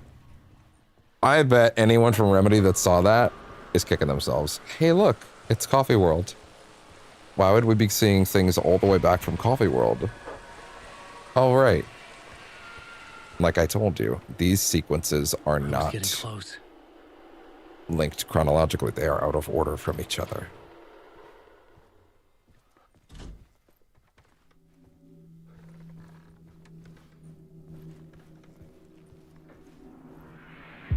Welcome, Alex Casey. You've done well. You've played your role perfectly. The Grandmaster. Everything out of your mouth is a damn lie. The only place any of this makes any sense is in your psychotic brain. As a fictional character in a story, you've fulfilled your purpose. You brought the writer of the story here. I could have sworn this was also Ilmo's voice, but that's clearly Ilkavilli's voice. Zane's. No, I'm not going anywhere before I get some answers. How was I in that movie? Why does all this feel so familiar? What? Who the fuck are you? Who the fuck am I? No! And welcome to you, Alan Wake. What the hell? This is the ritual to lead you on. We're just one step away from your final destination, Mr. Wake. But first, here's an unanswered mystery for you. If Casey was fictional, and you assumed his role as a detective, are you now fictional too? Whose story are you living, Mr. Wake? The visions are getting under my skin, coming too close for comfort. Not a separate layer, but mingling with my own reality in the dark place.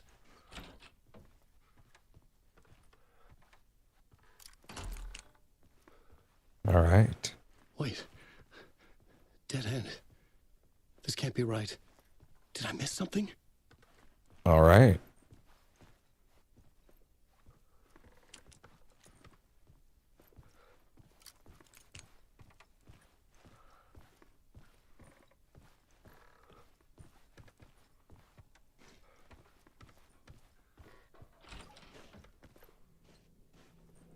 Color is returned.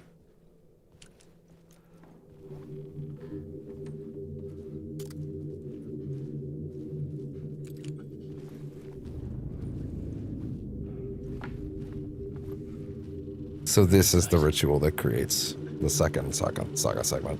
A beer. And of course, The mask was the key. the mask was the key. Hence why it ended up in the wrong place for Saga.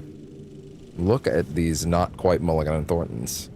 And yet they are also.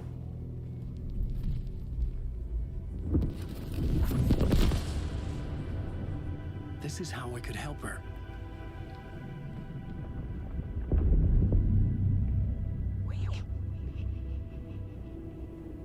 Saga Anderson, listen. I've been tricked. Scratch wrote returned. I tried to fix the story, but he stopped me before I reached the end. He has it now. It's the key to escape. What do you mean, escape? No, Scratch. I need to stop him. I need to stop him before he gets out. He's after Alice. I'm still trapped, but I'm making progress. I wrote you in to be the story's hero. Scratch made a horror story. I need to match the genre. It has to be dark, but the hero can break through, save her family, save us all. Save her family? Are you talking about my family? Yes, whatever you're doing, it's working. You just need to keep going. Is her family in the horror story?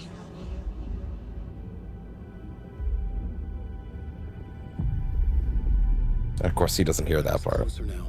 Closer than Not ever that before. But hearing it would have mattered. It would have just made him forget it anyway. I could still lose it all. Parliament Tower. I had to make it work this time. I could stop Scratch, get the manuscript, fix its ending.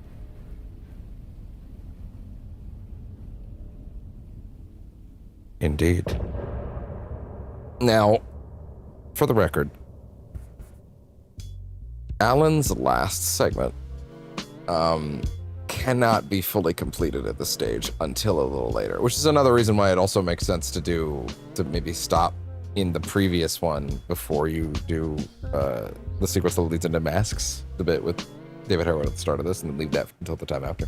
And I probably should have done that, to be honest. But yeah, anyway, with that, we have a little more today. A little more.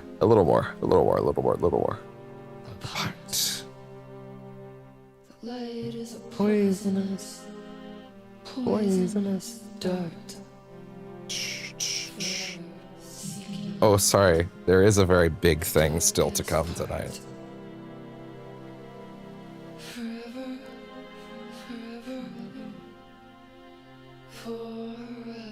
your heart.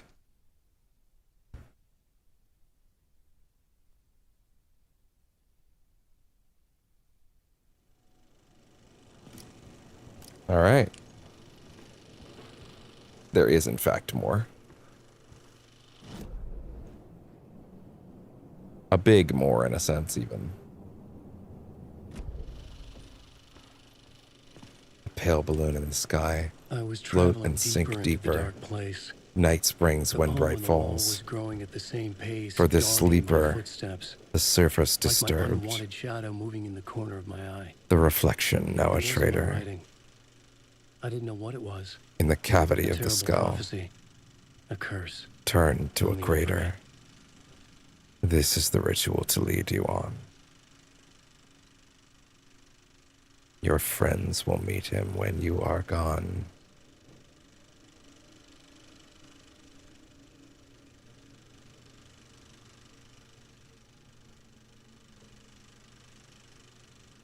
That's weird.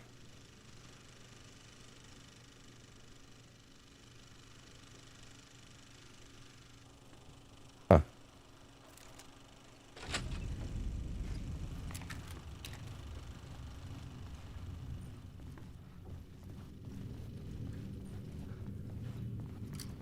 All right. Theater hall.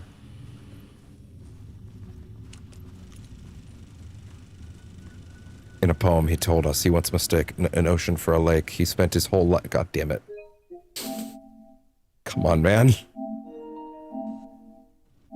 He spent his whole life in the depths of this mystery, wandering in the shadows under a dark ocean, forever searching for a way into the light of his love, into the light to his love. Nightless Night. A Thomas Zane movie. Yötön.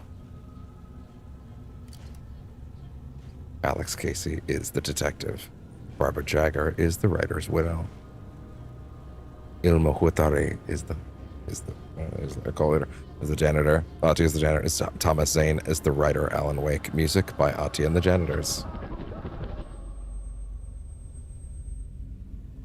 Actually, I'm gonna frame this from the left onwards because while I would usually watch it that way, some of my assets are over there. So I'm gonna move like this instead.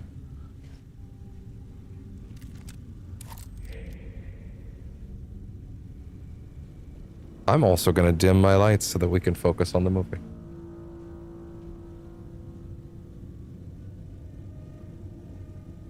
After all, we're in a theater, right?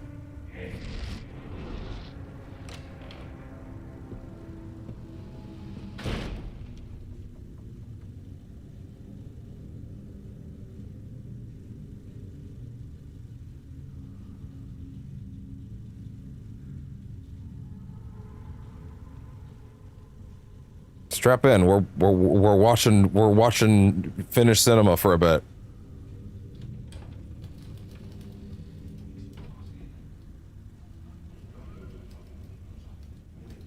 Job he'd been fired from. Driven him to the deep waters of madness. Wakefulness blended together like a delirium. Lustful visions of Madison Quesa's first love, Baba Yakala. Quesa was a possessed man. Man possessed. It was Midsummer's Eve when Quesa drove the winding dirt road back to the landscape of his childhood.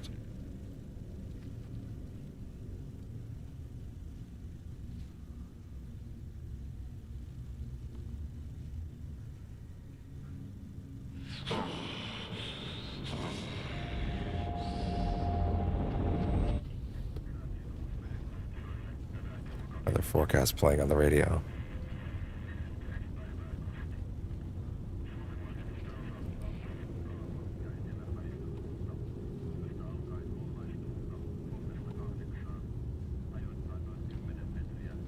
Midsummer Sea weather forecast playing on the radio.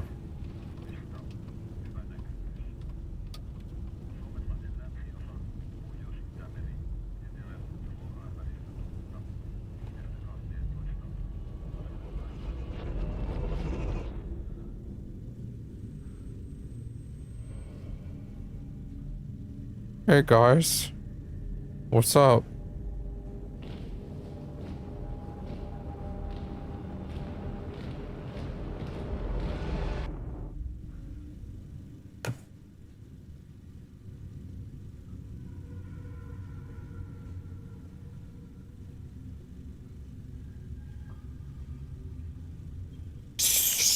Down in front.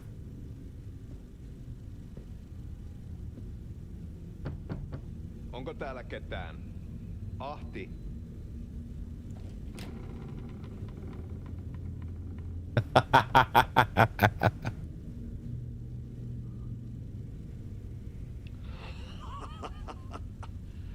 Sanovat. Beyond the shadow you settle for, there is a miracle illuminated. Like a nightmare, he comes for you, draped in shadows.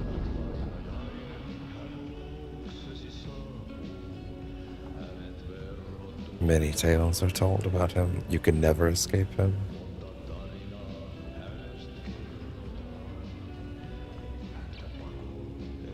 He stares at you in the mirror.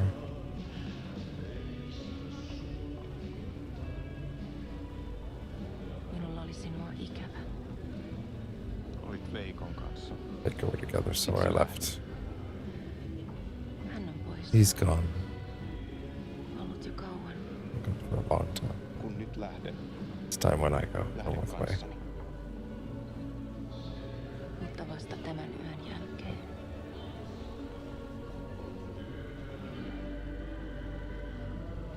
It eats at a man.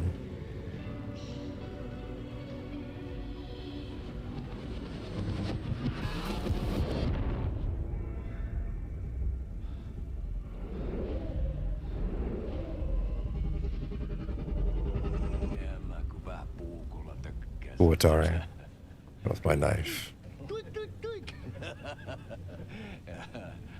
Hei, sinulla oli paskat housussa. Was in the ditch, drunk out of his mind. Sobbing for mercy. Mercy, dear brother. Mercy, mercy, I'm dying. Fucking hell. I'm not doing intentionally serious acting for a reason. I'm trying to let the subs live, but also, you know, read out loud anyway.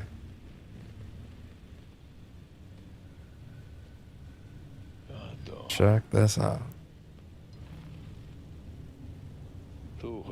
Return of the prodigal son. With his tail between his legs. Did you come to beg for forgiveness?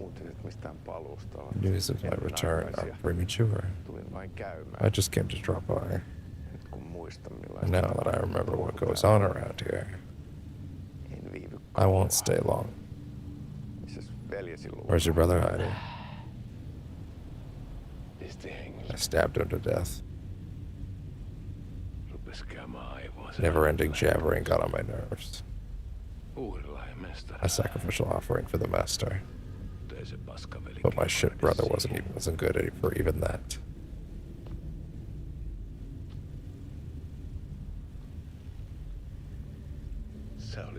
You were the master's chosen one.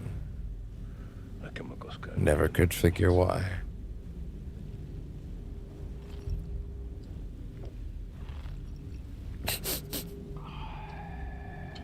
Yeah, boss, I'm drinking too. I should kill you for that too. The knives are out. We'll give you a cutthroat shave, boy. Give you a cutthroat shave, boy.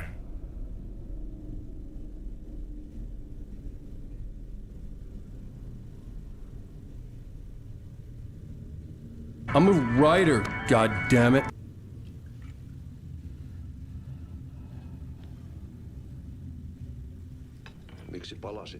Why did you return when you got away once? Well, now I find myself here. I must be cursed. I've been written into the story of a sadistic writer. I'm stuck in a loop. Earth is a cyclical song. How's it going at the Federal Bureau of Control? You got the wrong bureau. I don't work there.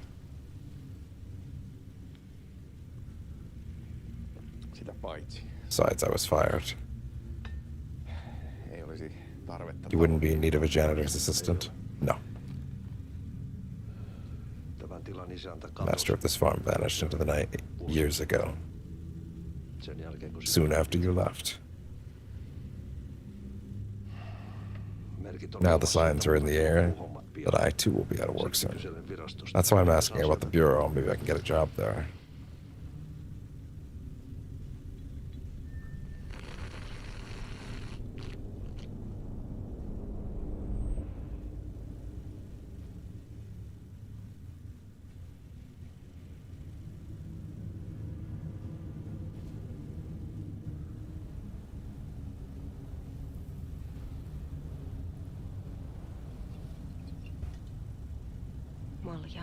A toast.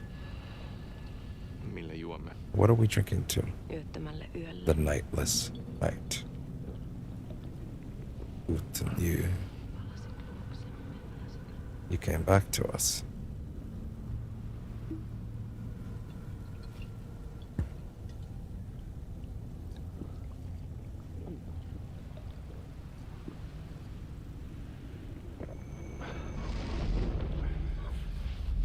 Welcome to hell, motherfucker!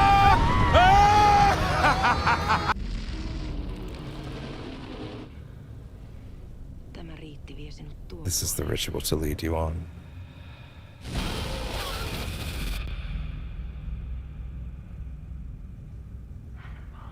He returns, and you, in turn, are locked in the room.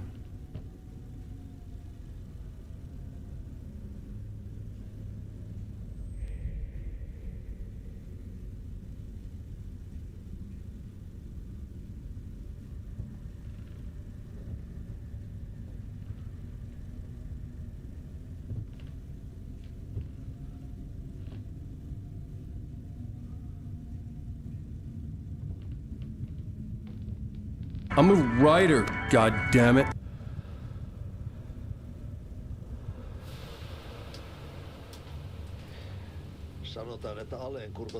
They say that Alan reached too far to the depths of the night.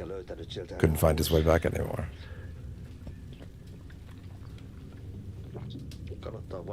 Be careful with Alan's Black Widow. You had a crush on her, didn't you? I was scared of him.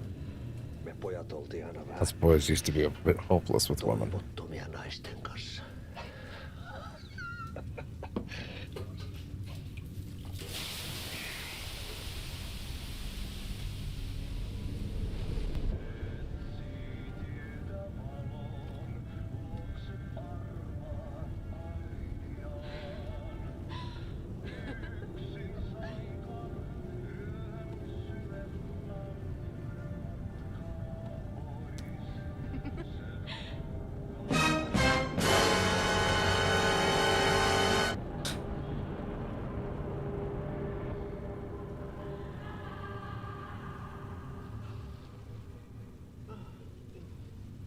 I never asked for this.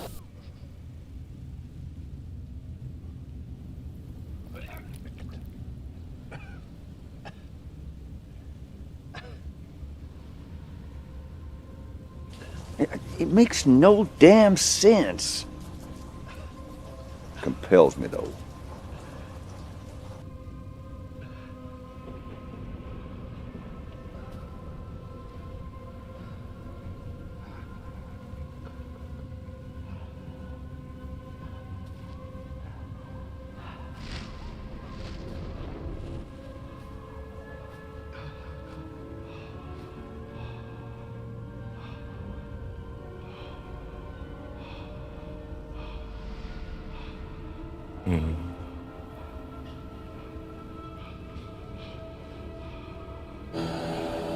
Your soul is mine.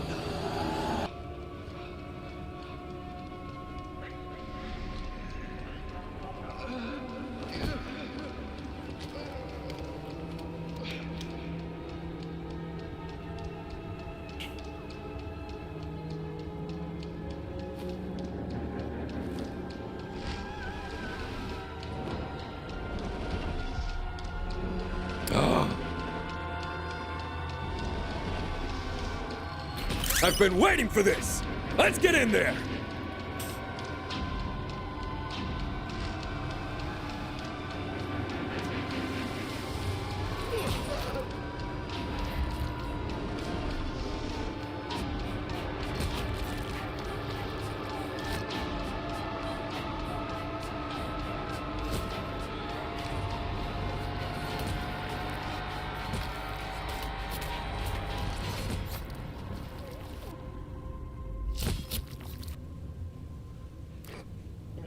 Ow.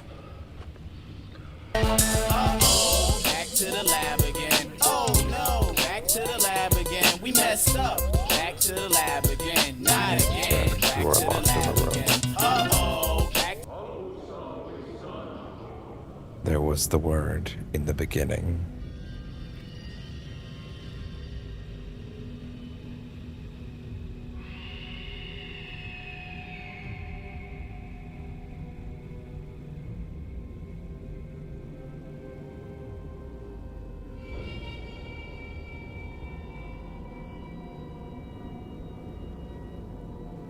I'm a writer, god damn it.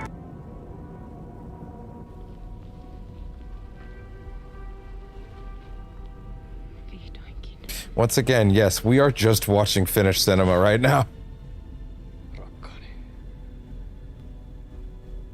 And if it seems like I'm kind of just sitting here, like, yeah, like, what do you want me to do?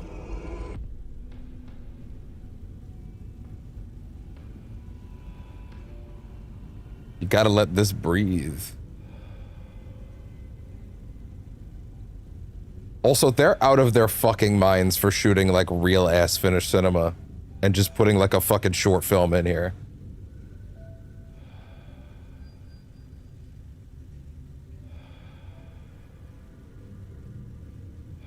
Sorry, real quick.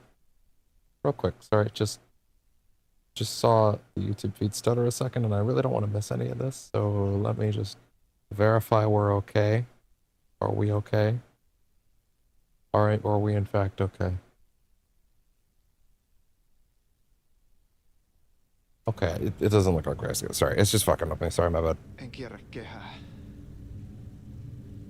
Tämä on spiraali. This shit blew my fucking mind.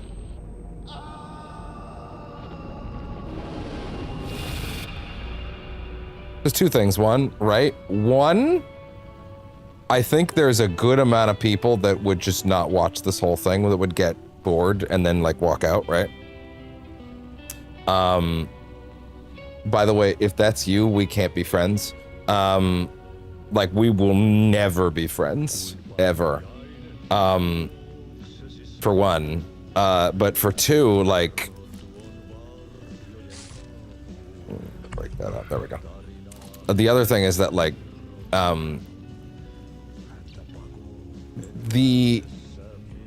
it's not a lake, it's an ocean sat with me for so long, and the fact that he pulled that out in such a beautiful way and made it work like that a second time with another one, that in some ways for me is more impactful, because like the idea that we're not, because here's the thing, I had a friend that didn't get at all what they were trying to say, and I totally understand why. It is a little abstract, but for me, it's not a lake, it's an ocean. It was much more abstract than this. I feel like this is much more direct, which is like conceptually, what is a loop? It's a straight line that when you hit the end of it, a loop is a straight line that goes forward, and then when you hit the end, you go back to the start of the line, right? This is you at the start of the line, right? This is you at the start of a loop. You go forward, and then at the end of the loop, you pluck into the air, and you end up back here. And then you go forward again, and then you get plucked out, and then again, and then you go forward again. That's a loop, right? Like PT, that's a loop, right? PT is a loop, as in the playable teaser Kojima thing, in case you don't remember. All right, that's a loop. But, and I think you can apply the same logic to PT as well, funnily enough, in that it's not a loop, right? The idea is that a spiral, if this is a loop, right? A spiral is you go forward and then you just keep going. And you just keep going and going and going and going, right? So think of it this way. This is a loop. And you get jumped back to the front, straight line, right? So that's the loop. And this is a spiral. You go forward, and then you do a loop around, and then you end up in the back at the same place. Conceptually, very similar, yes. But it does mean something, right? I think it does mean something, right? Primarily with, like, think about the thing we saw with in Tim's thing, in Timebreaker. You are here. I love that shit, because it's like dead center. The idea is that a loop is a thing that goes on forever, right? But a spiral continues to go inward, but does have an end point, right? A spiral appears like a loop, but does have a definitive endpoint, right? And I think that's a huge way of reframing what Alan's going through. I had more questions now than at the start. The irony of being trapped in a postmodern detective story. I felt watched. The eyes of some unseen audience on me. I wanted to turn to the hidden camera and tell them to fuck off. But I didn't know where to look to break the fourth wall. There would always be another case for Casey. A million stories in this dark city. The night opened up to welcome me. I walked into her arms. Roll credits.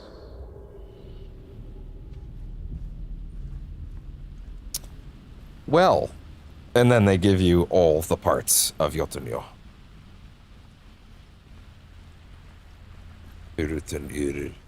I think is actually how you pronounce that, but I'll never be able to pronounce that, so, you know.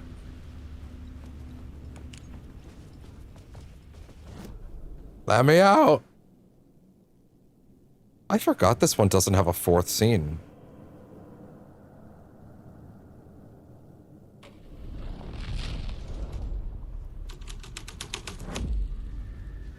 Oh, shit.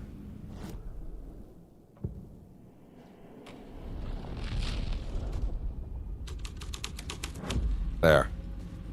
Let me out, god damn it. God damn it, let me out.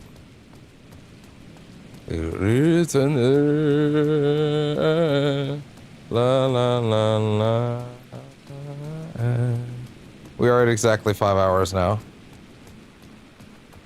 I feel like there is an argument to be made for maybe going a little forward and just letting tomorrow be, you know, a little longer as a result. No steering, no words, no control. But I'm gonna go ahead and say no. I think we're gonna go ahead and go. Yeah, god damn it. It's an la la la la. All right.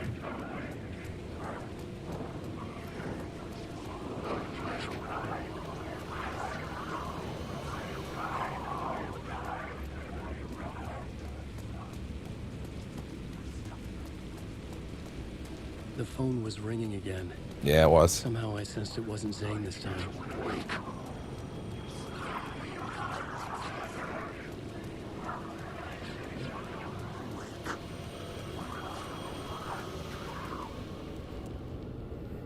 Hello there. Hello? Hello. It wasn't Zane. It wasn't Scratch either. Huh? You're me? Me? I don't understand. There's a lot I don't understand.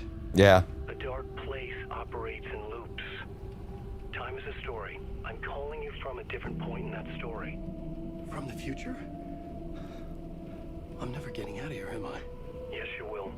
And no, you won't. And that is by your own choice. What does that mean? I'm sorry for what you'll have to go through. Alice's photos you found from the shoebox in the talk show basement. Before you can go to Parliament Tower, you must put them in the shoebox at her statue at the plaza. To help you, to help Alice, to help Saga Anderson. I'm my own Deus Ex Machina? Yeah. Really? I'm a writer, goddammit. How many writers does it take to finish a story? One for each draft. It's the same writer, but in a different point in time. I'd follow the steps he laid out for me. Alice's photos from the talk show building basement. Adi had guided me there. I bring the photos to the shoebox by the statue. There we go.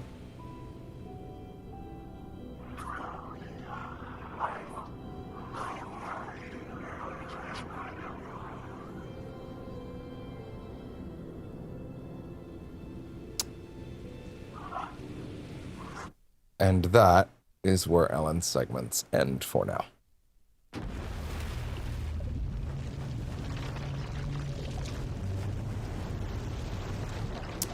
Now, we are indeed back to Saga until our story's conclusion now. However, I'm really thinking about it because it's 9:20. There is still time left in the night.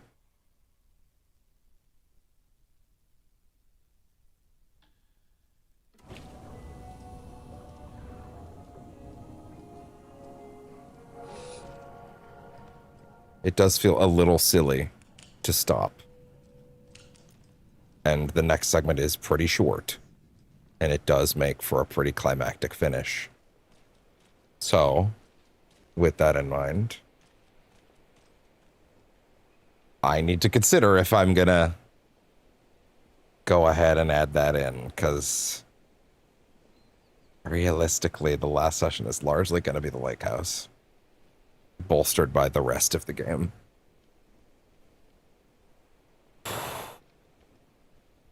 Segment. The next segment is not that long, right? Okay, hold on. Hold on.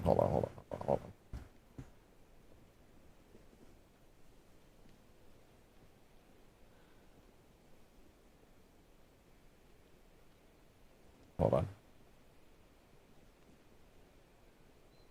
Let's see.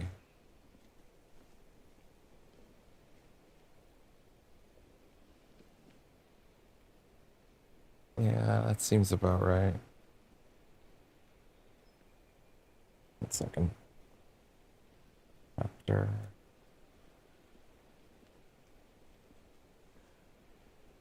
It's roughly 6 minutes. It's roughly an hour.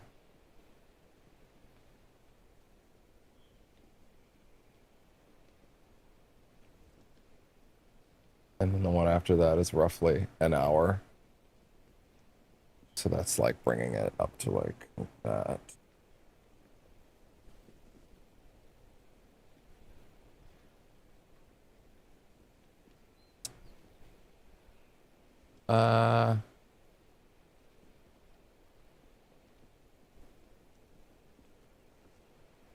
Hold on, wait. Interesting. Yeah, that's, and then the one after that's like half hour or so.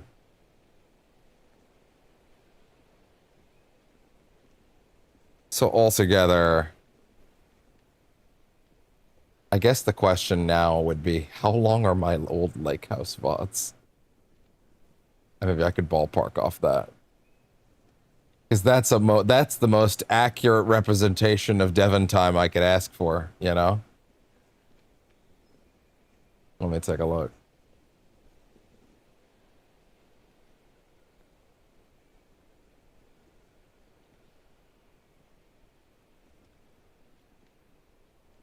Let's see.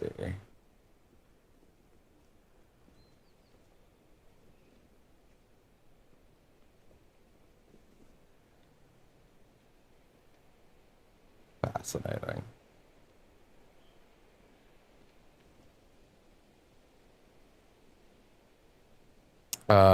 Including the part after that. Huh! My lake house run was 8 hours? Really?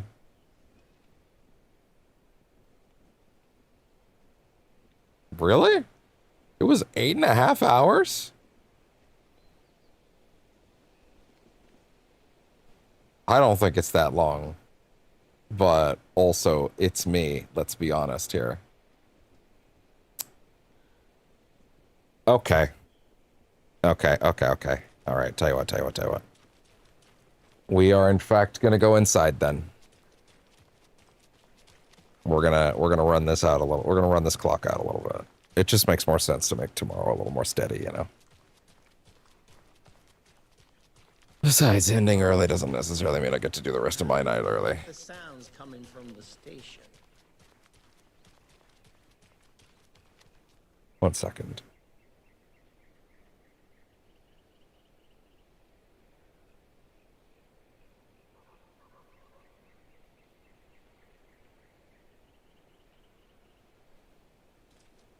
Okay. Yeah, no, I think we're probably doing it, yeah. It just kind of makes sense.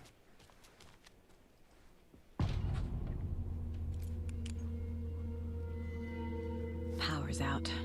Scratch. Always a good sign.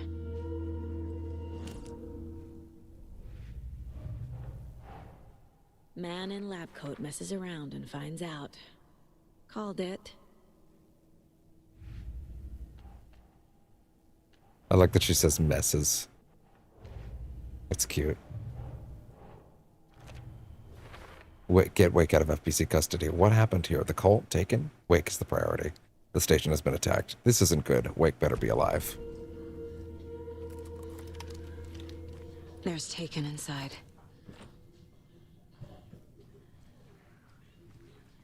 Holding cells. Is that where they're keeping Wake?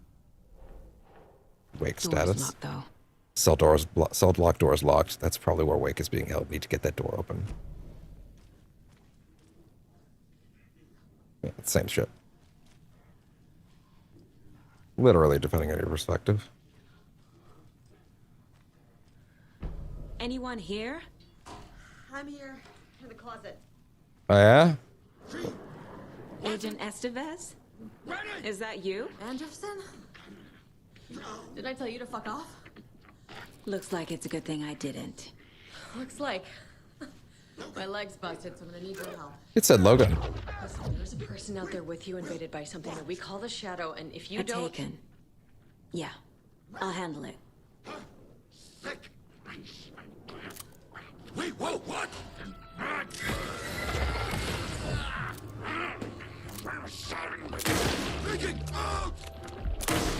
Woo!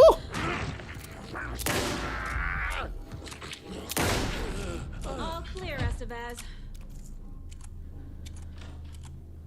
There you go. Well, thankfully he didn't smash the TV.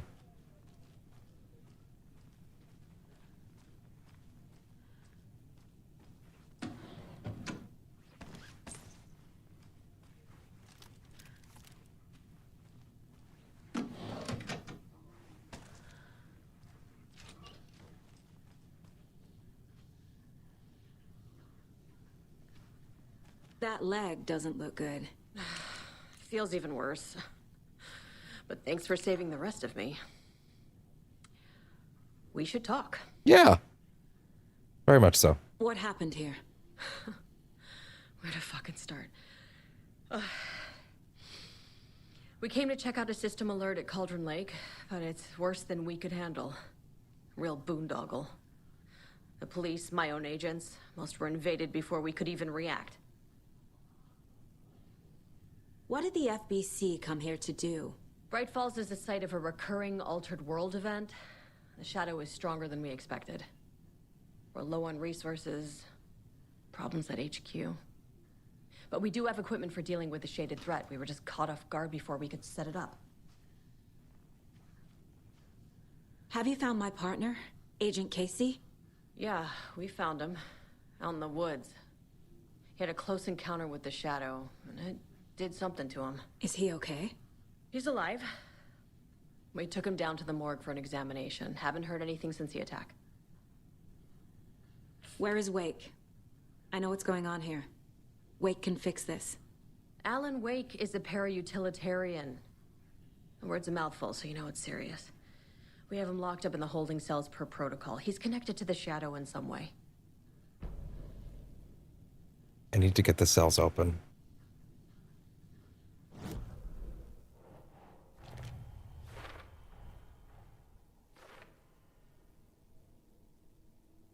The FBC is locked.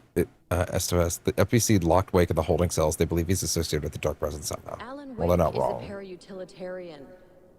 The word's a mouthful, so you know it's serious.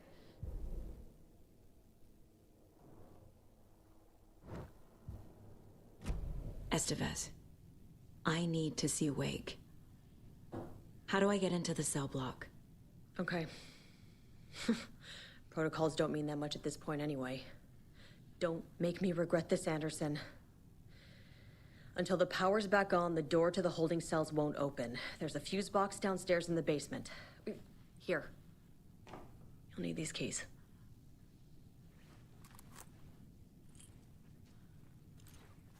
Gotcha.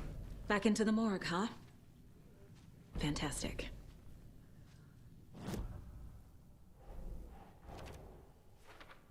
We won't be able to open the cell block doors until the power is back on. Okay. Time to fix another Protocols fucking don't mean power much at this outage. point anyway. Don't make The cell door won't open without power. Need power to disengage the lock's fuse box in the basement. The fuse box is somewhere in the basement. Okay. Protocols don't mean that much at this point anyway. Don't make me regret this, Anderson. Until the power's back on, the door to the holding cells won't open. There's a fuse box downstairs in the basement. Here. You'll need these keys.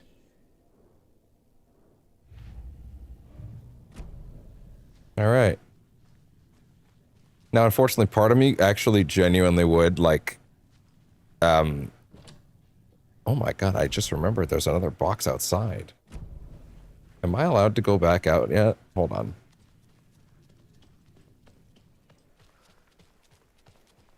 I am, actually, wow. I think you're only fully locked in once you, like, go downstairs. Huh. Because actually, yeah, there's another stash back here, and I totally forgot about it.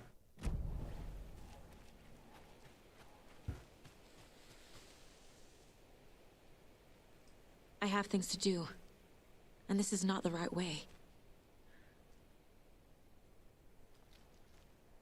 Hmm.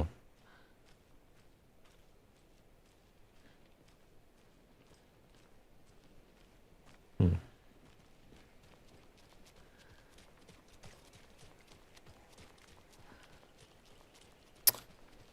We're gonna do this chapter. That's it.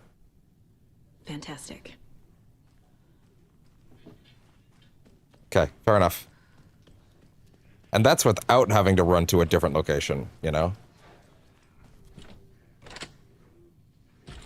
Fair enough. Okay, let's do it. Fuck it.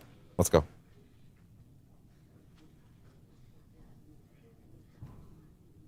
Research proposal. Sorry about that. I'm just trying to be diligent about time and, you know. Okay. Regarding oh, sorry. Hey, in case I decided to cut this later, yeah, we're doing it after all, and it's fine. And maybe I cut a bunch of stuff from here, but it should be fine. Anyway, Alan Wake and cult connections. Summary: in 2010, a writer and suspected para-utilitarian Alan Wake was reported to have disappeared into Cauldron Lake, a known threshold site. 3 years later, a small group responsible for multiple killings was arrested in New York City by federal investigators. The murders were recreations of deaths found in the writing of Alan Wake. Interrogation with the murderers revealed they saw Wake as a sort of prophet, describing themselves as his cult, and considering his novels to be sacred texts. As Wake was missing at the time, it is unlikely he had any personal involvement with this cult. At least there is no evidence supporting this idea.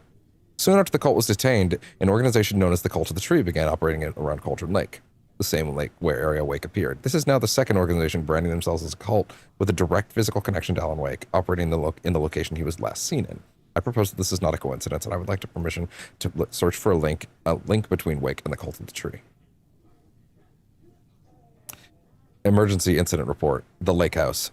Research facility WA-03 at Cauldron Lake, Washington was compromised. Cause unknown. The incident was visually confirmed by Agent Estevez when she visited the facility to make contact with Dr. Mama and Dr. Mama, heads of operations at the Lake House. The facility itself is reported to be in a damaged state with no living staff found during a brief search. A longer search was not possible due to an active AWE in the area requiring all available resources. Investigation and containment not possible with current personnel. Emergency dispatch response and rescue staff is requested. The investigations department has no knowledge of the Lake House's recent research or projects due to worsening communication and cooperation since HQ went dark. As a result, this report cannot determine the incident's cause without further investigation.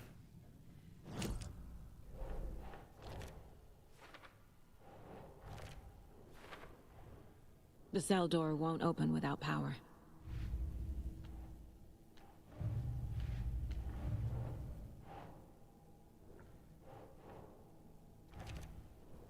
Cult working with someone. It's possible Wake is connected to the cult, but if Scratch is identical to Wake, then this could refer to either of them. FEC file linking cult activity to Wake. All right, let's see. This puzzle was, let's see. Don't forget, A equals 1, B equals 2, C equals 3, I equals 9, J equals 0, K equals 1. Yeah, okay, so you have to, it loops around once you get to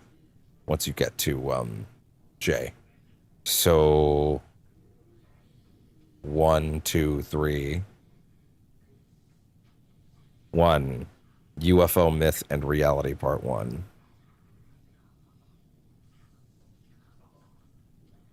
UFO Myth and Reality. Myths and Reality Part 3. Tricksters and Falsehoods.